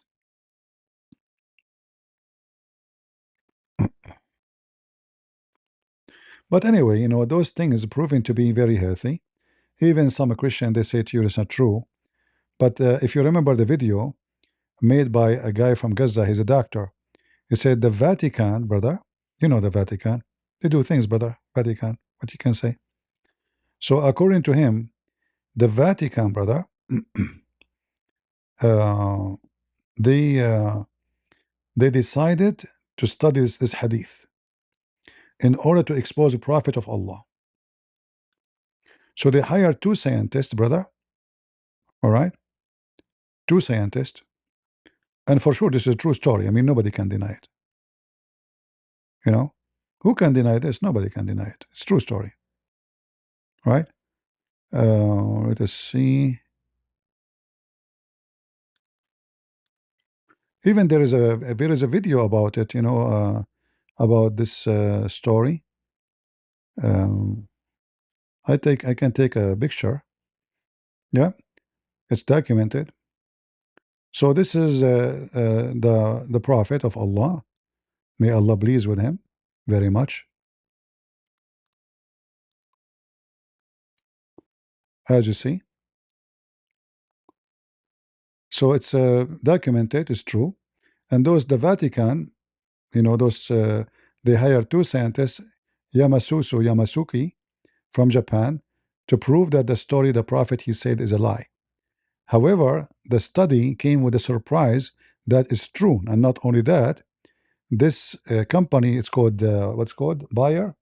According to the video, you can find the video, by the way. It's a memory TV. I made a video about it long time ago. Then the guy, he flagged me. He's a doctor from Gaza. So those scientists, they found that this is true. And then Bayer, they buy this discovery from those two scientists, and they are selling. They found that this is a way from the fly to have a cure for AIDS. The video is there. You can search for it. And then they made the medicine bills, and they sell every bill for $500.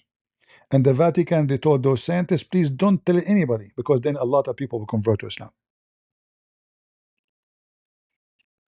So obviously this is a true story, you know, and anyone deny it, he's an ignorant. Seriously, who can deny this? Look at his eyes, you know. It's true story.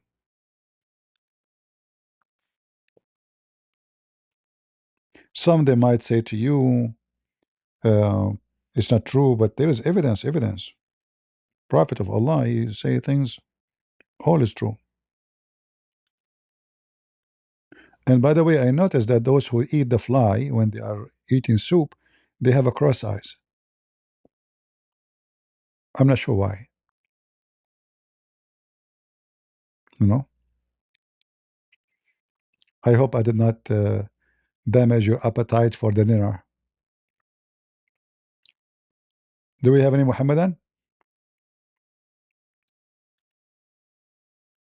All right, look like we are out of customers, so I will stop here, and we will see if tomorrow we can come again.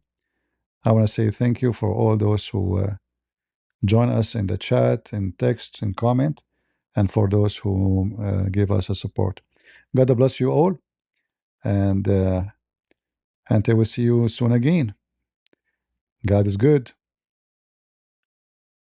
So is Jesus. And we are who we are. We are the crusade. And we are coming to town, Abdul. Face it. See ya.